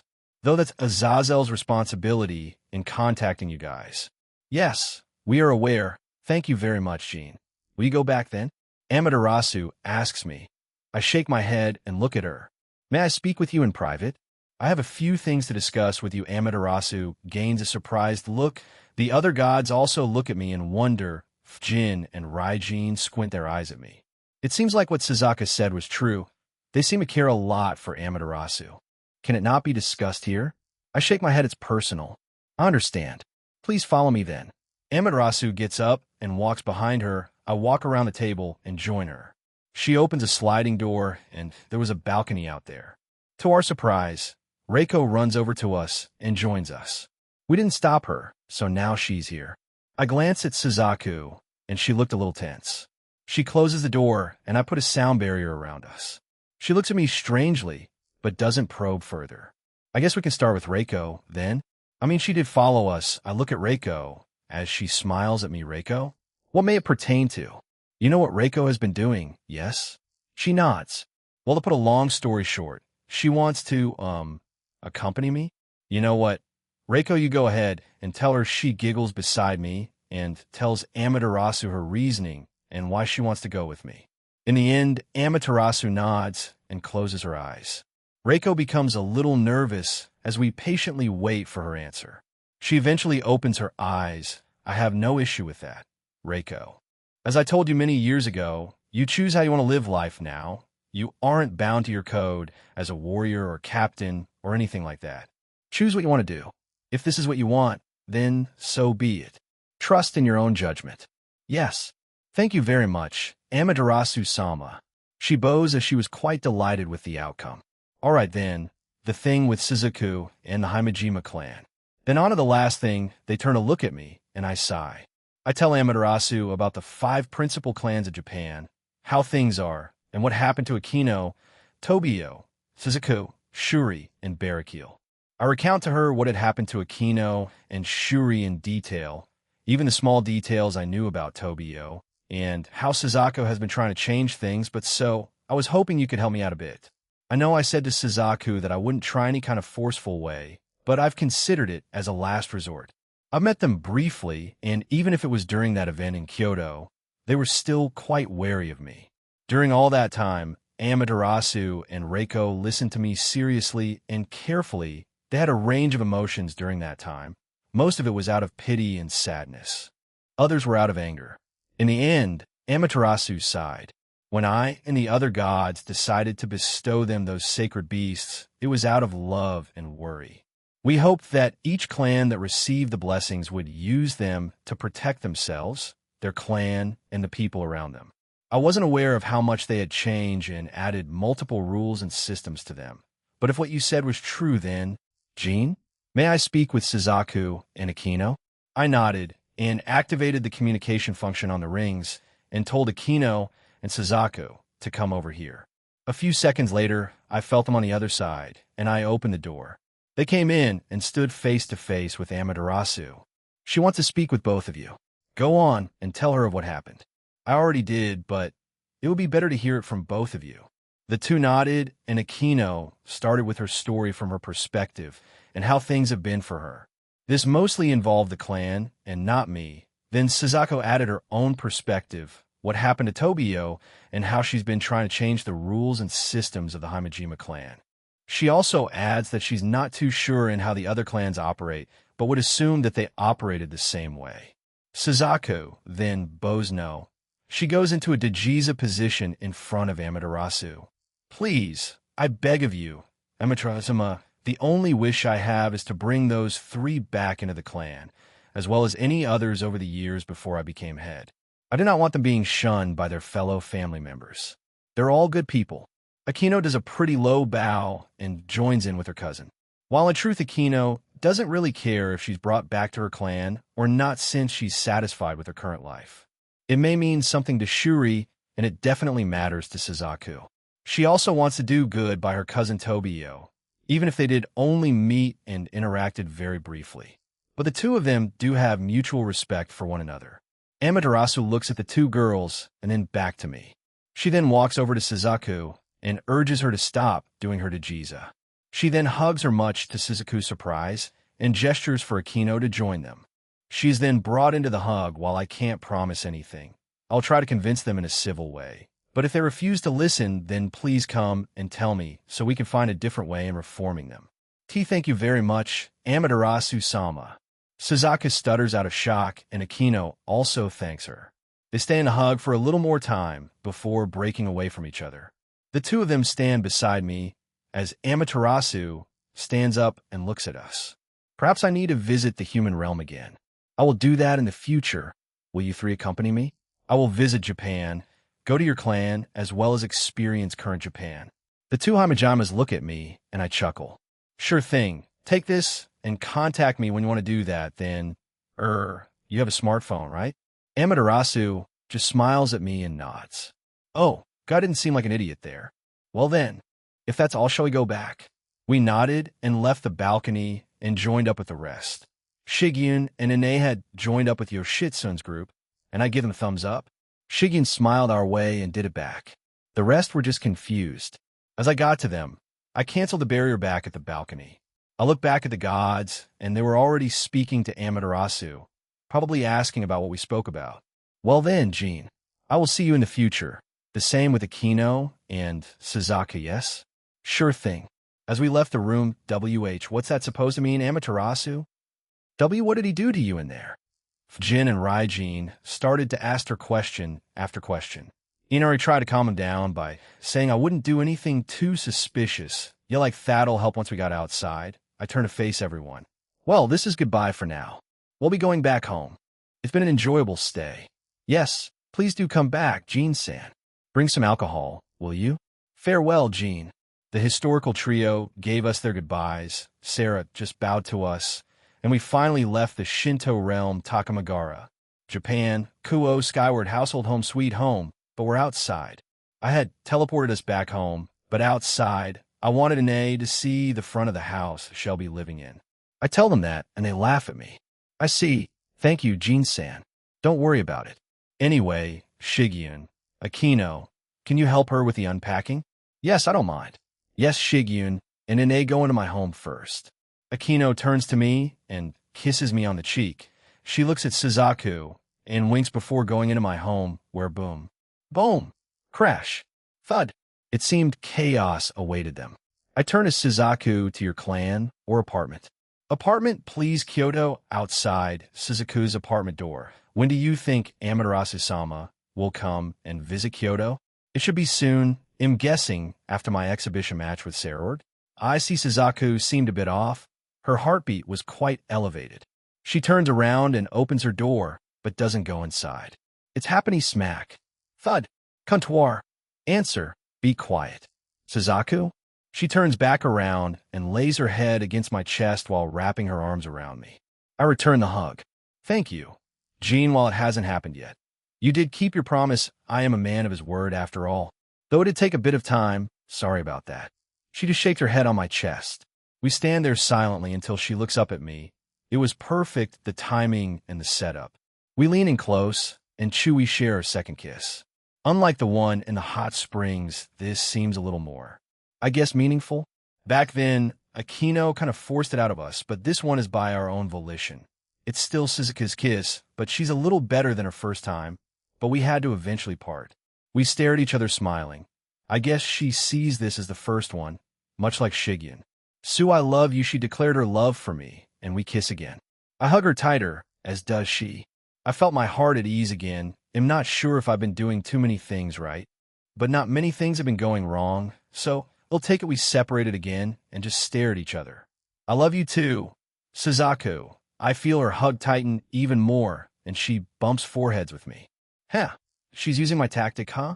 Good night, Jean. Yeah, good night." She gives me one last peck before going inside her apartment. I was left to stand out there, but I felt strangely at peace with myself.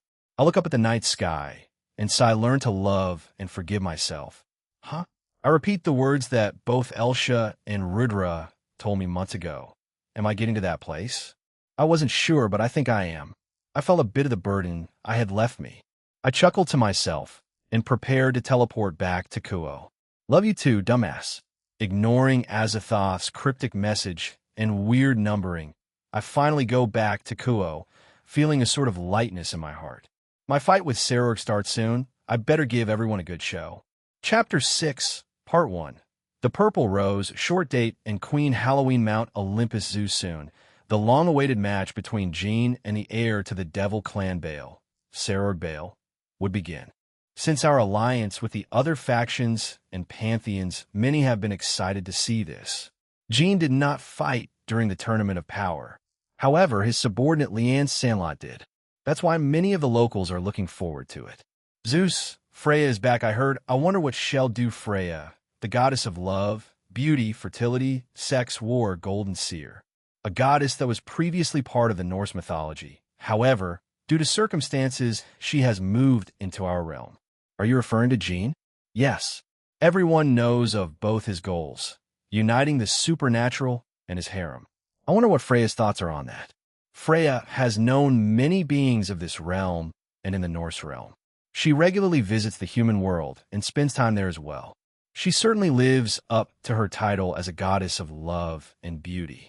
Won't she try sleeping with him? Perhaps even try charming Jean? I shake my head. While our interactions were brief, and we only saw Jean a handful of times, I believe he has a certain standard he sticks to. Now that you say it like that, it seems like Hera agrees with me. We were about to discuss more when slam. The door slammed open, and in came Hermes. Hermes? How may I help you? Jo, Zeus. Did you hear about the news? About Freya coming back? Well, she's already in the red light district and getting busy. Huh. She certainly doesn't take any breaks, does she? She's already there? She certainly has her priorities straight, though she's always been like that.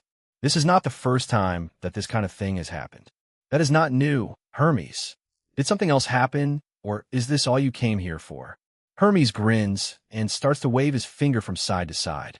You don't get it, do you, Zeus? Jean said to Hestia, Hephaestus, and I that he would come back here in the future since he's not done exploring our realm. Not to mention that we may ask him for something. Freya will surely get wind of this. Then their meeting will be inevitable precisely. He certainly seemed excited about that fact. Whatever happens to Jean and Freya is between the two of them is none of our business. Unless it somehow involves our entire pantheon, then I won't take any action. We'll see in the near future, won't we? That we shall, Hermes. But the next biggest thing that's happening is, right, I've recently gotten wind of a certain rumor. Rumor? Sir Skyward has gone to the Shinto gods. We may experience some Japanese culture here sooner or later. We have been getting some through the Yukai, but maybe there will be an influx of them when he does get them a join. Hermes looks up with a starry look on his face, not to mention all the new things we got access to with this alliance. The food is great, that is true. If you join, you will reap more benefits than anything else. Well, in any case, that fight between Jean and the Devil Saror Bale will happen soon, right? How will we show it to our people? In the stadium? Yes, that is the plan. We plan on projecting the fight in the stadium as well as multiple parts of the realm, especially in the parts with quite a large population. I see. I see. Send me a list on where you specifically plan on putting them, and I'll check them. I will send it to you in a few hours. Hermes nods and leaves the room. I do not know how Jean interacted with the races in our realm in those few days he was here. I wonder how they will react to seeing him fight. I felt Hera touch my shoulder. Zeus. Ares, I know. We'll find him. What a troublesome son. Apollon is already looking for him.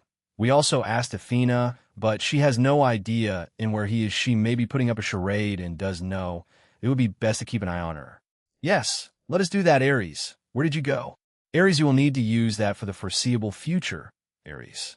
TCH, as long as I can fight with it, I don't care. Since joining Hades' Alliance of Hell, that's a faction of Chaos Brigade, I have been given a new opportunity to get back at them, at that stupid bitch. The shitty dragon is also to blame. Seal of my powers. I am a god. A god. Just the thought of it makes my blood boil. I look down at the item I was given. A mass-produced, artificially created sacred gear. What is it? Break it and find out. The woman in front of me, she calls herself Avetsa and is one of the lead researchers here. She, along with another, have been mass-creating divine beasts, cryptid, and in the last few months, sacred gears.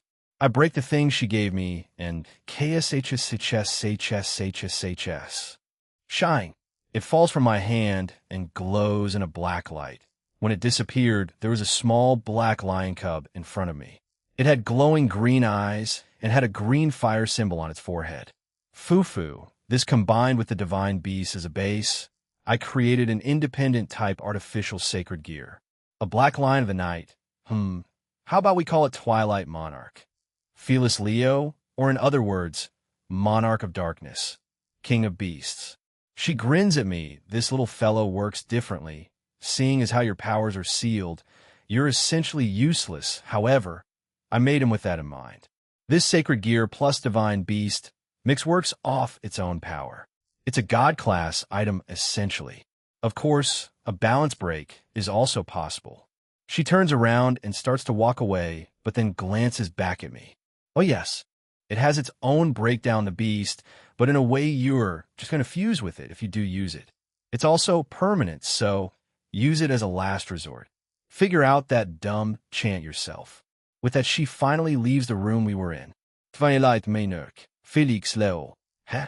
I certainly feel a powerful aura coming from you now. Then how about I name you Agner? As if responding to what I said, it made a small roar, but that roar also shook the room. I felt a grin spread across my face. Perfect, let's get used to this new power, shall? Now then, let's go and try out our balance break, Avetsa. So, do you think you will use it, Avetsa? As I reached another room, a woman in a purple gothic Lolita dress asked me a question. I turned to face her, and it was Walburga, a magician from the Hexenact. They had joined us a few months back. It was a temporary alliance that had turned into them joining us. Courtesy of Lapis, of course. This also meant she had joined back with her former organization, Wizard of Oz. Yes, he took it quite well, actually. I never thought a god like him would use it. He has his pride to keep after all. She scoffs. Well, he must hate the dual dragon emperor that much to throw it away like that and use it. Maybe, however, there are rumors of the middleman. He can apparently steal or seal your powers. That makes him even more dangerous. Nevertheless, we must keep going with our plans. Are they ready? Walburga shakes her head and frowns. I would give it a few weeks, then we'll be ready to commence part 2. They'll be in Ireland, Margir in Russia, and Ignia in Egypt. He'll be bringing Chow Chow and some of the hero faction, right? Yes, he will be. Good. We can set up the points there to draw the false king nearer to us. Lapis said that we'll need to make more at different parts of the world. The last 2 should be in the North and South Pole. So much shit to do. Just go get a universal destroying being here. It will be worth the trouble. I know. Walburga waved me off and left the room. Fufu. The Irish mythology may be the hardest to break through since the middleman hails from the country, but Queen Halloween should be easy to break. She may not have that much influence in the country, but it should be enough it'll leave Russia to Margir. He can definitely rile up the supernatural there. As to the Egyptians, Ignia-sama will have no problems. However, Chow Chow and his faction will be the wild factor. I put a hand on my hip and stare at the door that Wahlberga went through. That child is too obsessed with trying to get even with the middleman's subordinate. Aurelio was it? I can only hope that the middleman won't be going to that mythology anytime soon, but we do have a backup country if it fails.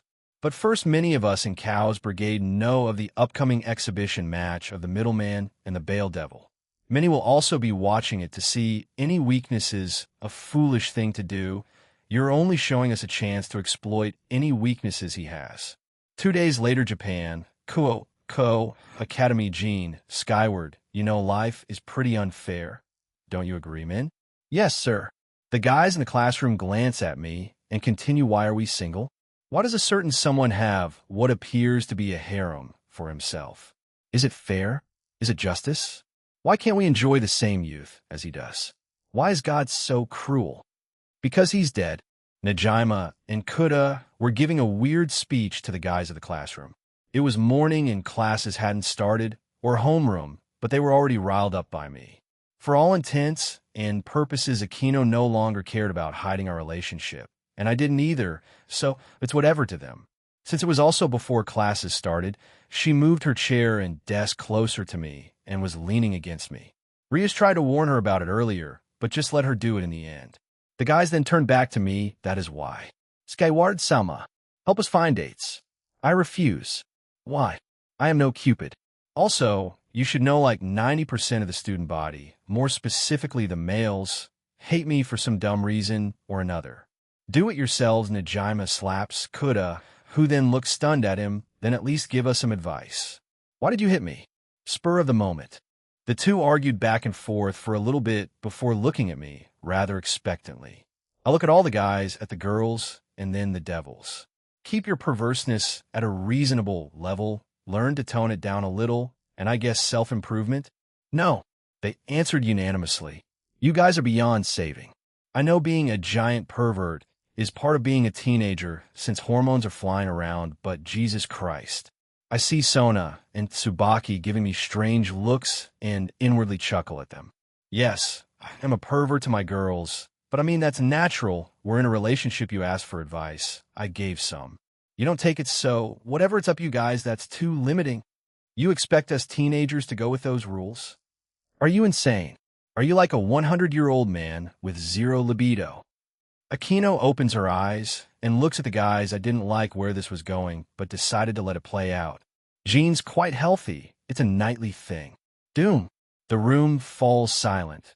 The guys left with their jaws hanging open. Rias started to have a coughing fit. Ingvild gave Aquino a strained smile, and the two other devils just sighed. Thud, thud, thud.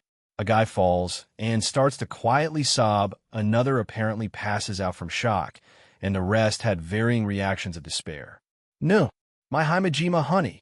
What? Why English? It's over my springtime of youth. It's over, you still have a few months left, my guy. Another guy turns to another, and today, I officially become gay. The other guy starts to back away slowly as everyone else turns to look at him. Unless you always felt like that, my guy, don't go doing or saying something that you'll regret. But if you're gay and just decided to use this time to come out, congratulations, I guess. Anyway, did you guys know there's a new teacher transferring in? They're apparently a female and shall be our new science teacher. Could have decided to change the subject. Yes, I was aware, and their aura felt similar.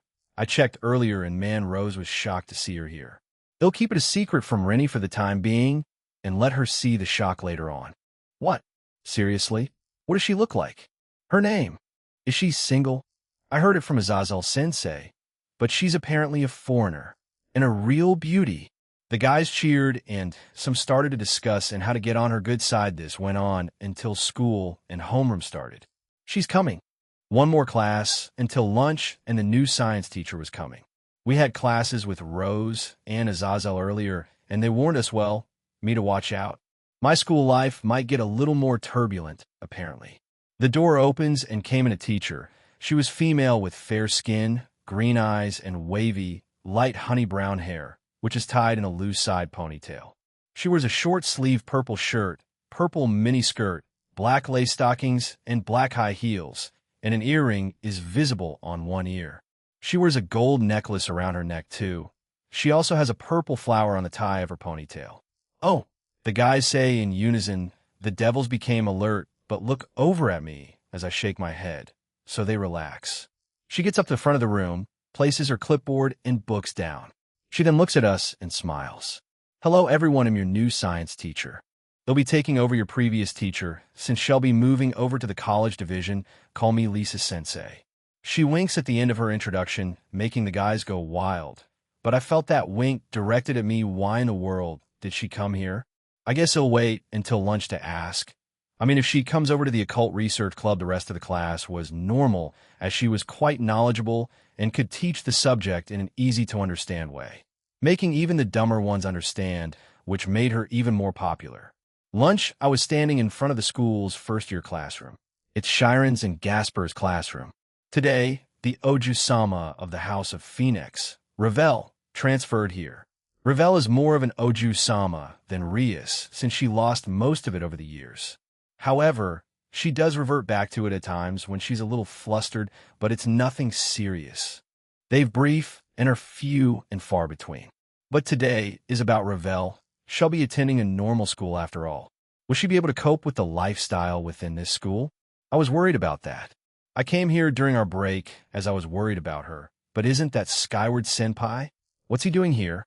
I heard he's trying to gather a harem for himself. But he's cool, isn't he? I guess word travels fast, huh? I wasn't already infamous even at first years. But I don't really mind. Era. Jean also came to see how she's doing.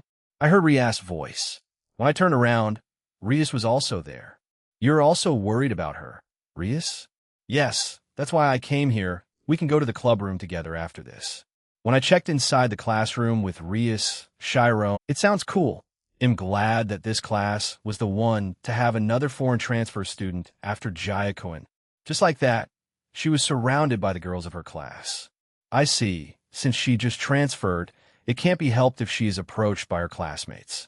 If a Bishujo from a foreign country transferred, then for today, she would be treated as an idol.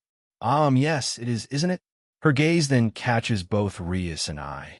Because Rias had arrived in the first year's floor, the first-year girls who are Rias fans started to make a racket, so she must have become curious. She then immediately got up from her seat by saying, "Excuse me," and approaches us. Ravel takes Rias in my hand and tries to take us somewhere. She let go of our hands after we took a turn in the corridor. Is something the matter, Ravel? When I ask her with apprehension, she blushes as if embarrassed. It's my first time transferring to a school, so I didn't know how to interact with everyone. I am a devil, so I can't find a topic to discuss with everyone who are humans. That makes sense. She's a devil, a high-class one at that. An Ujisama, and this school is full of ordinary humans, not including us. Then yeah, ITLL be hard for her to find topics to talk about. Seeing Ravel like this is cute. The usual haughty attitude is gone, and she's just laid out bare here. It's not like you don't want to talk to them, right? Rias asks her. Oh, of course. Even I am maturing. I feel that getting to know people who aren't nobles and learning from the commoner's lifestyle is also important. She's a lot better than her brother, Riser, that's for sure. The so-called Razor got depressed after losing against me, but after that, we somehow made him stand up again after Ravel came to consult with us. Thanks to that, his dragon phobia was cured, and he was able to return to his ordinary lifestyle. I also heard that his comeback to the raiding game will be soon. That guy's head was just up his ass and became arrogant. He had never done anything to his girls in his peerage, so he's not that despicable, just a giant fucking pervert. I mean, I'm one, but still, I keep it mostly behind closed doors. Anyway, this'll be an easy solution to fix. I give Ravel a thumbs up and look back into their classroom. Chiron, Gasper, come here for a second. Both my juniors look up and nodded. They excused themselves and came over to us. Chiron, Jayasuk, I have a favor to ask both of you. If it's within my power, then I don't mind. What is it? Jean Senpai? Ravel support. I want you two to support her for her school lifestyle. You two are in the same year and also in the same class, right? Do this for me, please. Chiron is one of the school idols, and I hear that she is getting along with her classmates even more since a few months ago. If she was to start a discussion using Chiron, then I think it will be easier for Ravel to open up to her classmates. Let's get along.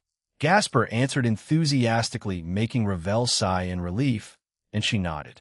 But Chiron seems a bit hesitant. She twitched her eyebrows, and her smile turned upside down. She looks cute, but I understand what she's thinking right now. After thinking for a bit, she sighs. If Jean says so, then I don't mind. She lost her honorifics and addressed me with just Jean. She usually just reserves that for when we're alone and having an intimate moment. Great. I can rely on my two juniors then. Useless grilled chicken princess. And then becoming useless at crucial times? I thought you came to the human world with a strong resolve. If you keep this up, you'll just trouble President Rias and Jean. What a useless and clueless chicken princess. Snap. I heard something snap from Ravel. Ravel, who is emitting a creepy and dangerous aura. She was starting to lose it, but Chiron doesn't back down and Blanqui but smugly stare back at her. I didn't do anything like that. Gasper was also there to mediate between them. Occult Research Club, I had contact Rose as soon as lunch started and asked her, and Azazel, to try to bring Lisa to the Occult Research Club. This was before we went to Ravel, and all that happened. As expected, she was quite popular with both students and staff. She hasn't gotten a weird nickname from the student body yet, but ITLL, come eventually, thankfully, she kept her professionalism act up. So she didn't try to speak to me or insinuate that we knew each other. Though, we really didn't, since I only knew her from Rose and Comptoir, as well as briefly seeing her in Asgard. Before any of you ask, let's just wait until they get here. Rose will know more, you know. I know small things from Comptoir. Everyone agreed till we went back to waiting for them to arrive, but that didn't take too long. Creek open, close. Jay, this woman is exhausting. Azazel came in first, looking tired while also slouching. He immediately sat down on free chair and started drinking tea that Aquino poured him. Rose and Lisa were next. Rose seemed a little stiff while talking to Lisa, but the latter was quite relaxed and friendly. Ada, so many cuties in one room, Lisa says while walking away from Rose. She sat down across from me beside Gasper and Kiba. Gasper immediately became uncomfortable and tried to scoot away. Ada, do you not like me, Gasper-chan? Well, I do like you, Lisa-sensei. Do you hear that? He likes me. Lisa began to giggle beside Gasper. I expected the guy to be flustered or blush, but he just looked to his side and sighed. I guess he's completely fallen for Coriana. All that's left is to wait for them to get together. Lisa-san, why did you come here? Lisa looks over at Rose as she directed that question to her. Everyone else waited for her answer as she put a hand on her cheek while looking at the table in front of her and then to me. Before I answer that, how about I tell you a little bit about myself? I can sense that a lot of you here have no idea in who I am. Jean and Rossweiss-chan are the only ones who know about me. Even Governor-chan isn't aware of me, but not enough. Grigori has been in contact with Grauzauber way before the Kuo Treaty and the current DXD alliance that Jean started. So, I heard a thing or two from Mephisto. A genius magician on par with Lavinia Rennie, or even greater, created, modified, and perfected her own magic circles, a genius with the use of lightning magic.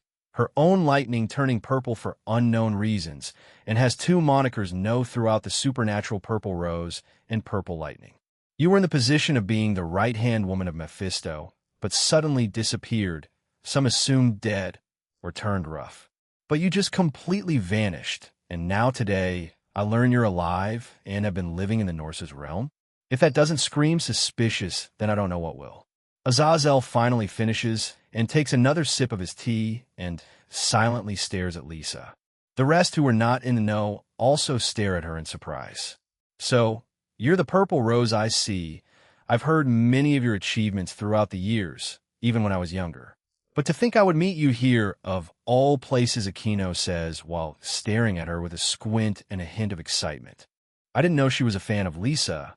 I glanced at everyone, and they more or less had the same reaction. Lisa smiled and clapped her hands. I didn't think I did that many things to warrant such popularity. Well, you're all more or less right. As for the reason of my disappearance, a fufu. Let's leave that for another day, shall we?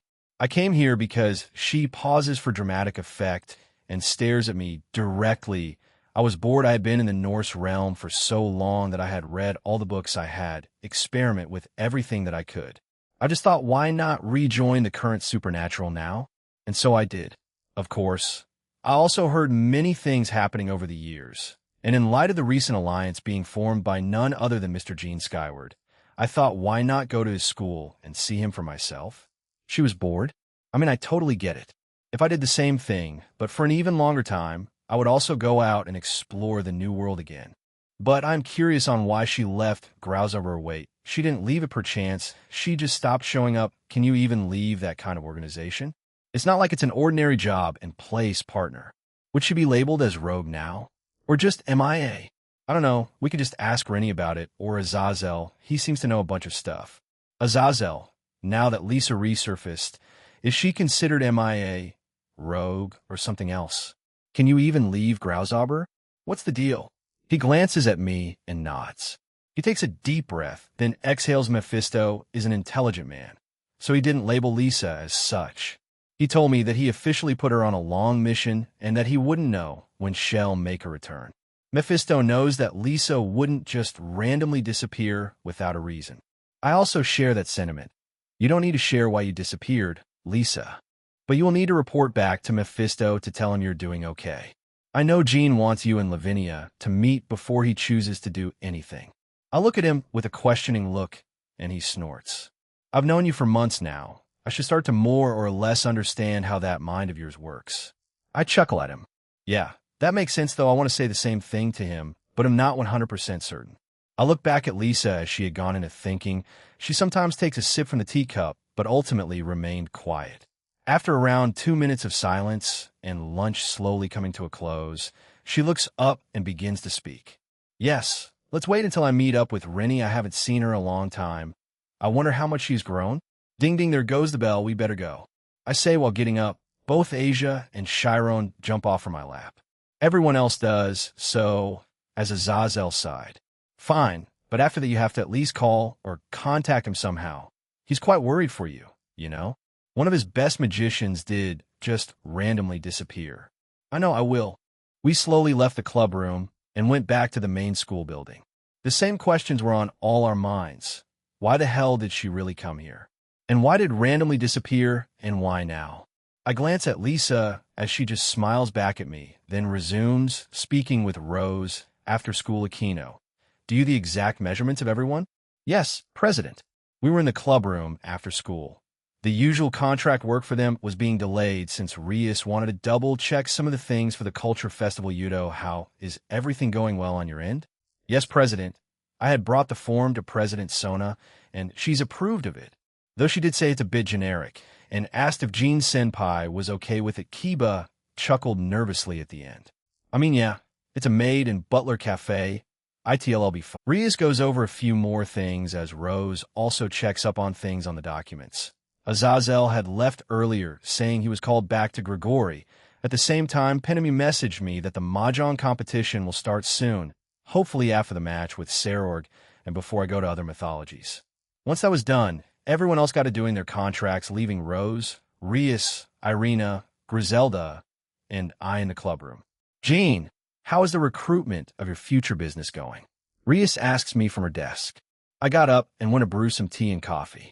I was going to wait for Lisa to come here before going back home with her. Ine has offered to work for me, the same with Kanami.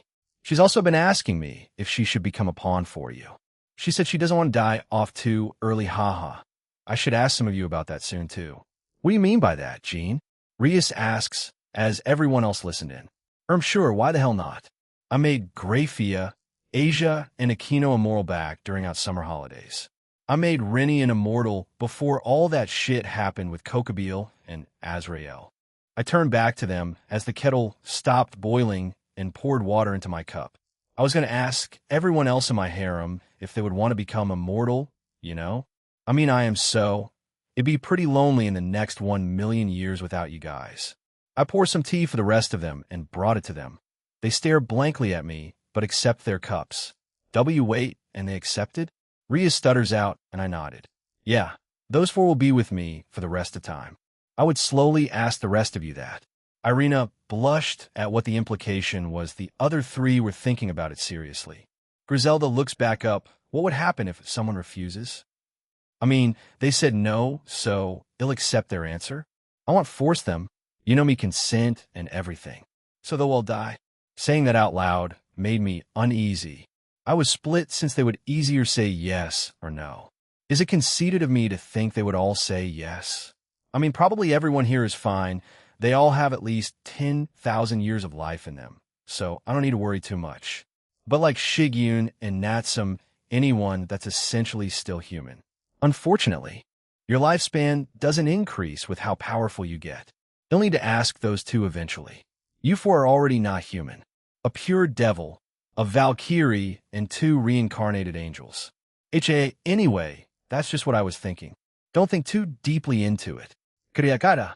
Did everyone else go do their devil duties? Jeanam here. Take me home. I look at the two angels, Valkyrie, and they nodded. They started walking out of the room along with Lisa. I go over to Rias, and we share a quick kiss. They'll see you later tonight, then. Yes, they'll see you then. I feel her grip my sleeves a bit tighter, then give me one last kiss on the cheek before letting go. I glance at her one last time as she smiled at me. I finally left the room, too. Skyward household cooking? I would like to have a taste of you. I mean, a taste of your cooking, bruh. It's in her character, you should know.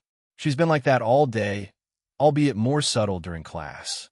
We had finally arrived home, and I pushed the doors open. It's been so long. I heard from Jean that you were in Asgard, but why? How are you here? Hoo-hoo. Let's talk about that in a bit, Rennie. How about we get settled in first? Do you mind showing me your lover's home? Rennie looks at me, and I nodded. This is as much as my home as it is yours. You don't need my permission every time she nods and then leaves with Lisa in tow. I and everyone else went into the kitchen. Did someone else come with you, Jean? Grafia asks as we get into the dining room. Yeah, they'll tell you, or shall tell everyone about it later. She's probably going to stay for dinner, maybe even for the night. I'm not too sure yet. I see. Griselda, and Rose takes a seat while Irina runs off upstairs for whatever reason. I join Grafia in the kitchen and start helping her. We share a quick kiss and continue on. Where's Ine? She's out with Kuroka, and they wanted to explore Kuo more. So, they went out to look at shops and landmarks, Jean. Do you put money into our accounts every week? Is that so? I hope she enjoys it then, and yes, it was weekly before, but now it's monthly. I put around 500,000 into all your accounts. By the way, I pay Rose 1 million a month. That should be the same for Ine soon, too. Is that an allowance for the rest of us? Well, yours is the same as Rose. You are my maid after all. But yes, everyone else gets an allowance. I mean, we just spent 15 years in the pocket dimension, constant gold dropping from them. Grafia nods as she kept on working.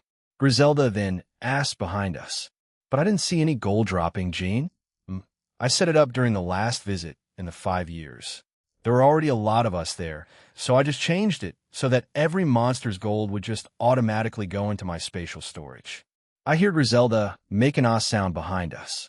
I could also hear those two chatting up a storm. They certainly sound like good friends. Dinner was fast approaching. Everyone was here, including Azazel, Kiba, and Gasper. Everyone was mostly spread out in my home. I told him not to since it may ruin his appetite, but he just brushed me off. Everyone else was either in the training facility, living room, or entertaining floor. In front of me, Grafia activated her communication function on the ring and connected to everyone. Dinner is ready. Please come to the dining room. She then makes a communication circle and told the ones without the ring the same thing. Slowly but surely everyone else came here, but Irina was missing. I could feel that she was still in her room. Grafia looks at me, and I nodded. I left the room, went up the stairs, and made my way to Irina's room. I knock on it, but no response. This is deja vu. Something similar happened with Rennie, didn't it? I checked the door, and yes, it pushed open, and not to my surprise, Irina was asleep. When I stepped into her room and closed the door, it was quite girly. Shelves full with some shoujo manga, a few other miscellaneous items scattered around, and even some stuffed animals on her bed.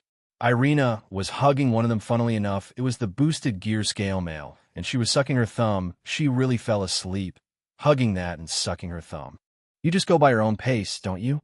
I chuckled to myself and walked over to her. I sit on her bed and start to shake her, but she doesn't wake up. I continue to do this until Hiwa.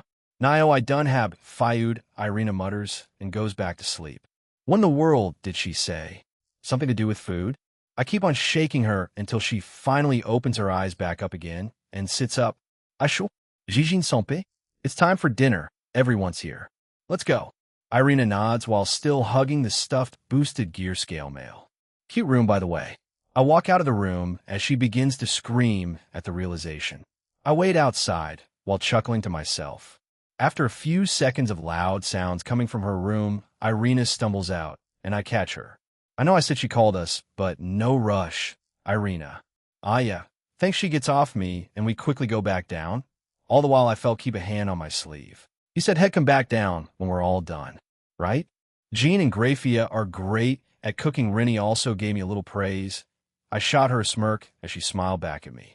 I see Aquino try to say something, but stopped herself in the end, and just quietly ate. What was that about? Constipation? Are you insane? What? It might be. Don't look at me like that. Oh, by the way, Jean, isn't your exhibition match coming up? Lisa briefly stops eating to ask me that. I nodded. Yeah, it should be in a few days. Why do you ask? Aren't you worried that you're exposing yourself to any potential enemies? No, it's not like they can do much. I also have Ignia was a double agent now, so I should receive some relevant information when the time comes. Lisa gives me a strange look, and I just shrug. She'll find out eventually. Rennie was also beside her. I don't know what they discussed, but it seems like she'll be helping her. Lisa glances at Rennie and nodded. She then makes a communication circle. Oh, Lavinia. I haven't heard from you in a little while. What can I do for you? Mephistopheles' voice came out of the communication circle. Hello, Chairman. I have some wonderful news to share with you. Wonderful news? And what might that be? The two look at each other, and then hello. Feliz Chan. Elisa. Is it you, Lisa? Rennie then dismissed the communication circle as Lisa chuckles to herself. She turns to face and starts speaking. Where do I start? Well, from the beginning. Why did you randomly disappear? Why hide all these years? Why in the Norse realm? And why resurface now? Lisa asks no one in particular, but Azazel crosses his legs and stares at her seriously. I guess he's not our teacher or club advisor now, but the leader of the fallen angels. I guess you're right, Azazel-chan. Let's see, as you know, and Rennie will probably know I love reading books, experimenting, and just gaining more knowledge. I may have dug a little too deep that time. Anyway, I found an old grimoire. It's called Satani Grimoire, and as you know, its Rias interrupts Lisa while standing up in shock. Azazel's eyes were also quite wide as he stares at her in disbelief. Impossible. That book was meant to be lost. After the original Satans died and Satan Sama himself, the grimoire of Satan, one of his most prized possessions, just vanished. Everyone else looks at her in surprise. Azazel nodded and continued for her. That's right. I heard it from Father a long time ago. Satan himself wrote it. It held many forbidden techniques, skills, information, and sacred text lost to the current world. You could say it's in a way Satan's diary. But if you read it, it's supposed to kill you. Azazel looks at Lisa in concern. Everyone else became even more shocked and was staring at Lisa like they were looking at a living ghost. Lisa nodded yes. That's what it was supposed to do to you. The knowledge I gained from opening that book and reading through it, it's a curse. I myself don't know how I'm not dead, but I researched more about it throughout the years, and I came to a conclusion. My lifespan may have been cut instead. As to why, I truly don't know.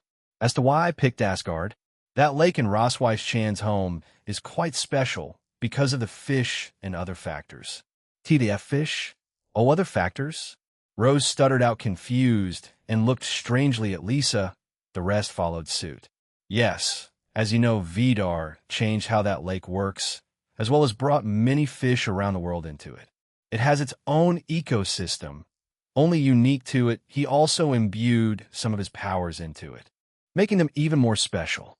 I used that. Over the years, I felt my own mana slowly being drained. This may have been the reason why I wasn't instantly killed. I had a large amount of it. It may have taken it as a substitute to my life force. Lisa frowns and looks to her side. However, over the years, as I mentioned, my mana has slowly been draining. I also felt that I couldn't regain much of it anymore. Every time it refills, I felt a large amount disappear. Once that dries up, my life force may be next. I'm living on borrowed time. Now, back to why I chose Asgard, and more specifically, why Rosweiss-Chan's home. The fish, or the lake, is rich in many energies and also regenerative abilities. Now, normally, it wouldn't just help me regain my mana, since I don't have divine energy like Vidar, so I created a large magic circle around my home. That magic circle converted all those energies into a sort of filter for me to naturally regain my mana. So, I lived there the last few years gaining it back. However, it doesn't necessarily negate the initial amount of life I lost that day. At the very least, I delayed my own demise. But now I have enough to enjoy life a little more. I decided to re-enter the supernatural world. I may as well enjoy the little time I have now, right? Lisa smiles at us, but the room had become a little gloomy after finding out her reasons. That's a lot to take in. But you're one hell of a human to be able to live through that. I would wager you have to be at least ultimate class or higher with a large mana pool to survive it. Azazel says, and then looks at me. No. Everyone was looking at me. Lisa became confused, and I just sighed. All right, I'll have a look. Since in a way, Grauzober and Grigori are already allied with one another. Lisa being Rennie's friend, I get up from my spot and stand in front of Lisa. She looked confused and stared back. Comptoir, Anna, she will die at the age of 47. She is currently in her 30s. The necklace around her neck is also connected back to her home in Asgard, as it helps regularly give her mana. I see. All right, let's remove whatever curse of that book is left in her, and also increase her lifespan back to its regular one. I move a bit forward and touch Lisa's shoulder. Ada, Rennie-chan, is your boyfriend making a move on me? This is a forbidden relationship between a teacher and her student. Lisa joked around as Rennie gave her a strained smile. Do it, Comptoir. Comptoir. Answer. Removing any and all curses of Satanic Grimoire from Lisa. Removing any and all impurities. Returning previous expected life expectancy. Comptoir. Answer. Success. Any residue of Satanic Grimoire has been removed from Lisa, and her previous healthy condition has been restored. The light finally stopped as Lisa gave me a strange look. Well, we're done. Huh. I look at her and chuckle. I removed that curse the book put on you, gave back your lifespan, and as well as your previous mana reserves. You can live your full life again, Lisa. Lisa stared at me, dumbfounded. Rennie giggled beside her and hugged her. The rest behind me just sighed. Yeah, the typical day with me. I shrug and go back down to sit. Do I get a reward? Like a lap pillow, maybe? I sat down beside Natsum and Ingvild. The hybrid pulled me in her chest. I'm fine with this. Lisa starts to check for herself while conjuring up some magic circles and closing her eyes. This goes on for a full 2 minutes before she opens her eyes back up in total disbelief. How? Magic. I found out what I needed, and Gene did his Gene thing. Anyway, go report to Mephisto as soon as you can, Lisa. You just get your full life back, and probably some extras knowing this guy. I summoned something from my inventory and threw it at Azazel. He reflexively caught it and looked back at me in annoyance. It's those pills that made you feel like you slept a month. You can't replicate it, so don't go using them up. There's like 300 of them. Cooking now, that's what I'm talking about, Gene. I can experiment and research for as long as I want. We'll put a good word in for you, for Penemu. That wasn't my intention, you know. Azazel then teleported away looking like a child that just got his birthday present. Ada, I appreciate the help, Gene, truly. Yes, that's the reason. No other one, I reassure myself as I bury myself further into Ingvild's bosom. I felt her starting to stroke my hair. Era, is that so? Thank you, Lisa thanks me again, but I also felt her gaze still on me. You just like that, hee. Gene can flip a switch from being mature to immature in an instant. From spoiling us to us spoiling him. Anyway, Lisa, shouldn't you go, Mephisto? He did say he wanted to speak with you. All right, but will you come with me, Rennie? Mephisto also said you hadn't gone back to Grauzober in a while. I don't mind. Shall we go then? It should be morning in the USA. I take myself off Ingvild's chest and sit back up. Rennie had come up to me, and we shared a quick kiss. Lisa tried to tease her, but she wasn't really affected by it. The two of them teleported away. Not too long after Gasper and Kiba left for their own home. The rest of the night, we just relaxed and waited for Rennie's return. Next day, Rennie and Lisa were still gone, but Rennie did call me, saying she'll be back later on tonight. She and Lisa were basically hounded because they had been gone for quite a bit of time. So, they'll be staying there for a little bit. It was Friday. Normally, most students would be looking forward to this day, but I was skipping while my avatar was going to the school for me. I did promise Valerie and Ingvile to go on a date with them, and I chose today as it. I don't think we can go to all those places today, since we're limited to just one day, but we can probably get to 2 places. So, Tir na Nog and Land of Heroes and Giants? I turn to face the 2 of them. Ireland's weather should be colder, so they've dressed appropriately. They had bought these clothes not too long ago. Both of them were wearing long coats. Ingvild's was light purple with crowns and flowers as design patterns. Valerie's was red and brown. Both were wearing blue jeans. Valerie was red and yellow Converse, while Ingvile wore black Ugg boots. I had enchanted them already, so they could even wear those in the desert, and they'd be kept cool. Since I also needed to fit the part, so we wouldn't make people look weirdly at me, I wore brown long coat, black jeans, and black sneakers. You sure like the color black, partner. I guess, so maybe it carried on from past me, or because of my outer god form. I mean, Cummer did say I was a massive black dragon or something. Comptoir. Answer. I did say you have an outer god form, but I never said what you looked like. However, you may be able to theorize your appearance through your wings. Black, blue, and with streaks of gold and red. Well, whatever, I'll probably try to transform into that in the future. You guys ready? Do you want to go to Cranside for dinner? Before we do you want me to directly teleport to Tir na Nog, or we jump down? Valerie looks at me unamused, and Ingvile became confused. Is there a difference? No, but it will be fun. We're teleporting there directly. Valerie stated firmly, making me chuckle. Yes, ma'am. I would have liked to see Ingvild's reaction and us just jump off the edge of a cliff, though. Sure. Tir na Nog, we had teleported in the middle of the busy and bustling streets of Tir na Nog. We did a few locals recognize Valerie and I, so they stopped to greet us. Oh, it's Jean, welcome back. Hello, we're just here to visit and check up on you all. I greet one of the locals. She smiles and nodded before going back to what she was doing. It was Ingvild's first time here, so she was looking around the place, eager to see what it's like. Valerie was already hugging my left arm, and I urged Ingvile to follow us, making her hug my other arm. We go through the streets, and like earlier we were greeted by the locals. I even bought a few of the things that were being sold by their stalls. They were mainly vegetables, fish, and other meats. I could use them to cook later. We quickly get through the small shopping district of Tir na Nog and come across the inn that we previously stayed in, and to my surprise, the same person who accommodated us was outside water the plants. She turned around to see us and became a little surprised. Oh, Jean and Valerie. You brought someone else here, huh? What's your name, miss? Ingvile, nice to meet you. Aiden called me Aiden. I'm the owner of this little inn, if you hadn't noticed. Hee. Will you guys be staying here again? Valerie shakes her head. We're just here to check up on the situation on Tir na Nog, and it seems like it's been good. I'm glad. I'd give her a thumbs up. Yep. Since that problem of ours was fixed, we've mostly gone back to being the same old, same old. The next thing on the list is to find a man, so we can keep going, if you get what I mean. Of course, the middleman is more than welcome to try and offer. She said that so offhandedly that I just gave her a strange look, making her snort at me. 'Tis just a suggestion. No need to take it too seriously. I mean, you're already on your way to having a pretty large harem, you know? I won't deny that, Aiden, but you know, right anyway, it's nice seeing you again, Aiden. Well, we go to Queen Mia, then. Good luck with your business. I decided to move the conversation along and get going, too. She gave us another thumbs up before going back in her inn. We started to walk away. She's certainly cheerful, yeah. She was like that even when this place was quite sad and gloomy.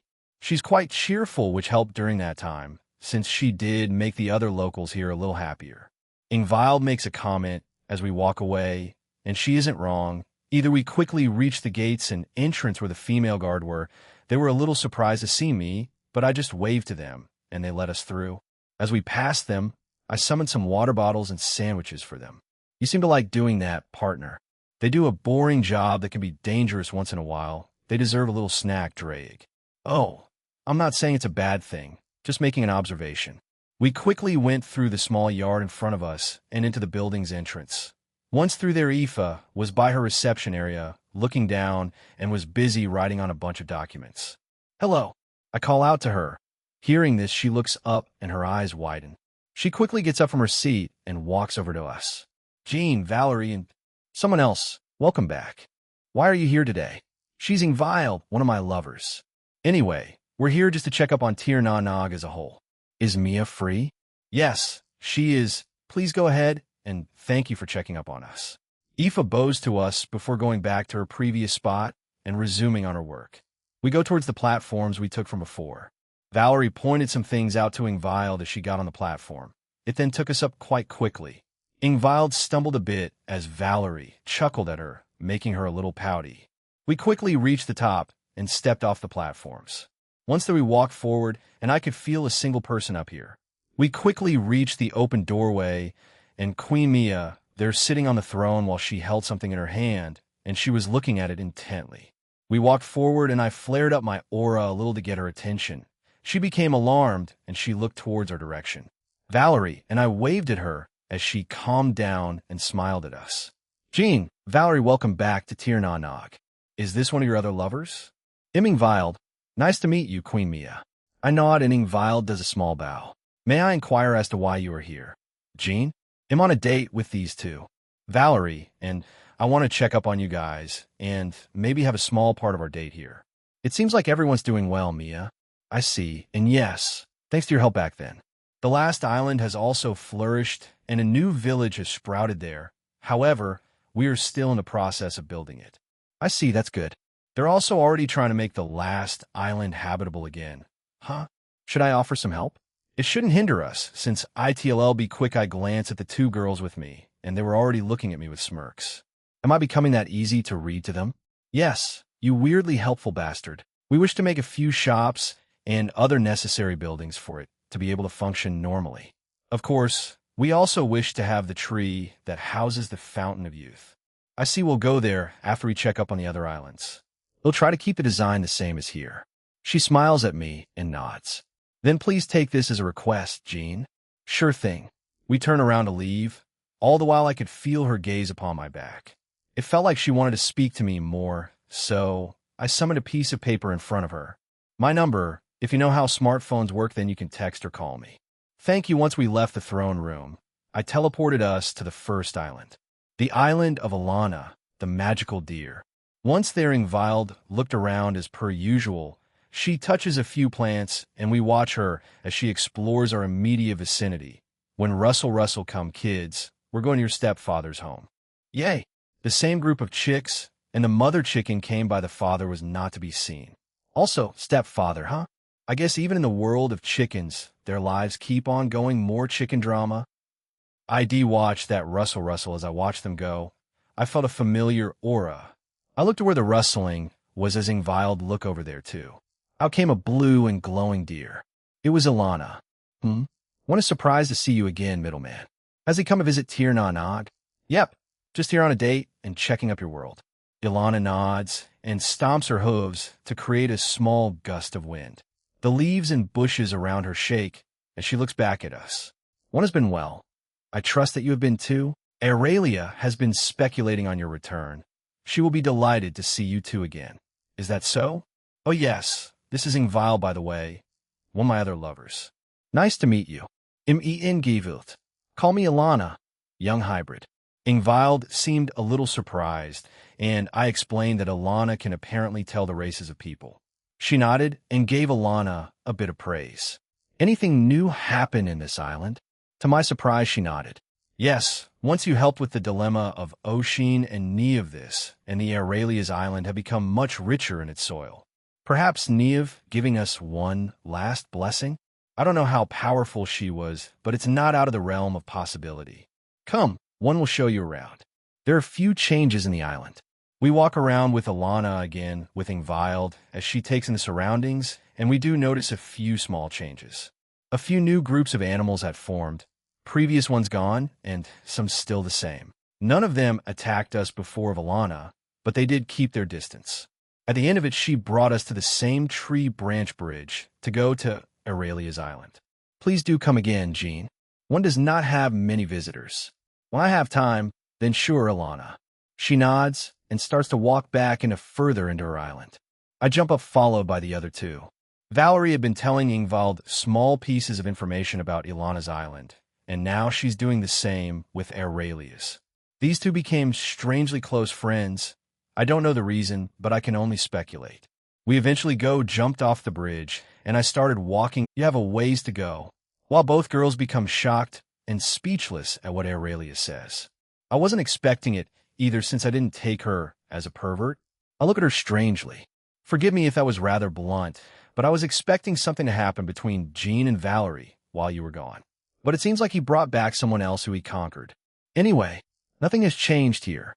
Well, the soil around the entire island did become a lot richer, but that's about it. Why do you sound weirdly proud of that? She shrugs and looks at me blankly. What in the world happened? Did she have a psychotic break for being bored for too long? Oh, I did receive some new fruit, and they have grown well. Would you like to see? Seeing no problem with this, I nodded. Aurelia retreated back in her tree and was gone for a few minutes before finally returning. She was carrying a weight. Isn't that durian? I remember trying some out when a Filipino classmate brought some over before. Oh, you know this fruit? Aurelia asks, and I nodded. Durian is native to Southeast Asia, growing in countries like Indonesia, Thailand, Malaysia, and the Philippines. In some of these regions, it's referred to as the king of fruits. Ripe durian has a strong, recognizable aroma that some people find overwhelming. This is due to the presence of compounds like esters, aldehydes, and sulfurs. Hey, knowing a little bit about this stuff should help me as a cook, you know? The two girls were already used to this, but Aurelia was staring at me strangely before I explained myself. I see, interesting, very interesting. Would you two like to try it? The two look at each other before nodding. Before Aurelia would do anything, I snapped my fingers, and it automatically got sliced in two halves, and the aroma hit everyone's noses. The two recoiled back. I didn't since I expected it, but even Aurelia recoiled. That's certainly a strong smell, Valerie, says while Ingvald agreed with her. Just use your hands to eat it. Pick it up and just go for it. The two did as I said. They picked up the small chunks of durian and ate them. Their faces scrunched up, but in the end they both had pleasantly surprised expressions on them. Valerie was the first to go for another bite, followed by Ingvald. It's a unique taste, but once you like it or get used to it, it's quite good. I agree. Aurelia and I watched the two slowly but surely eat all of the durian. In the end, I gave them some drinks to wash it all down. They were satisfied with it. I didn't think I would in the end, but it certainly surprised me. Yes, I agree. Jean, can we get more? I mean, when we get home, sure. The others can try it for themselves, too. I agree with them. We hadn't eaten much variety lately, so this should shake things up. I glanced at Aurelia as she was shaking her head. The rest are still growing. If they were ripe, I would have offered some now. Sully. It's fine. Aurelia, thank you, though. We should get going. We're limited in time after all. She seemed a bit disappointed, but understood. I see. Well, please do come here again, Jean. Next time I will definitely have more durian ready. Well, if you need more, that is really? Then I look forward to them, Aurelia. Let's go fly over there instead of just teleporting. I thank Aurelia and then turn to my two dates. They agreed and spread out their wings. I summoned Divine Dividing and flew up. We have goodbye to Aurelia before flying away. She seemed nice. I was caught a little off guard by her comment, though. Haha, the two of them blush after remembering Aurelia's words. We quickly approached the last island, and it had changed a little more than what Queen Mia said. There was not a docking area for boats and ships they used to get here. There were also some small camps built near the shores, but there were no signs of life there. They probably weren't working today. The rest of the things, there were unfinished buildings like what Mia said. We land on the island, and I quickly scan the entire area. I see the buildings here will more or less look like the ones in the main island. Since there's limited space, it'll keep them to small or medium in size.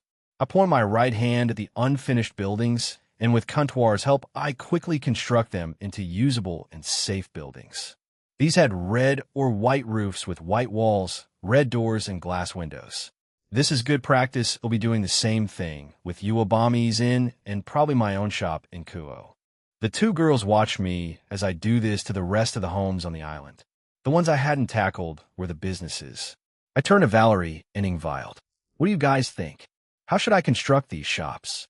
Valerie walks over to one and checks some of the signs. She picks one up and reads it out loud. This one says general goods, so I would make it a little bigger than some houses, add a few shelves and storage, back rooms, and other relevant things these shops are meant to have. General goods, huh? I nodded, and she puts the sign back down, then stepped away. I did the same thing to the general goods shop and had it constructed. The next few were a clothing shop, toys, and blacksmith. I hadn't noticed a blacksmith shop, so I wonder who'll be creating weapons for them. Next up is the tree with the fountain of youth in it. I quickly walked to it with the girls in tow. Valerie telling Ingvild about what had happened here, the story of Oshin and Tir na Nog. Safe to say Ingvild shed some tears for the pair. I didn't know she was the emotional type. I pat her head as she looked at me with some tears still present. Nothing like that will happen to us. Ingvild, don't worry about it. She nodded as we reached the tree. I looked back up, and some of the crystals were still off, and a few broken. I might as well fix those first, and then the rest. I aimed my hand up and fixed the broken crystals by reversing time on each of them. Once I was done, I did the same to the overgrown vines, branches, and leaves that were blocking the full view of the tree. Once the crystals started to glow, the area at the top was slowly illuminated. I turned my attention to the fountain of youth and cleaned that up. Next was the surrounding as the path was destroyed over time. Weeds, overgrown grass, and other debris was removed. I also added some floating glowing lights. And that's done. Anything else they wish to add, they can do so themselves since I don't know all the plans they have. There are more spots left to build, but yeah, when I turned back, the two were looking around at the place in awe. Well, I guess when I do the same, it did look a lot different from the ancient-looking thing from earlier. So, next stop, the land of heroes and giants. Valerie shakes her head, confusing me. Let's go tell Queen Mia first. Don't just fix things and leave, Jean, all right. We then teleported back directly to Queen Mia's throne room. She was a little startled at our sudden appearance, but quickly composed herself. Jean, everyone, welcome back. How did it go? I nodded and summoned a hologram beside me. It showed what I had done and what else was left for them to do themselves since I had no idea in what they had planned for them. Queen Mia seemed pleased with what I had shown her. Splendid work, Jean. However, I do not have your reward ready yet. I did finish it quite quickly. Don't worry too much about it. Queen Mia, just let me stay the night for free if an inn is built on that island. Ha! Are you fine with that? Yeah, I'm anyway. We have one more place to go to before we finish our date. So, if you'll excuse us, Mia. Oh, of course. Thank you again, Jean. Slaint Chugget. I wasn't expecting some Irish here, you two. Queen Mia, good health to you too. She waved us goodbye as we left for our next destination. The land of heroes and giants, we haven't been gone for too long, but it feels like it changed, as if it's more relaxed. Valerie comments as we stood in the streets of Tlohag. The streets were as bustling with life as ever. Even the same street vendors were still here. So many tall people, haha. Yeah, even I feel small here. Humans and giants of all varying sizes walked around us as we made our way back to the castle-like structure of the place. It was a long way away, so we were walking at a rather quick pace. I felt a lot of eyes on me since my match with Sarorg was soon. I was briefly stopped by some of them, and they asked me to sign some merchandise they had. I didn't mind and did so. I was mostly called the Dual Dragon Emperor. I guess they just see me as both now, huh? Coo. Hoo. You two are way too happy about that title. Just to remind you, we're also called a Pei and Ketsa Dragon, you know? After a few more minutes of walking and signing, we finally reached the drawbridge.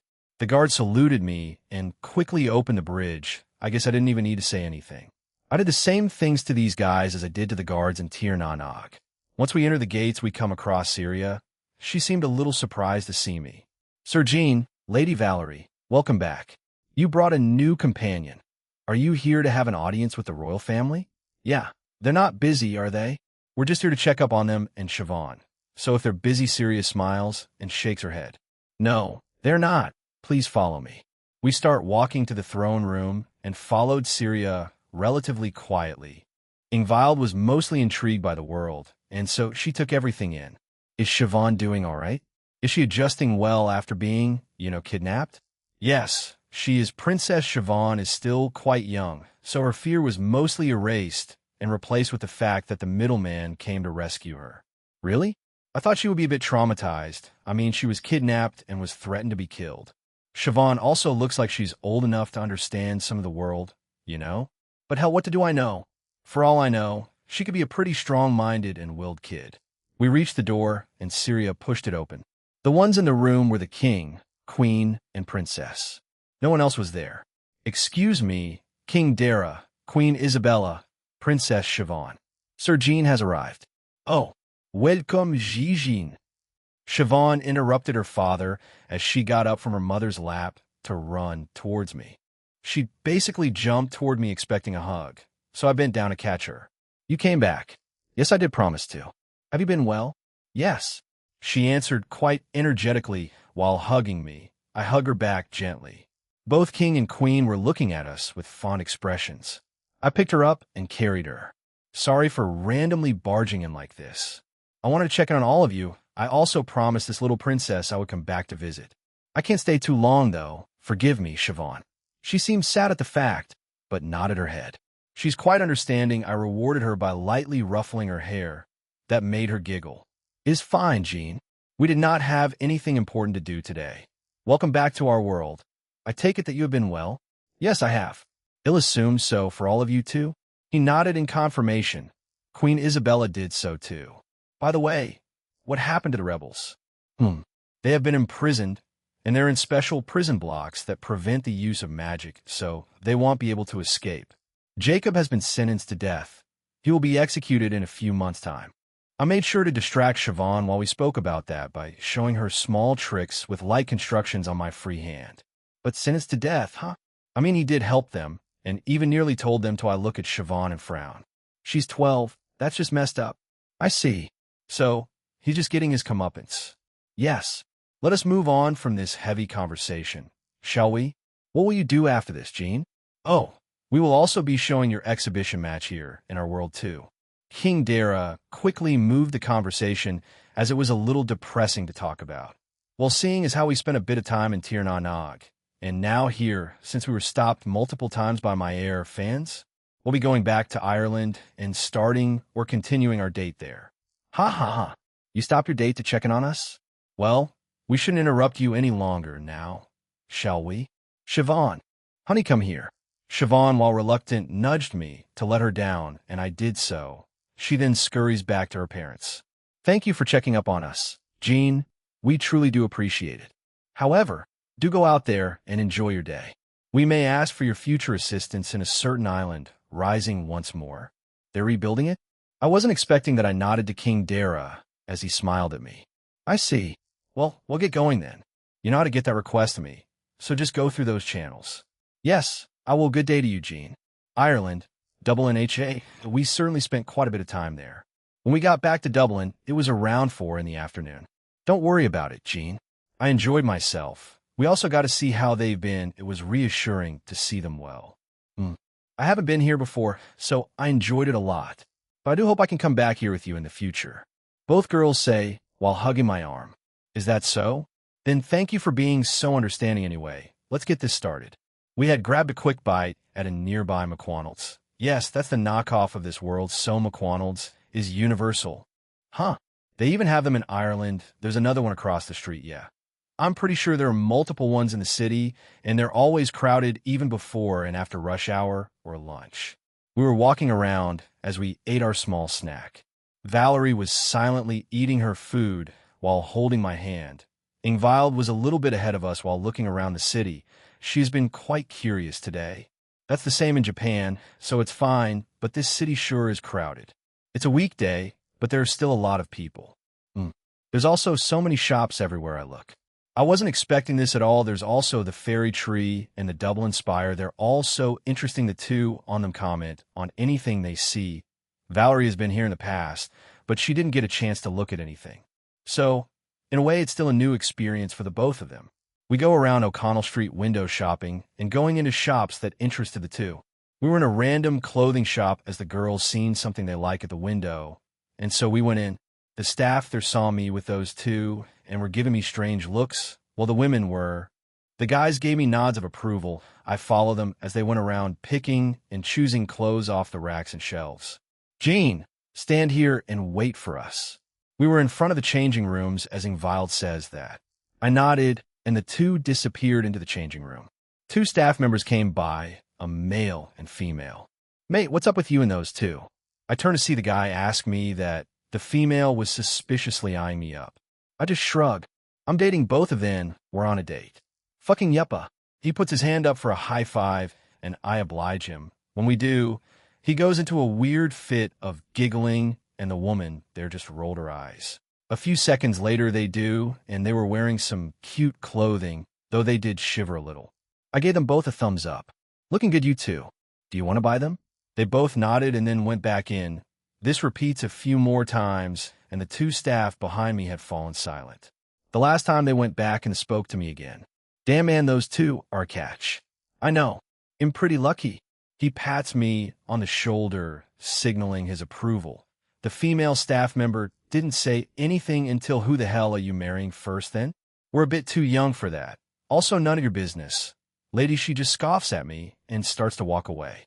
I hear a heavy sigh beside me. Don't mind her. She's just an overall bitch most of the time.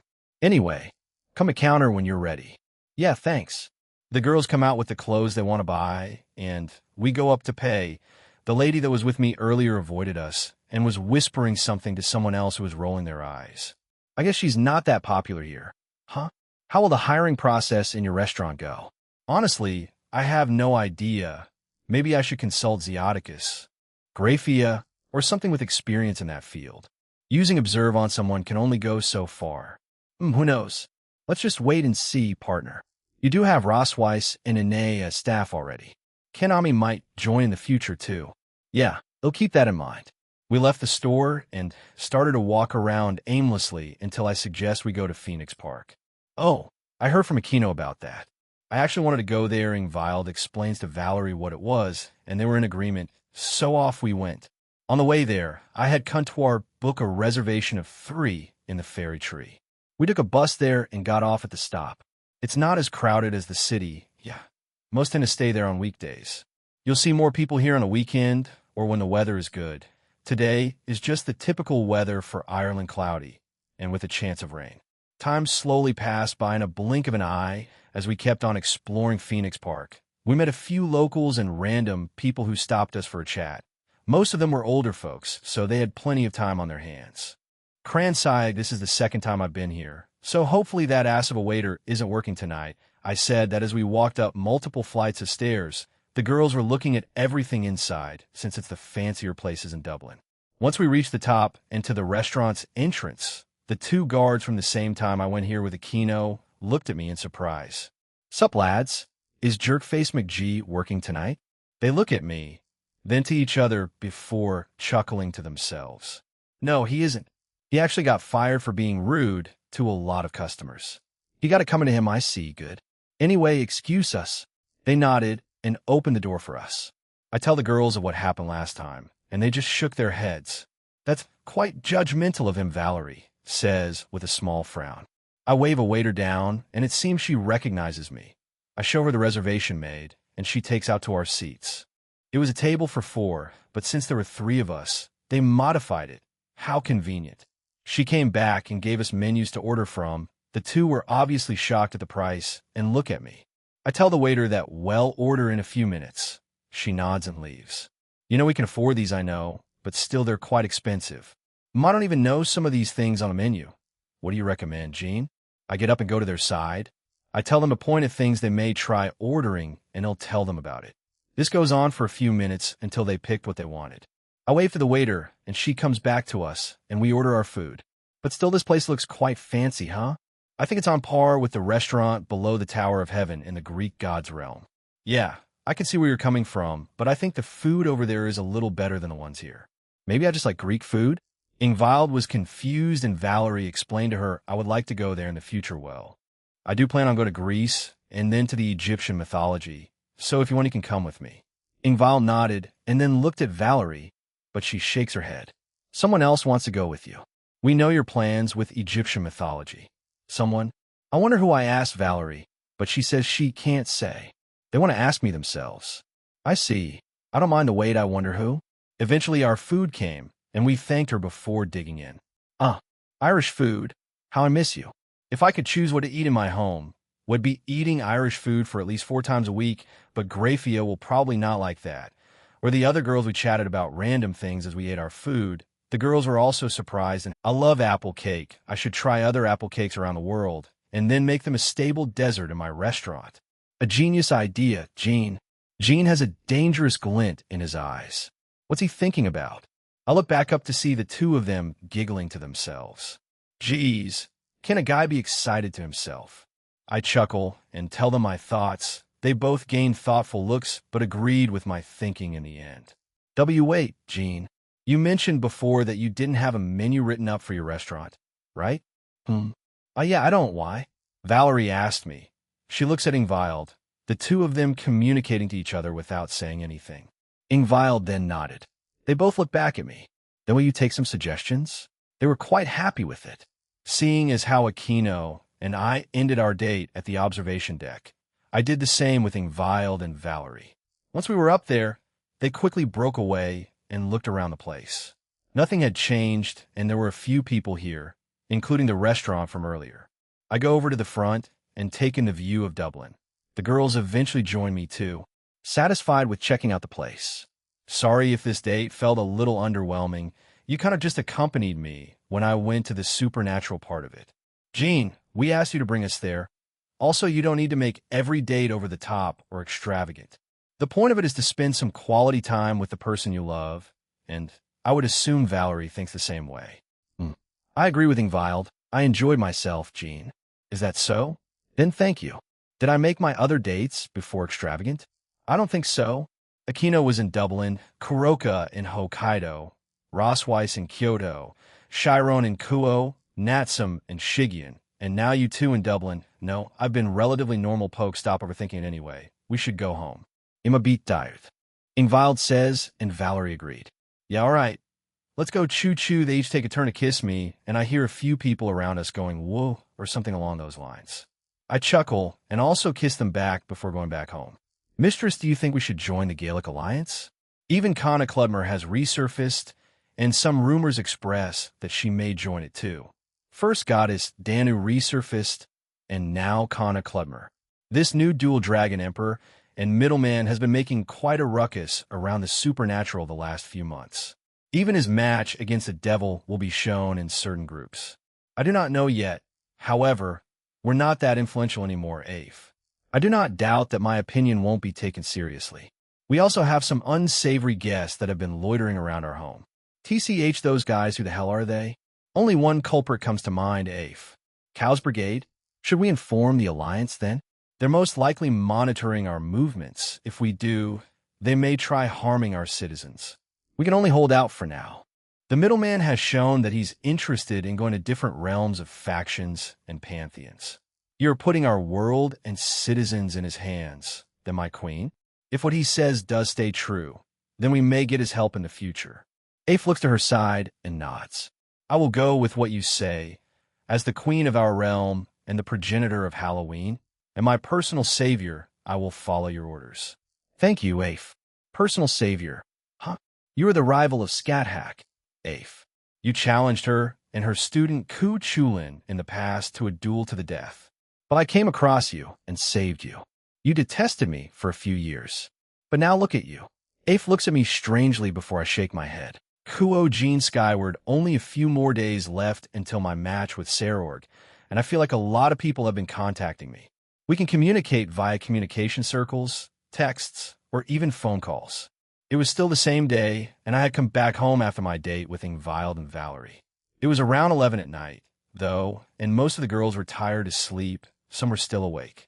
I was on the top floor of my home, just looking out at the town of Kuo. HAA.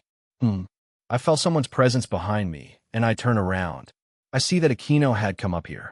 She was in a see-through nightgown, and her breasts were sticking close to them. She approaches me and then hugs me. I hug her back. Aquino, is something the matter? Can't sleep? She just shakes her head on my chest and doesn't say anything. The thing back during dinner with Lisa, and now this what's up with her lately? We stay like that for a few minutes until Aquino finally looks up. Am I clingy? Clingy? I mean, aren't most teenagers like that? I don't exactly blame you for being this dependent on me, but you aren't that clingy though that. That's me being biased, and also I don't mind it. I mean, maybe? If I take a step back and observe from someone else's viewpoint, then yes, maybe. Why do you ask, Aquino? Grafia brought Rennie and I for a little talk and said we may be a little clingy to you, and that's why you've been watching what you do and say? I finished her sentence for her, and she nodded H.A.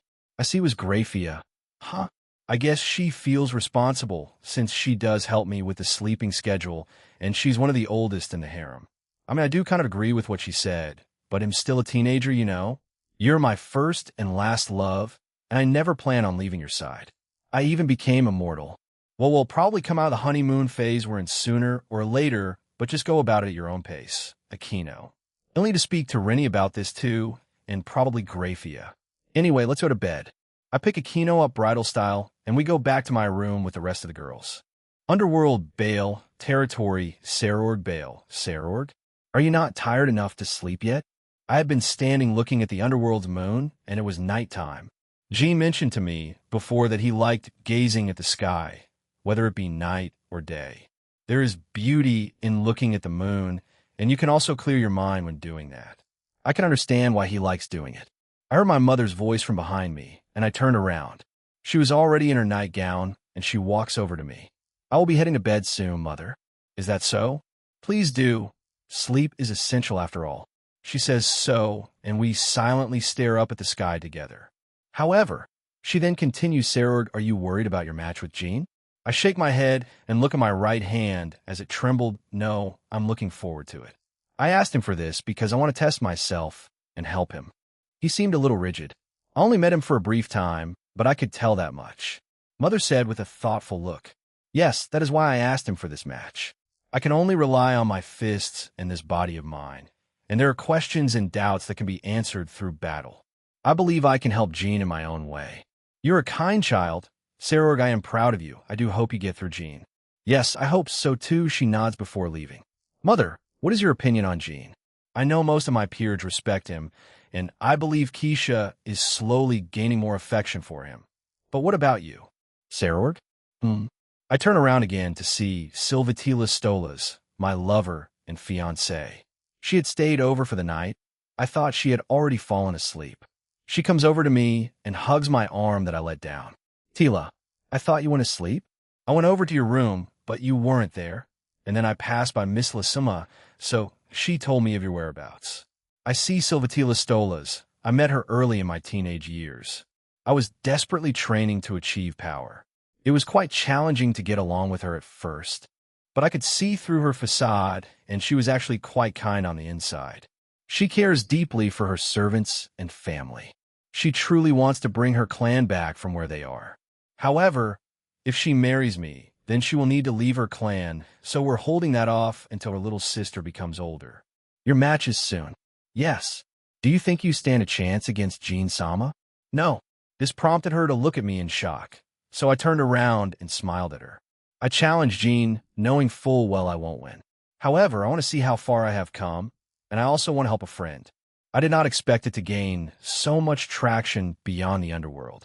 Now most of the supernatural world will be watching our exhibition match.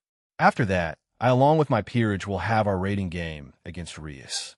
I will be putting my dream on the line against Rias. Yes, knowing Jean and his powers, this may end quite quickly, but seeing as how massive this event has become, he may try holding back to make it more entertaining.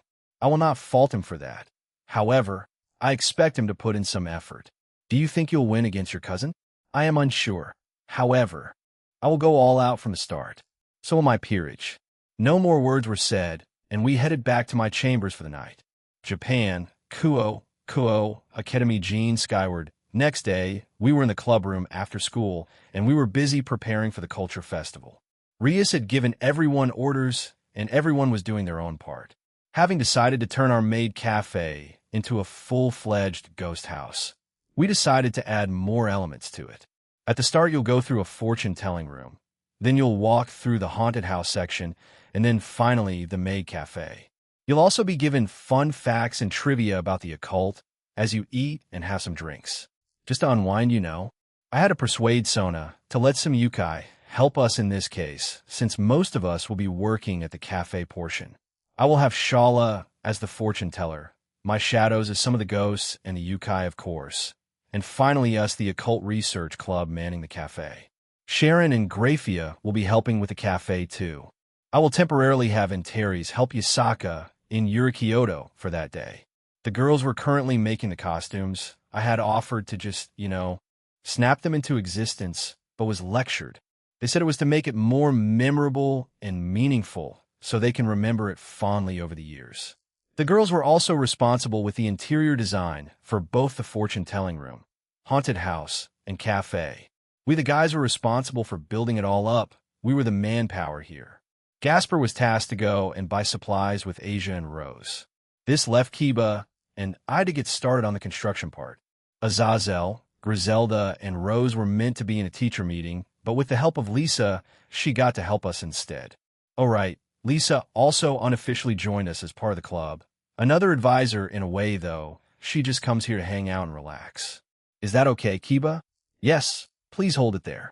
Kiba and I were making some wooden signs and other miscellaneous items for the front of the old school. Signs like "Welcome to the Occult Mansion" and whatever else is in store for them. With that in mind, it seems like Akino's parents and Suzaku will be present at the festival. The same with Ria's parents, though I don't know who can make it. If not, then Surzex and Astery may come instead. Tobio also texted me and said that Team/Dog may try coming over if they don't get mission on the day or if they're not busy with other things. They work at what's called the Black Dog. It's a bar made by Azazel, and it's 2 stops away from Kuo. Team/Dog's office building is also there. Natsum and Rennie used to work there too, but since they moved in with me, they no longer do. The same with Shigeon. However, according to Tobio, SE and Ajamu have taken their spots, and they work there too.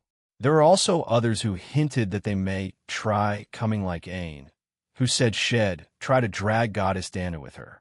Hestia said shall come with Hephaestus, and also the historical trio of Benkei, Yoichi, and Yoshitsun may be present here too. By the way, Jean Senpai, do you know Daihauser Belial? Kiba looked at me, and I nodded. He has been called a natural monster since the House of Belial was formed. He is also a true king of the raiding game, as he has been standing at the top for a very long time. And yes, one of his more well-known monikers is Emperor Belial. Kiba continues. Rankings 20 and below are said to have a power on a totally different level, and if you were in top 10, you would even be called hero. Among them, ranks 5 and below are said to be unmovable.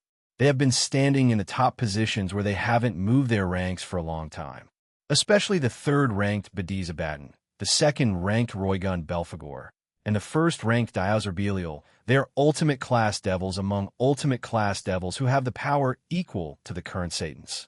Despite this, all 3 of them are said to not intervene unless a war were to break out on a large scale. They have been researched due to the game's traits, and they are spoken well of by others. They are called the results born due to many matches. HAA Kiba, while Diehauser Belial is the real deal.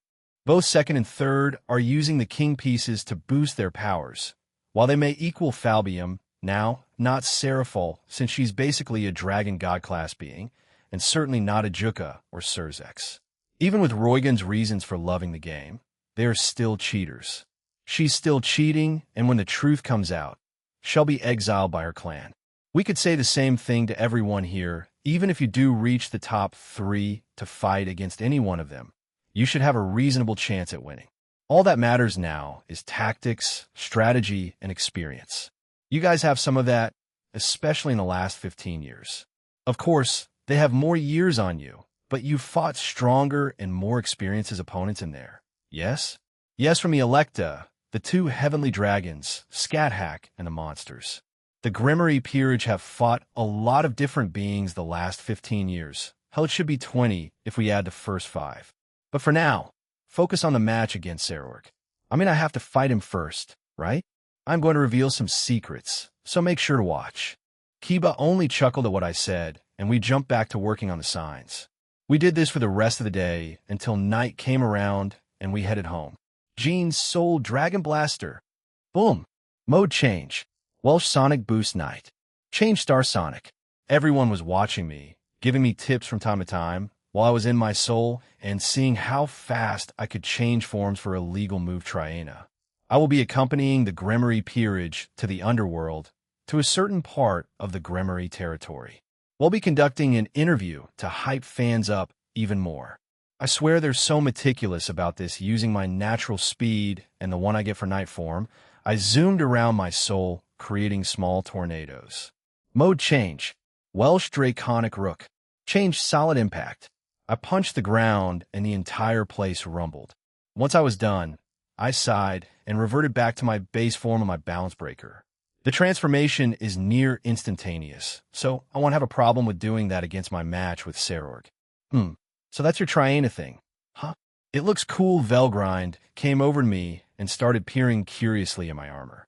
I haven't used it in here now that I think about it. She's only seen it when watching for my soul. Yeah, those are the bishop, knight, and rook forms. My base is basically the pawn form. What about the queen form then?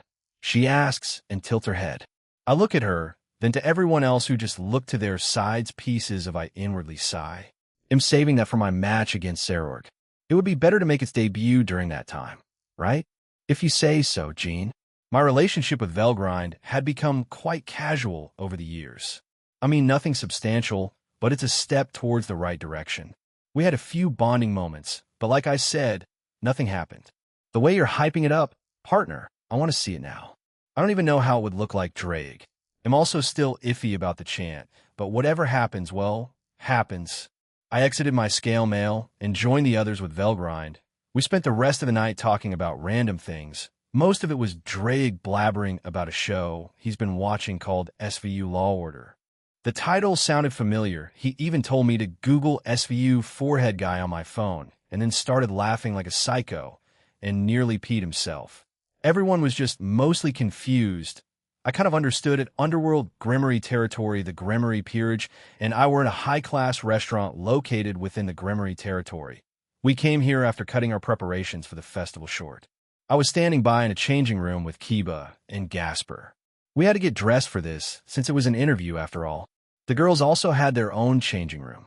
In the room, there was expensive furniture, as well as a fridge stocked with snacks and beverages. Kia and I were wearing full suits for the occasion, while Gasper was wearing a dress. I mean, more power to him, I guess. Or did Coriana ask him to do that? He had already eaten some, since he was a little nervous. I mean, you can't get used to being interviewed or even being on live television, especially if you've only done a few times. I certainly haven't, because it just feels weird. The interview will be held in the second floor of this building. Both Gremory and Bale peerages will be present. Of course, I will also be there. I'll go check on them. The two nodded before going back to what they were doing.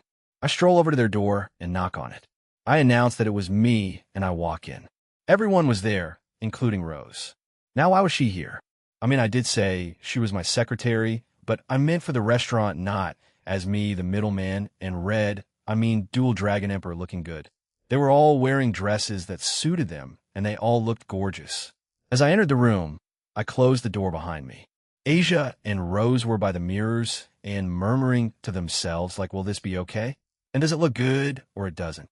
It looks like we're all ready. Rias, do you know who's going to be interviewed first? I think both our peerages will be, and then to you, but I may be wrong. She answers me, and I nodded. Finally, the door opened. Everyone, it's almost time. I nodded and left to go get Kiba and Gasper. While on the way to the interviewing room, we encountered a certain individual. Ria Senpai, Jean Senpai, and the rest of the club. Hello.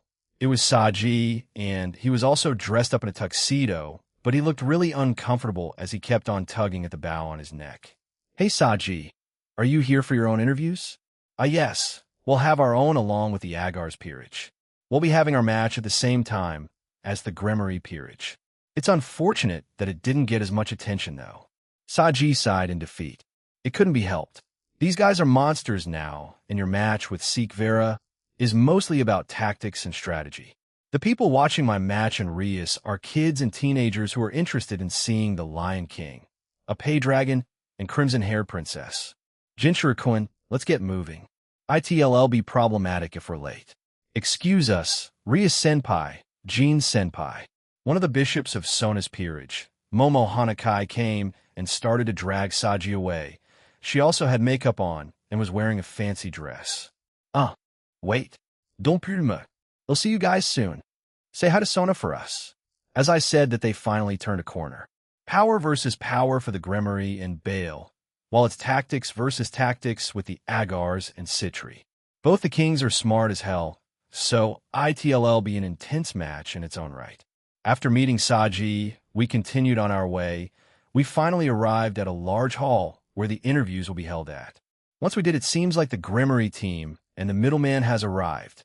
There was a huge round of applause following the announcement. It also seems like the Bale team was here as Sarorg smiled confidently at both Rias and I. Above the seats in the hall was a curtain with devil letters that said Sarorg Bale versus Jean Skyward and Sarorg Bale versus Rias Gremory. We take our seats. Rias sat in the middle, Aquino to her right, and I was to her left. On the Bale side, Sarorg was in the middle, Keisha to his right, and Regulus, who still had his robe on. I glanced back to see Gasper looking over to the other side and Coriana waving at him. He also waved back at her. He sees me, and I smirk at him, making him blush. Since everyone is here, I would like to start the press conference. As the host said quite excitedly, the press conference began. He wanted to start with the Gremory and Bale rating game, so basic information about the game's outline, the date, and such was explained to us by the host. And after that, he asked the opinions of both King S of Rias and Sarorg. They both held themselves in high regard and answered the questions from the host with elegance and with no hint of doubt. I sat there quietly as the host asked everyone else some questions pertaining to their thoughts in the upcoming game. Finally, it was the more or less tense part of the interview. Then the crowd asked everyone some questions, some from themselves or the fans they had. The girls in both peerages were quite popular, so they were asked many questions by the men. Hi, Majima-san. Is it true that you're in the middleman's harem? Yes, I am. Aquino answered honestly. She also said it quite seriously. The male reporter who asked that, his mouth twitched, but he nodded in the end. Kiba was also asked some questions by the female, since he was quite popular with them.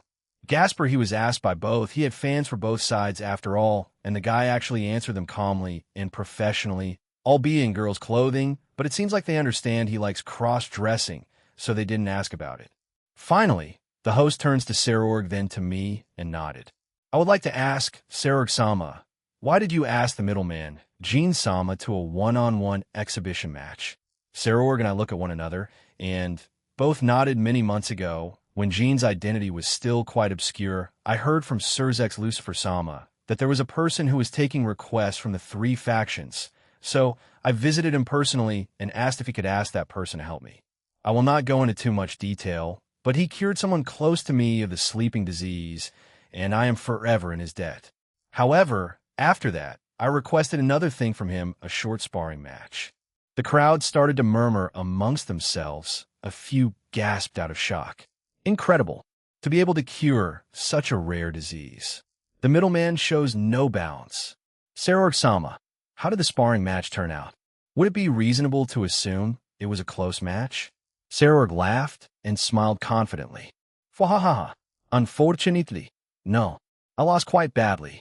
Jean was holding back then and defeated me with a single punch. He even nearly killed me. The entire hall fell silent, as the only thing that could be heard was Sarorg's laughter. I face-bombed inside. Jean, however, healed me straight away, and we forged a friendship from that day onward. That loss also motivated me to redouble my efforts in my training. My peerage also followed suit. We are twice as strong now. We are 3 times as strong than we were all those months ago. The reason I asked Jean for a match, in truth, it will be a rematch. I wish to see where I stand now. Will I lose as easily as I did back then? Or will I hold up longer? I will find out these answers once we clash again.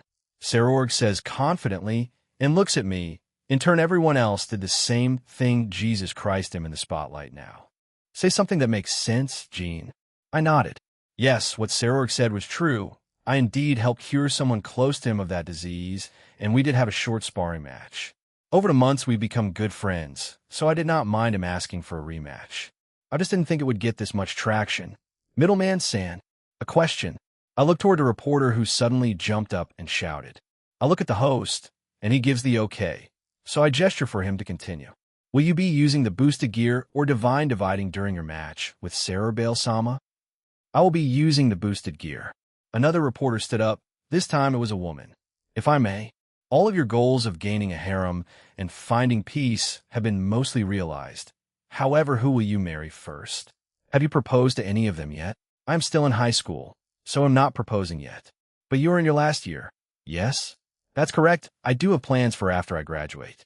I will leave it at that. The reporter understood what I meant, and I'm pretty sure the rest of the bloody room and Supernatural knew what I meant.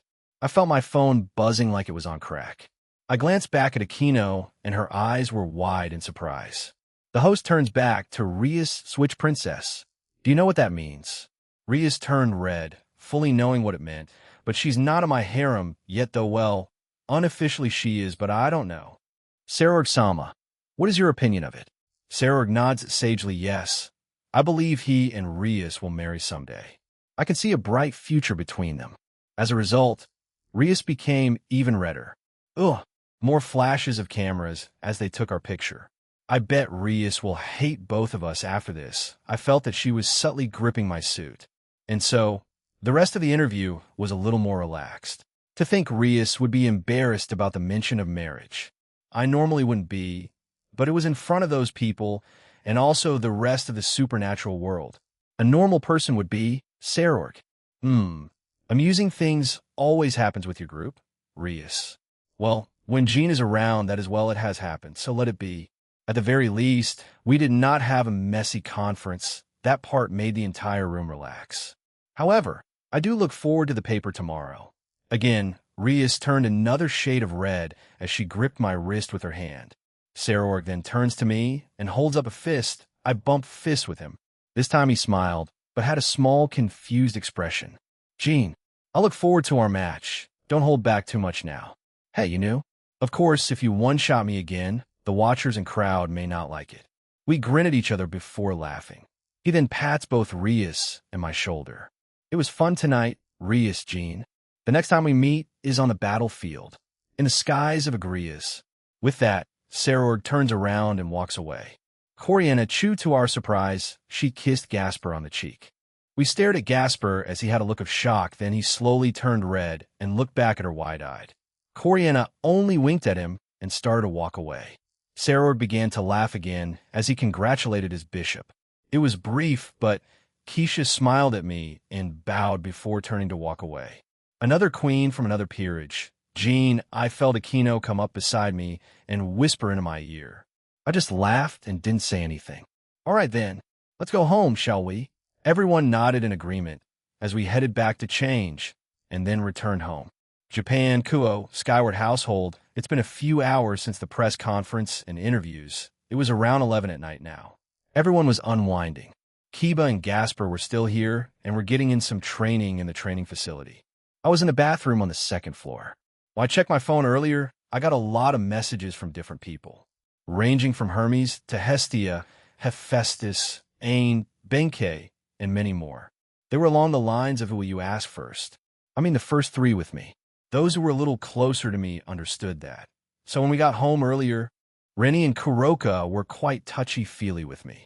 I guess they know when to expect their proposals. Then I am also curious about tomorrow's Underworld newspaper. I wonder what it will say. Slide closed the door to the bath, opened and closed. I looked up to see Rias, and she was covering her body with a towel. Rias? She walks over to me and sits beside me. She puts her head on my shoulder and hugs me while saying nothing. Can you spend some time with me, please? And how would you like that, Rias? I think everyone here noticed what you said during the interview. They know who you'll reach out to first, right? I would assume so, yes. Rias doesn't say anything for a few minutes as we just sat there hugging it out, but finally starts speaking again. Akino was really happy, you know? So were Kuroka and Rennie. When you were up here getting ready to take a bath, my crimson-haired princess, she smiles at me and closes the gap between us. Choo-choo inin, half a non-hand. Obscene sounds of kissing echoed throughout the bathroom as Rias and I shared a sloppy kiss. She was quite aggressive. I usually take charge, but let her do it this time. She abruptly stops the kiss as both of us separate from each other. There, a thread of saliva glistened between our lips. More please, I kissed Rias again and pushed my tongue into her mouth. She happily starts to lick my tongue back. I snake my hands behind her and start groping her ass.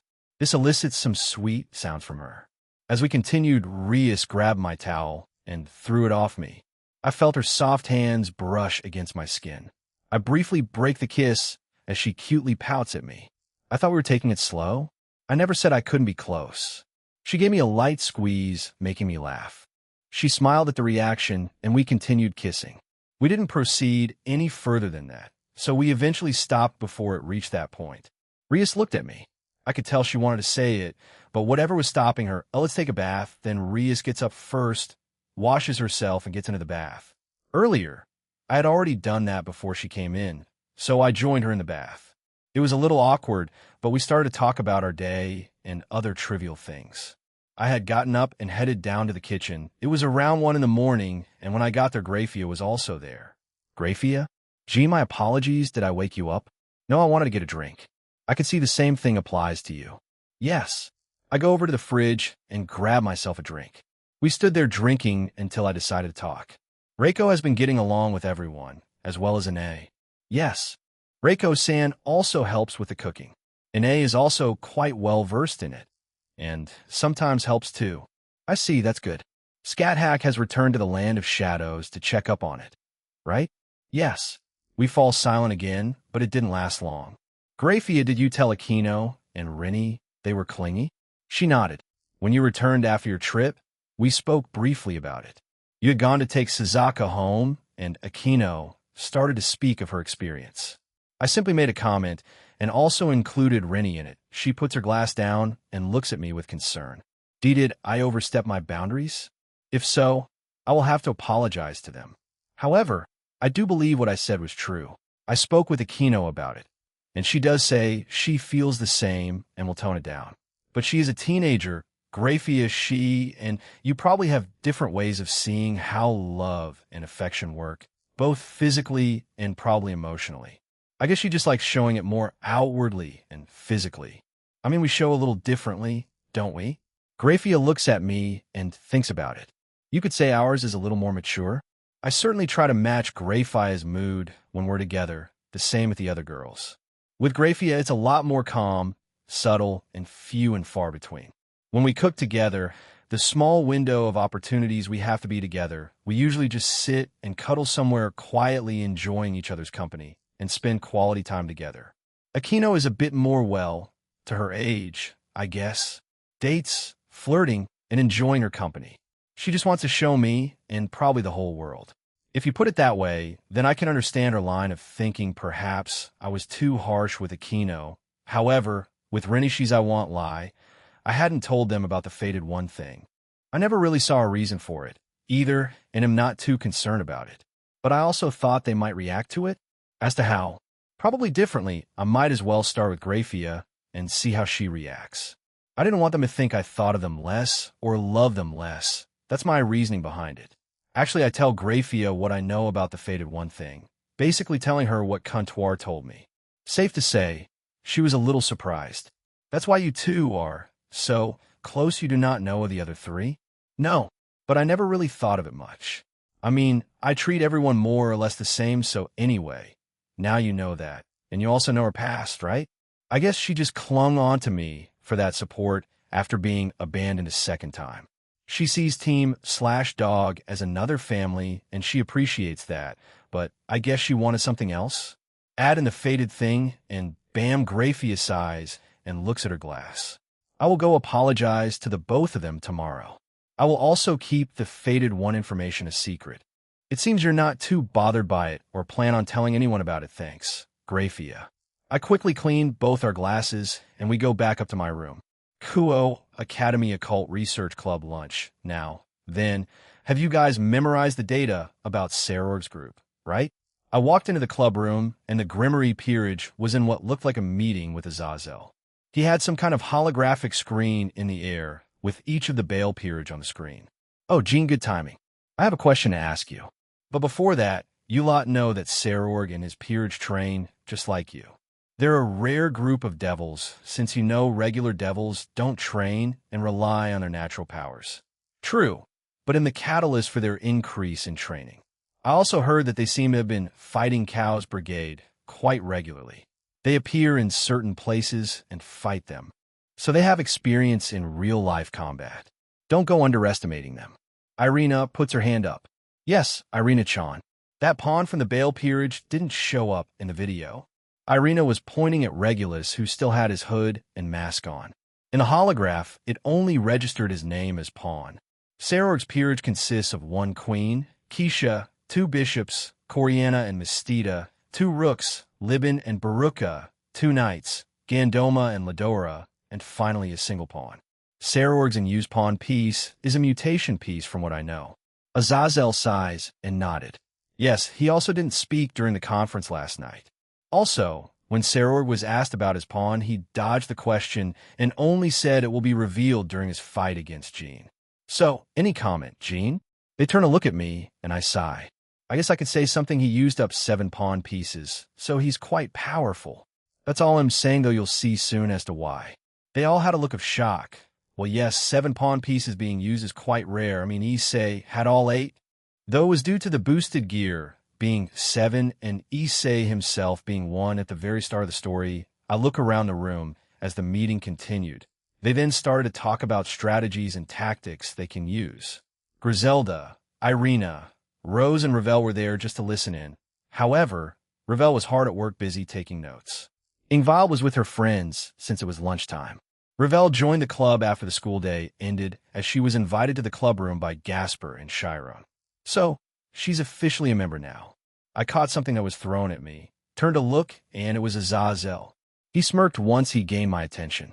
As I was saying, this group, along with the rookies are abnormal devils for your generation. You gain power at stupidly fast rates and grow further as well. Also, unlike the others, you have experience in fighting world-class enemies. Kokabeel and Azrael being 2.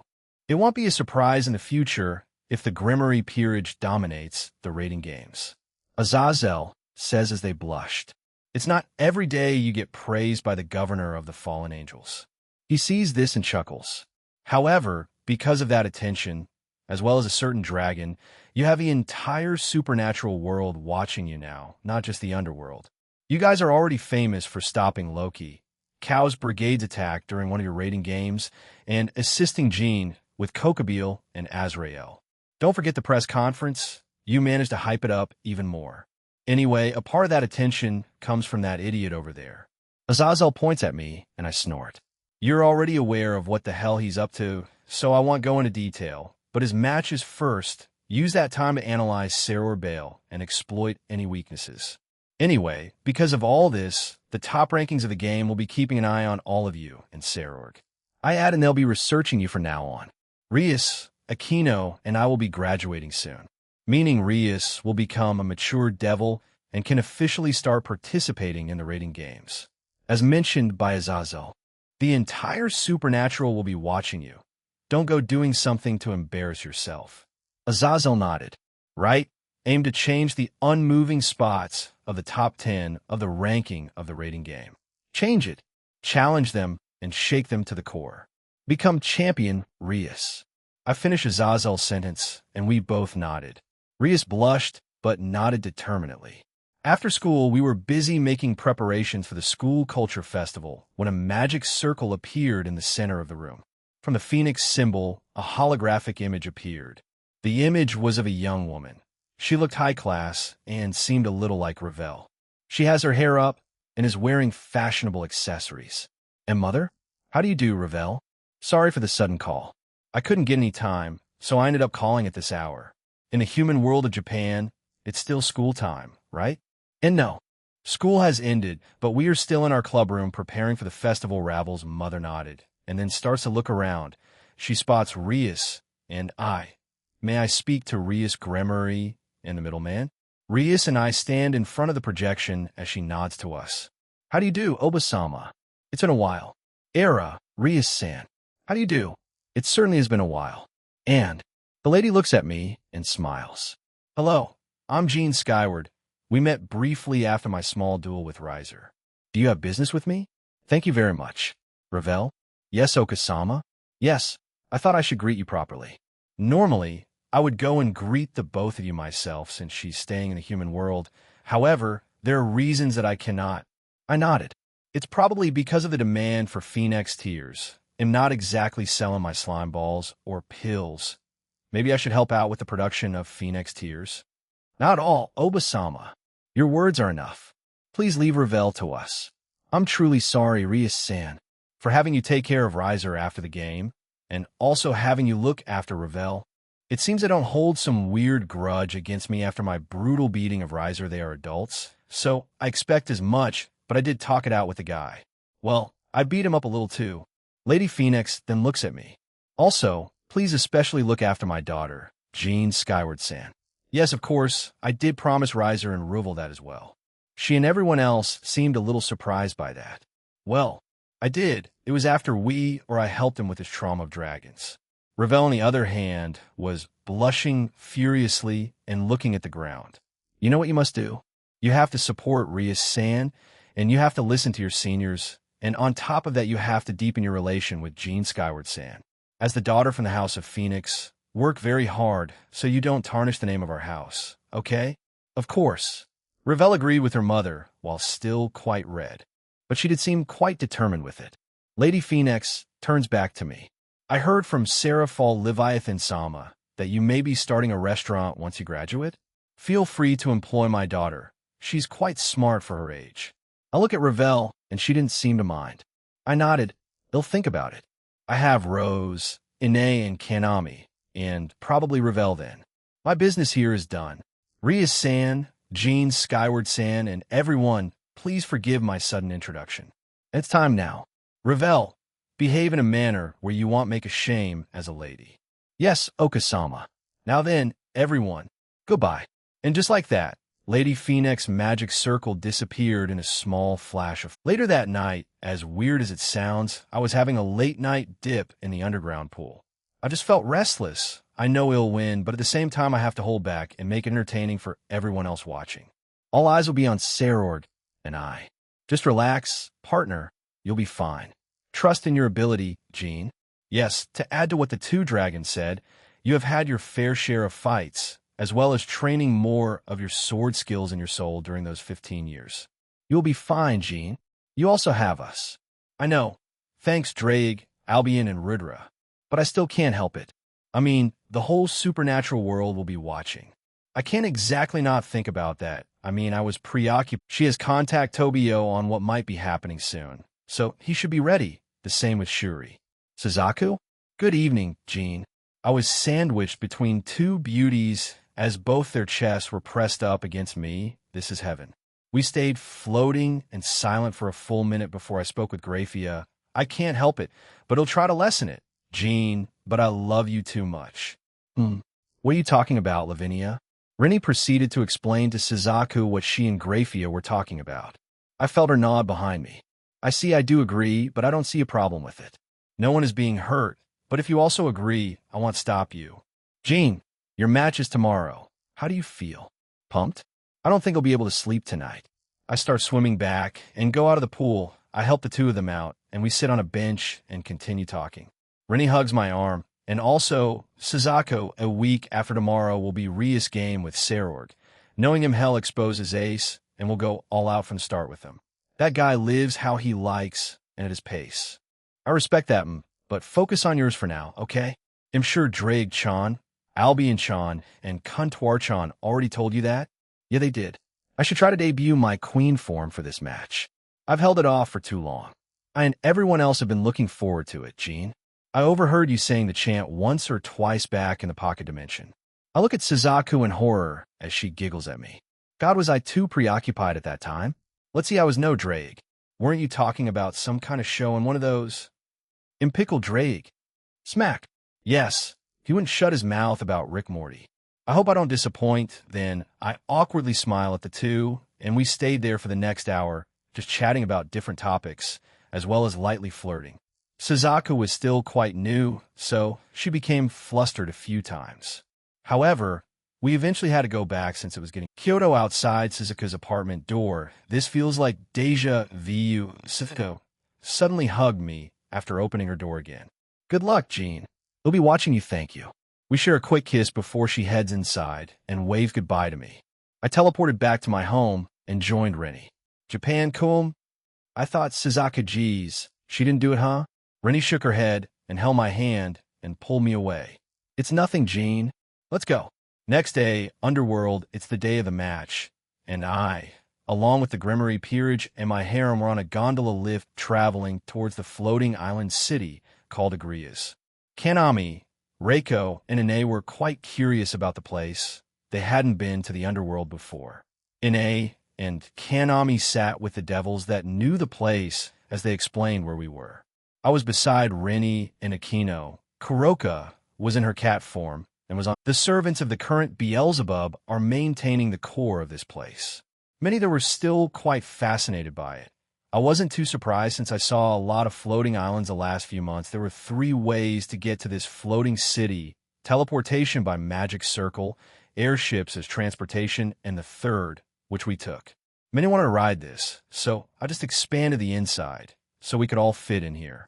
To tell you the truth, there was a dispute between the higher-ups on which stadium to use for Jean's match in your upcoming rating game. Azazel says that while looking at the sky, everyone looks at him. Dispute? For deciding the stadium? Azazel nods at Zenovia's question. The higher-ups from the current Satan faction wish for the game to take place in either the Grimmery territory or the Satan territory. They are in the first ladder among the 72 pillars. Still not over century-old grudges? How petty can those old fucks get? The old and bitter make the young and dumb do their bidding. Annoying. Azazel nods and sighs. Adults are complicated creatures both in the human world and underworld. Appearance and influences. Well, it means that there are many things going on in the underworld where the noble society has many powers. So, what became the Agar's territory? Shiro mutters and Azazel nods. Yeah. It said that the Archduke Agars came between the Satans and the Great King. The middle manager and the one acting for the Satans, the Archduke Agars.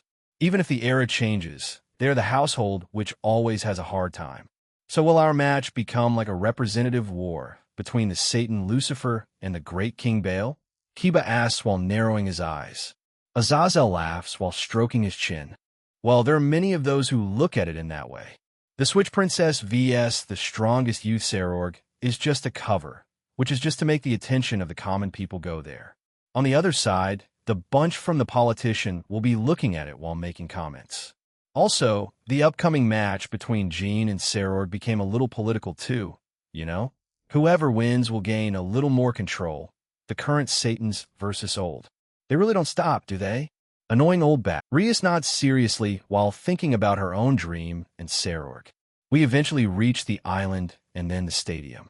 The rest of you follow me, and Jean will go that way. Azazel points towards a certain hallway, and he gestures everyone else to follow him. Everyone started to give me wishes of luck and waving to me. The ones who stayed behind were the ones with me the earliest. Akino, Kuroka, Rennie, Grafia, and Ingvald, to my surprise, says a coup. Good luck, Jean.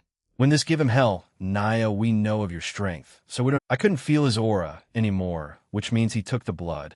No one else was with him. I am. So you're here to watch from the VIP booth? I am. I did not think you would bring a Valkyrie with you. I turned back to see Rose was behind me. When did she? I guess I was too focused on Hades to give it too much thought. It matters not. Show me an entertaining show, Dual Dragon Emperor. Once Hades walked past us, another loud and boisterous duo resounded throughout the hallway. Aha! I turned back to see Zeus and Poseidon. Jean, Zeus, Poseidon, it seems like you came here to watch my match. What about your realm? Both of them nodded and came nearer to us. They both put their hands on my shoulders and smiled. It is just us, Jean. However, Apollon and Hera are the ones showing the match in our realm. They're in the stadium and just showing it via holographic visions around our realm too. I'm also doing the same for my home. I have told many of my people about you. They are quite interested in seeing you fight. No pressure, right? We won't keep you any longer, Jean. Show us an entertaining match. Let us head off. Poseidon and harass Azazel boy about getting a wife. Ho ho ho.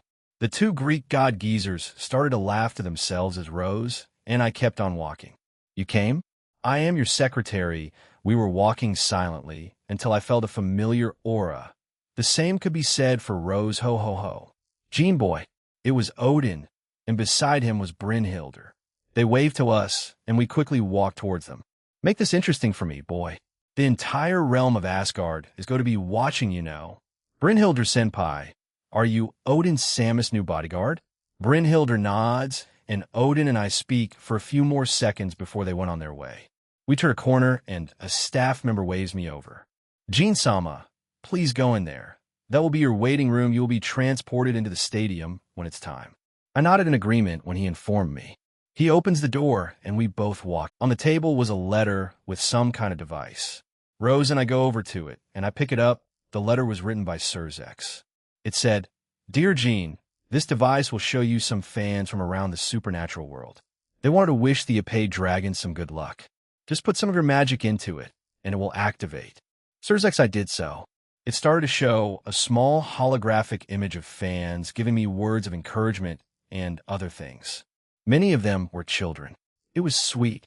I couldn't help but smile during it. Everyone will be watching, Jean. I know. The monitor in the room suddenly turned on, and the announcer started to talk. I guess it was about time. I felt a weird surge of emotions in me. They were threatening to make me cry, but I composed myself.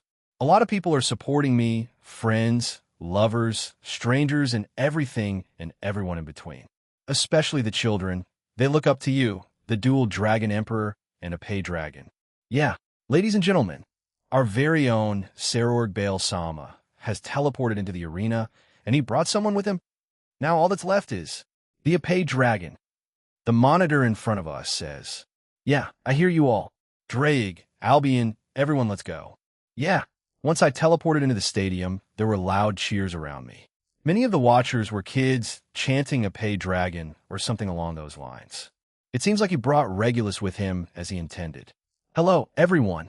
The broadcaster for this match will be Nod Gamagen from the House of Gamagen of the former 72 Pillars, who will be broadcasting to you.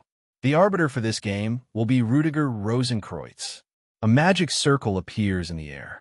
A good-looking guy with long silver hair, dressed in full uniform, steps out from the magic circle. Women mostly applaud when he appears. And our special guest, we have the governor of the fallen angels, Azazel Sama, as a commentator today. Hello there, Governor Azazel. Well, hello there. Azat said, I look forward to working with you tonight. Azazel says with a smile and waved.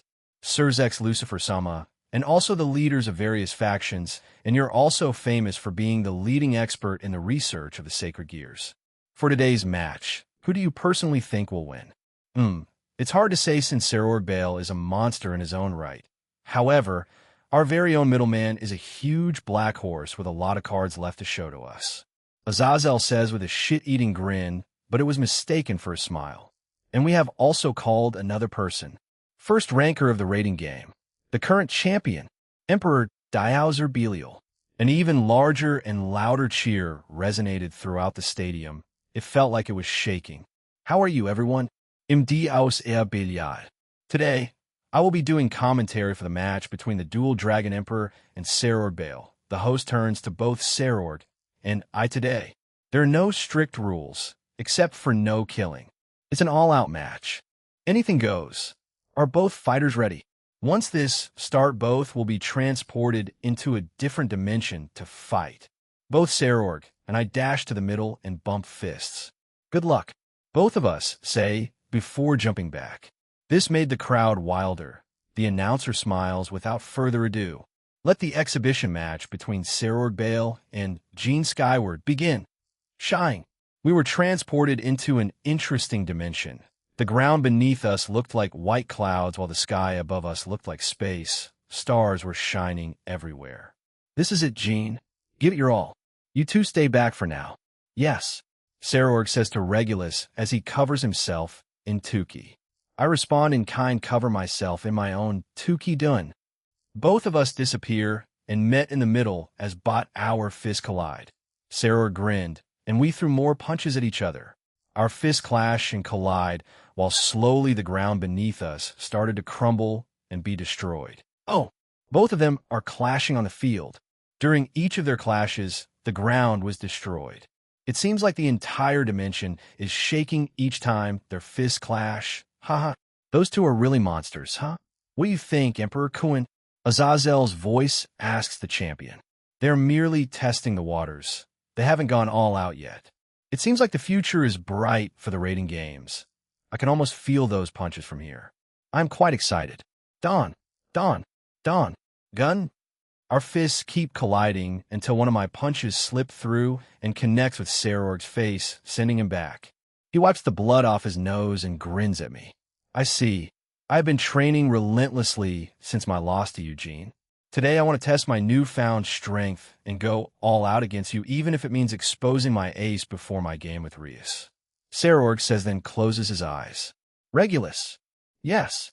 Regulus jumps to his side and removes his hood and mask, revealing to the world what he looks like. Regulus then gets on all fours and starts to transform. Regulus' body started to morph while making a noise. His body gradually started to get bigger and was morphing into something else. Golden fur started appearing all over his body, and his limbs became thicker. His mouth ripped open, revealing sharp fangs. A tail appeared, and long golden fur appeared around its neck. Roar!